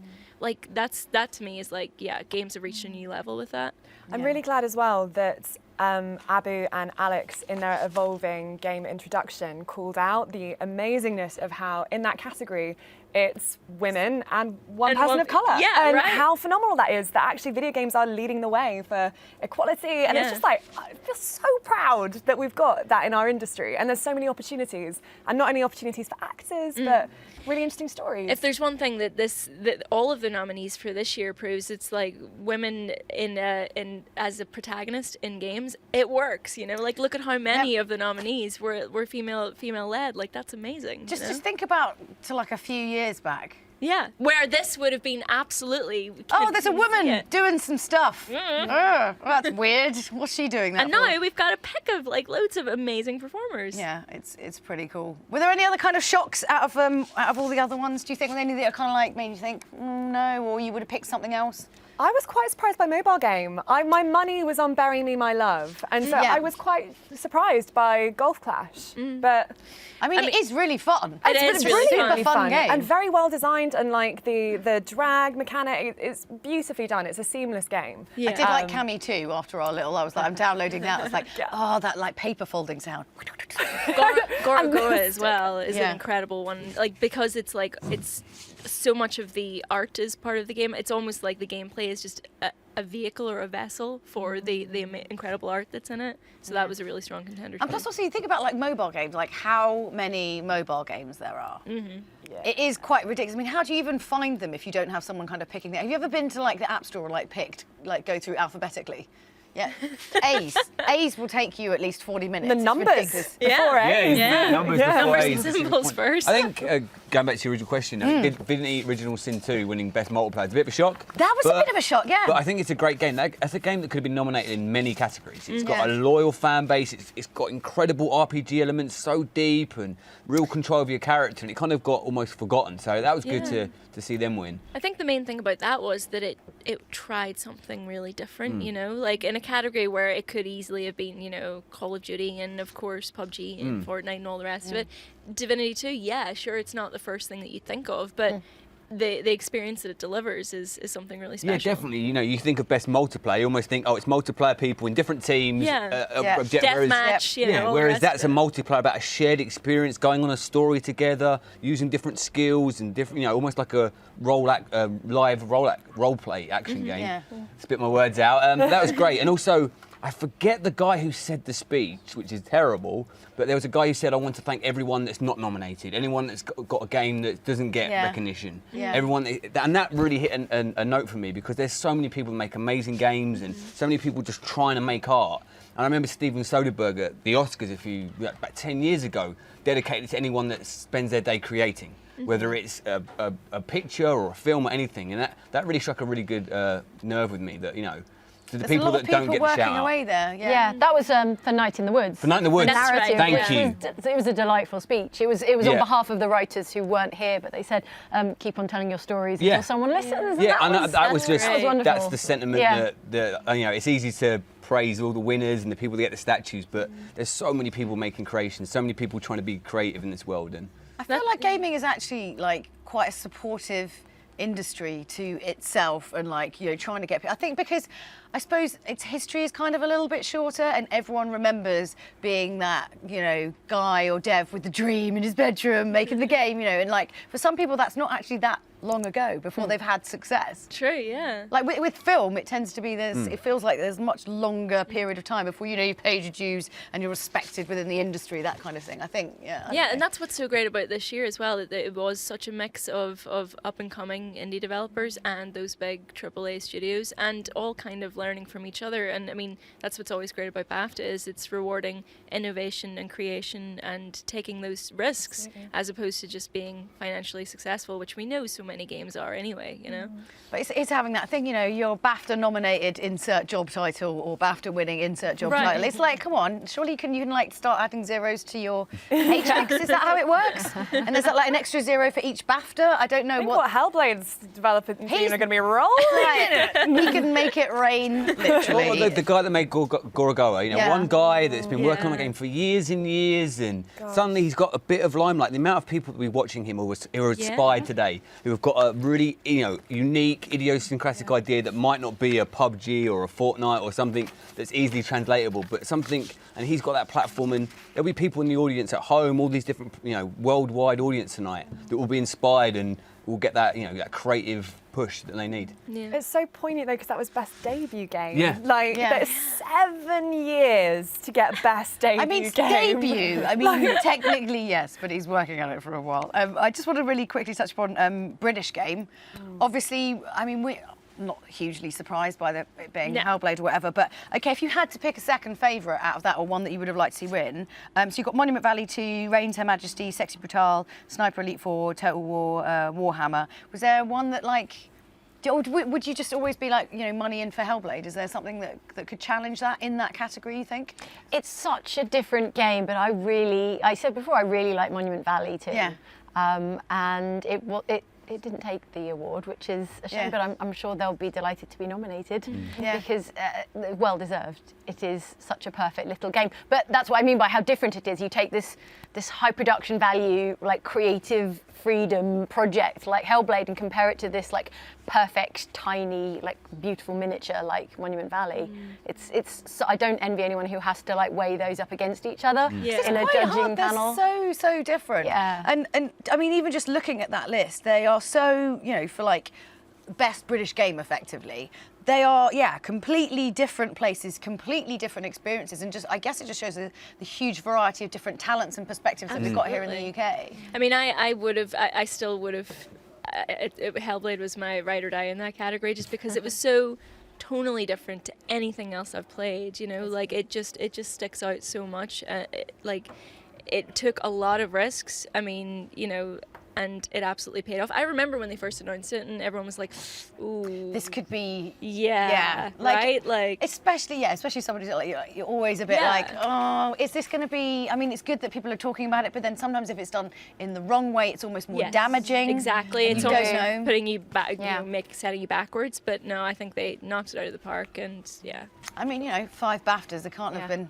terrible, right? They were onto something. They were on. They had Norse mythology and everything. And but here's hoping that their success tonight actually spurs more creators to take those chances and to to try new things, and actually let's hear those new perspectives and those new voices. So I want to talk very briefly before we finish the live stream, and you're all free to get a little bit tips on some Tattinger. The Fellowship, Tim Schafer. Okay, I could just sit here and ignore all of you and just talk about him for like 45 minutes, but I feel like I should at least give you the opportunity to say something before I interrupt you. What do you want us to say? I don't know. What are your feelings and thoughts on Tim Schafer? Have you played any of his games before? No, who? What? I don't know. Yeah. You might have missed some. I mean, what a resume, honestly. Yeah. Like, if you could pick like 5 games to make, I think they'd probably, like, to say you made, it'd probably all be Tim Schafer games. You know, it's that like diversity and creativity, and each one just proves how funny he is. Yes. And that's the kind of game I want to make, Julia. Well, you get out there. You get your pen and paper, Jane. He could have won, for Day of the Tentacle and Secret Monkey Island alone. He could win the award. You know, it's that's the thing. But Stacking is a really good game. Yes, that was kind of didn't really get the biggest fanfare. Wasn't the most successful, but it's a beautifully designed little game with the Russian doll elements and really clever, and Psychonauts as well. Yeah. Bravely Original, the sequel coming out sometime soon, hopefully. And I mean, I think what was super interesting about like what had happened in his career was obviously, all those kind of point and click adventures, and he'd gone time and time again to like games, like developers, publishers and whatever, and been like, games publishers, and been like, I want to make these games. I think people would really like them. And they basically were like, nah, no one likes that kind of stuff anymore. Like, we know what we're talking about because we make we got the cash, whatever. And then obviously went out and did that Kickstarter and just like got 4, 5, 6 times what he was asking for. And it just kind of proved to, the sort of gaming establishment that actually maybe you don't know what gamers want, because they've literally parted with their own money and there isn't even a game in the works yet. That's how much they want to It was a bit the Kickstarter that kickstarted Kickstarters. Yes. Do you know what I mean? Yes. Right, you mean it that way. Wait a second. I got it, It was, and it did kind of change that sort of perspective of throwing things out actually to the gamers and giving the power back. And that's surely why now we've got this like series of like really diverse nominations. Yeah. Sure, if you trace it back, that was quite a pivotal. Yeah, the amount of people in the room that would have been inspired by a game like Secret Monkey Island or, Day of the Tentacle, that was back when there wasn't that many games being released. That's when there was maybe 1, 2 big games every 2, 3 months. And now we're getting so many games all the time, and you can literally see like the foundations that someone like him built that we're all standing on today. He really did pioneer that, that kind of like really brilliant game design, and we're so lucky to still have him around, still making. And stuff. he's innovated. He's kept up with the times. He's moved with the times. There's sometimes you have like your little peak a little bit earlier on, and it's more nostalgia. But actually, that's so obviously not the case. Plus, also with Day of the Tentacle, that I don't know if you guys ever actually played that game, but if you haven't played the game, it's going to sound a bit weird. Julia's a bit of a nerd about Day of the Tentacle, just FYI. Yes, they would have totally got that without you explaining it. They basically, you travel through time using the Chronojon, which is a time-travelling toilet. Then the 3 characters get stuck in different time periods. And then to solve all the puzzles, you have to flush useful items down the toilet to different time periods to give them to the other characters to solve it. You're like, that was a really long time ago, and that sounds like something really convoluted that would happen. Did you tell them about your helplines? Oh yeah, I put his kids through university 100% calling up those tip lines. They were like, like $5 an hour. If you have trouble in the past, press 1. Do you not know what to do with the fork and the clown? Press 2. Yeah, that was me. I told him that different last age. year. Yeah, different age. Different age. Well, I think it's time to let you guys go off. Go to the party. We're going to go and have some dinner, but just to you guys at home and watching the live stream, thank you so much for joining us. It's been an absolutely stellar year for BAFTA Games Awards. I think you can totally agree with that. Huge congratulations to all of the winners, everyone who's nominated, everyone who is passionate about games, because this really is the glory time, the golden age of gaming once more. Stick with BAFTA for all of your kind of gaming news and updates. And big thank you to our panel and to the team here for making the live stream happen. We will see you again next year. Goodbye.